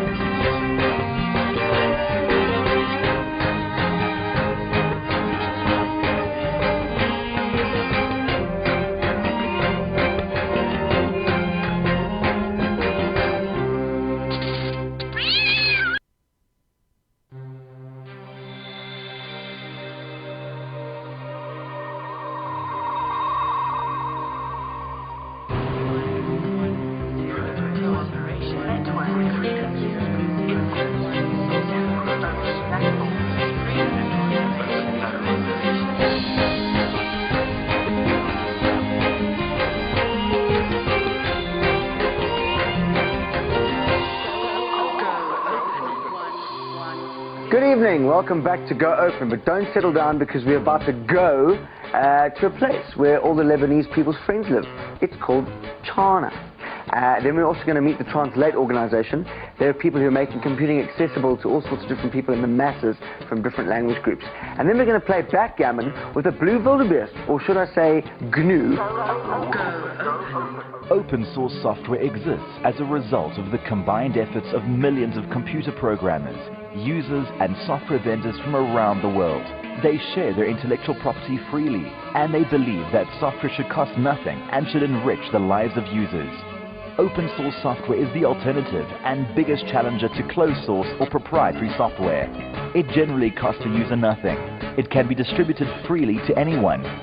Download it, use it, modify it, and give it away. It's a whole new world. Open source is the future of computing. This week, first up, China, a country that really is fantastic. 1 billion people can't be wrong. The economic and industrial growth is second to none, which means it's first, really. IT is part of that growth. And would you believe it, open source is already there. China, a cultural melting pot and a new superpower emerging from the East. Not only is it challenging the world economically, but it's also taking on the computing world with its new Linux operating system called Red Flag. Vincent Meyer of Rhodes University Media Studies has taken an in-depth look at this phenomenon. Red Flag is a really good-looking operating system. It's been designed specifically to entice users from Windows XP. So it feels very crisp, it's fast, it looks beautiful. I think the users will use it or consider it as one of the best distros of Linux on the market. Why is there a need for a Chinese Linux distro? Initially, I think the route that they were taking was to move away from the restrictive licensing of Microsoft products and to take control of that operating system. And what they achieve by doing that is that they can develop issues like national pride around owning their own software. They can incorporate specifically Chinese aspects into the software, like the character sets, the language aspects of the software. And there are certain probably specific requirements that Chinese software users would have, which are not necessarily common to Western users. To what extent is the Chinese government currently using open source? Within Chinese government, the servers are all Linux. I mean, that is sort of by government decree. According to Vincent, American software companies have traditionally not paid attention to the rest of the world's development needs until now. But with China having such a large market share and taking control of their own software development, there may be a shift from east to west. You may find that those kind of movements from China into the Western world will come through their development partners. Companies like Oracle, like Hewlett-Packard will begin to migrate more of these products outwards. China has turned its back on proprietary software for a number of reasons, but their growing concern is that there could be hidden Trojan programs in proprietary software that could be used to spy on them. When Microsoft releases a patch, spyware can be 1 kilobyte in size, something that's so small that the user won't even notice it downloading. So let's say that, today they show them the source may not be the same in a couple of weeks' time. So through China developing their own distro, they can have a larger control over what information is being sent through. They currently control the way that the information flows on the internet. They cannot control, for instance, if they widely use Microsoft operating systems, they cannot control the code and the way that operating system works on the desktop. To undertake a mission to actually control and manage the desktop environment is something that probably is even beyond their reach in terms of their physical capacity. On the flip side, what's stopping the Chinese government embedding their own spyware? There is really nothing stopping them. I guess it's a matter of where they want to go with this thing. If they want to use it as a tool of control, they probably could. And they have no qualms about controlling the mass media, television, radio. So one would think that it would be vaguely on their agenda to look into that kind of control. As it is at the moment, they have massive filters on what kind of internet content you could access. An awareness of Asian solidarity is sweeping the region. Recently, Singapore's Ministry of Defense switched 20,000 personal computers to use open source software. With the release of AsiaNux, the first version was released quite recently, and they've moved ahead the schedule for the second version of the release. And that's a system developed jointly by Red Flag in China, by Hansoft in South Korea, and by Miracle Linux in Japan. With the world's most populous nation using open source, Linux devotees say there's no stopping world domination. It could threaten the existing software conglomerates and set new standards for the rest of the world. It will threaten them because the alternative is a free version of what at some point will become an equally competitive and capable software application. So the choice between paying for something and getting it for free is an easy one to make. The free and open source operating system Linux is getting more and more well known. But what isn't known is that it was a collaborative effort of hundreds and hundreds of people who worked without pay to make it what it is today. Anyway, I'm sure you'd like to meet one of the men responsible for a large part of the work on the kernel. First of all, let's go into your history a bit. You were heavily involved in the development of the Linux kernel since its early days. Exactly what was your involvement in that? Initially, I was involved with the games industry, and I had a multiplayer game I was writing. I needed something more stable than Windows to run it on, and so I sort of accidentally ended up trying to run it on Linux very early on. Linux wasn't good enough, so I started fixing bugs, improving Linux, making it do the things I wanted. And eventually I got hired by Red Hat, and I now work full-time, professionally, on the Linux operating system. What exactly is Red Hat in terms of Linux? If you look on the internet, there are millions and millions of pieces of software of variable quality. They don't always work together. So a lot of our job is putting these pieces together in a package people can use. To an average man, what can Linux do for them?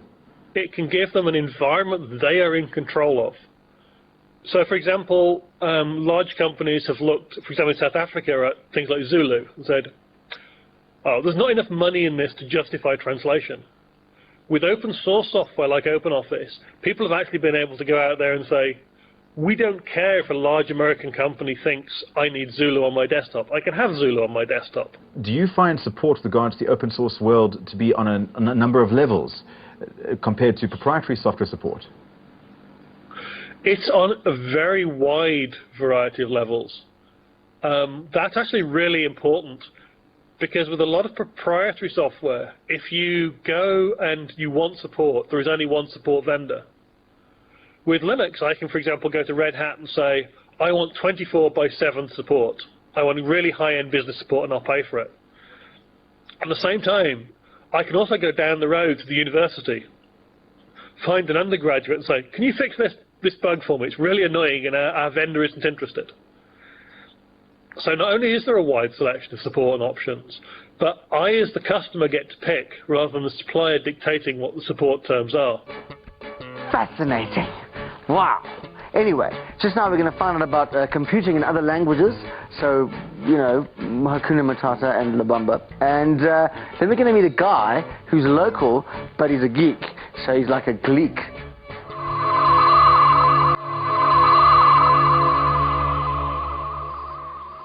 Imagine when you switched on your computer, it spoke a foreign language. So instead of going, hello, I'm Bob the computer, it went, mahala ha. Well, that's how most Africans feel when they switch on a computer, because it only speaks English. Everything should be translated for people who don't. For example, a Khoisan computer could go, and that's a double click. To promote computer literacy in a country where there is a high rate of illiteracy seems like wanting to run before you can walk.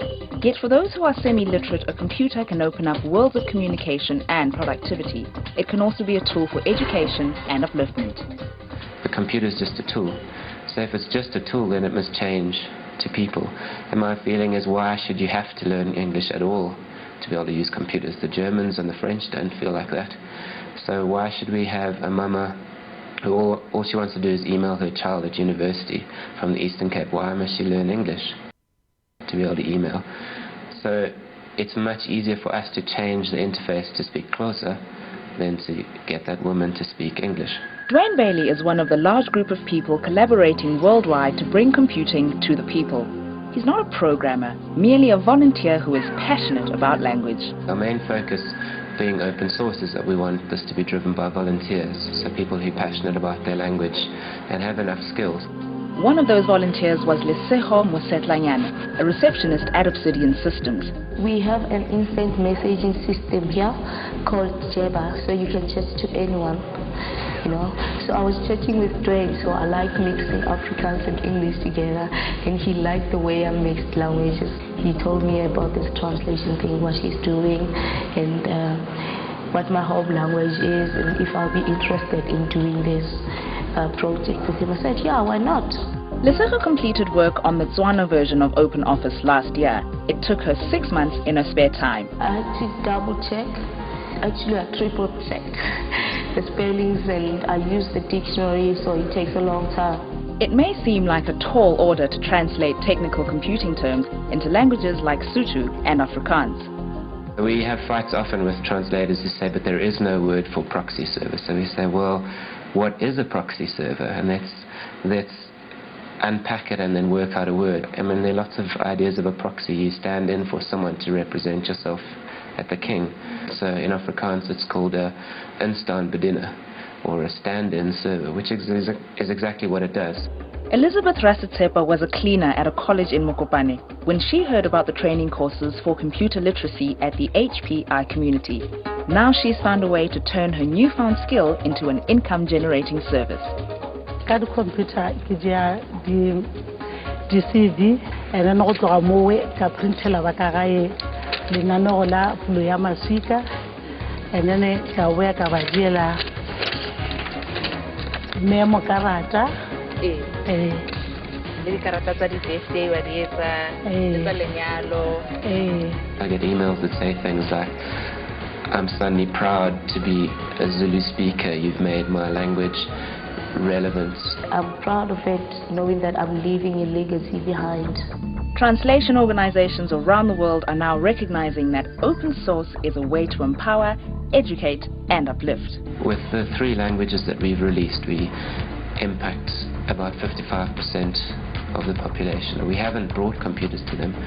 That's other people are going to have to do that, but we've taken away one of the barriers. So we like to see those stats, so we actually are making a difference. Now that everyone in our country will be able to understand what's going on in computers, what are we going to do with it? So in order to tell us that, probably the biggest gun we've had locally, I would imagine, our next guest is a doctor, and he's also a general manager in research and development at the State IT Agency. Let's meet Dr. Makay Mochabi. Hello, Doctor. Hello, John. How are you doing? Thank you very much for coming down. I'm doing very well. Thank you for inviting us. First of all, Doctor, what is CETA? CETA is the state IT agency that is charged with deploying IT products and services in the government. And our role is to ensure that government realizes cost reduction, it realizes return on investment in its IT. Government's chosen to look at open source. That's correct. What were the reasons behind that decision? Is government interested in return on investment? Yes, government definitely is interested in return on investment. Is government interested in cost reduction? Yes, government is interested in cost reduction, etc. All of those in one package. Are they available in open source? Are they available in proprietary platforms? Well, our argument is that they are more available in open source than they are available in proprietary platforms. So I mean, cost is a thing, but it's certainly not the main thing. The government of South Africa today spends 18 billion rands a year on IT. 6 billion of that is estimated to be on software, which obviously is related to licenses as well, over and above the purchasing of the software.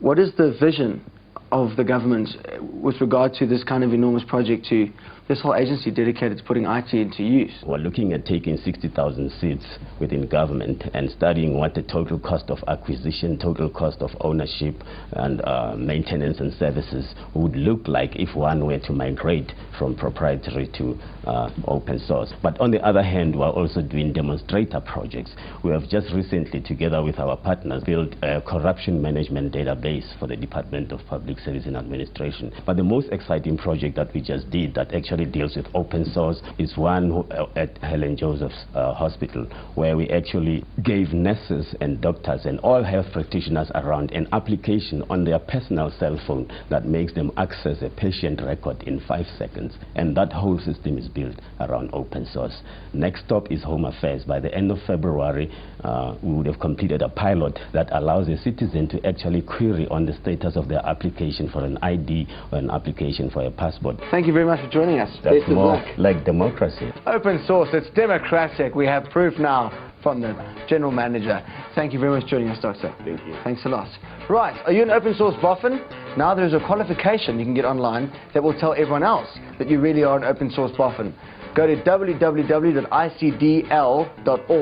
and look for the open source link and get certified. That's the International Computer Driver's License. You can hang that anywhere, and it's very exciting, and your computer will never get fined, so that's lovely. Coming up next, backgammon with GNU. That's GNU. It's a whole new way of playing with your dice. Yeah, very good. See you after this.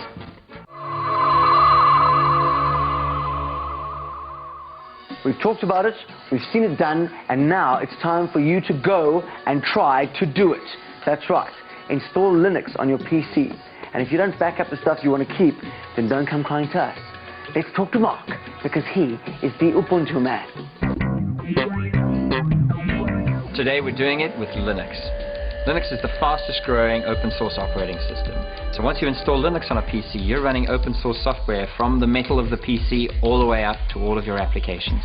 So we're going to show you from step one how you would go about installing a version of Linux called Ubuntu on a brand new PC. Before you start, write down all you can find out about your installed hardware. If you want to keep Windows on the same computer, you'll have to resize your Windows partition beforehand. First, go into the BIOS and set your system to boot from your CD drive.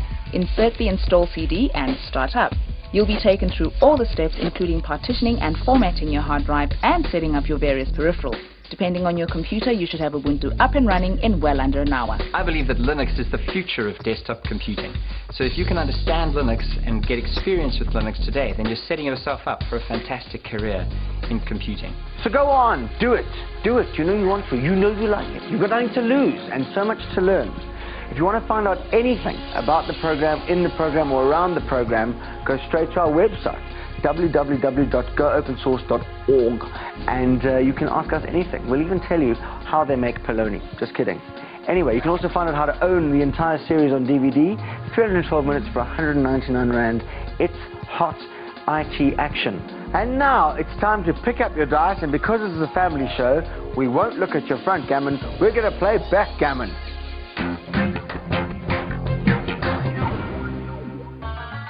Backgammon is a game of skill and chance where two players take turns to move 15 tokens around a board based on the roll of the dice. The first to remove all his pieces wins. The origins of the game can be traced back 5,000 years to ancient Iran or Persia. The modern game has evolved somewhat and, like so many other things, has moved on to the internet. The good thing about playing on a computer is that you can play any time of the night because you're fundamentally playing people from all over the world. You can be playing someone from New Zealand one game, you can be playing someone from pop out of the next game. But you don't have to go online. The GNU Backgammon project now allows you to play on your computer against a system with highly evolved artificial intelligence. Certainly a program like GNU, which uses a neural net algorithm, how that's distinguished from an old-style program is that it learns, it can learn. And in fact, a very substantial part of programming that bot is its training. Like a child, you need to teach it. GNU Backgammon runs on a variety of operating systems and is an invaluable tool in learning the game. Many say it is superior to commercial equivalents. The other softwares which are available are actually quite expensive. There's Snowy, which is around $400, and there's also Jellyfish, which is a little bit less, at about $200. Well, it certainly has a number of very impressive and powerful features to analyze your game.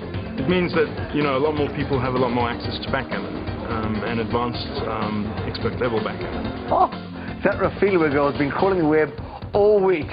Oh. Just hate that kind of behavior on the web. We'll start off with a site that's quite delicious. Literally. There's a new phenomenon at del.icio.us. That's the word, delicious, with dots in between. The phenomenon is called social bookmarking. Basically, it allows you to share your internet browsing bookmarks folder with a whole community of people with similar interests to yours. You're also able to share their bookmarks.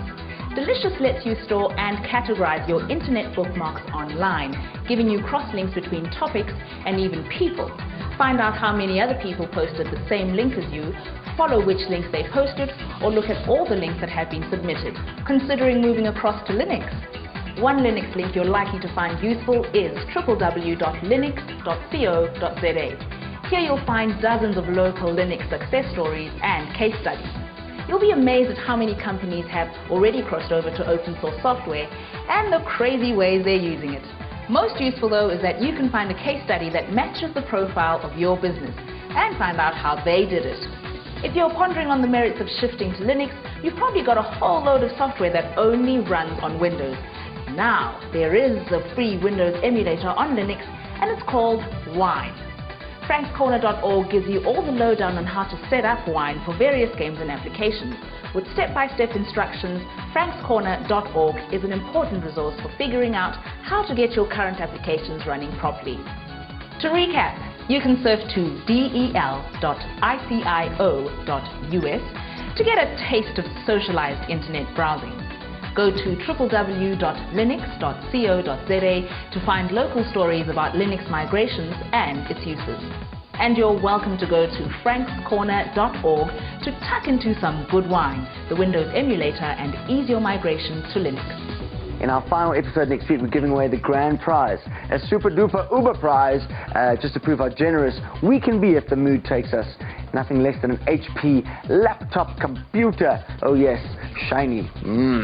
So be sure to tune in for that one. This week we have our fantastic usual prizes, an HP PhotoSmart printer and camera bundle, 2 LG DVD writers, and a 17-inch flat screen monitor from LG as well. 2,000 Rand gift vouchers from Soviet. Just answer the simple question. China's Linux distribution is called A, Red Cow Linux, B, Red Flag Linux, or C, simply Red Linux. Send your answers as A, B, or C, plus your name to 34357, and you'll be charged 2 Rand per SMS.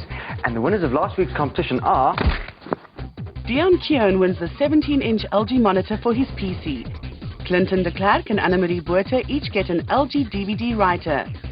Jackie Lemon and Amanda Gower each win a 1,000 Rand Soviet voucher. And Neville January wins the HP camera and printer bundle. Congratulations to all of you. Next week, the final episode of this season of Go Open. We're not sure if we'll be back, so please watch, because also we will be answering that question everyone's been asking us forever, since the beginning of time and even before. How do you make money from open source? Watch next week and we'll tell you, as well as giving away a fantastic laptop from Hewlett-Packard, which has got a bit of Hewlett in and a bit of Packard, and together they make a flappy thing. It's fantastic. Until next time, we'll see you, but you'll see us. We won't see you, but you'll see us, and that's really what counts. So until then, just don't blink.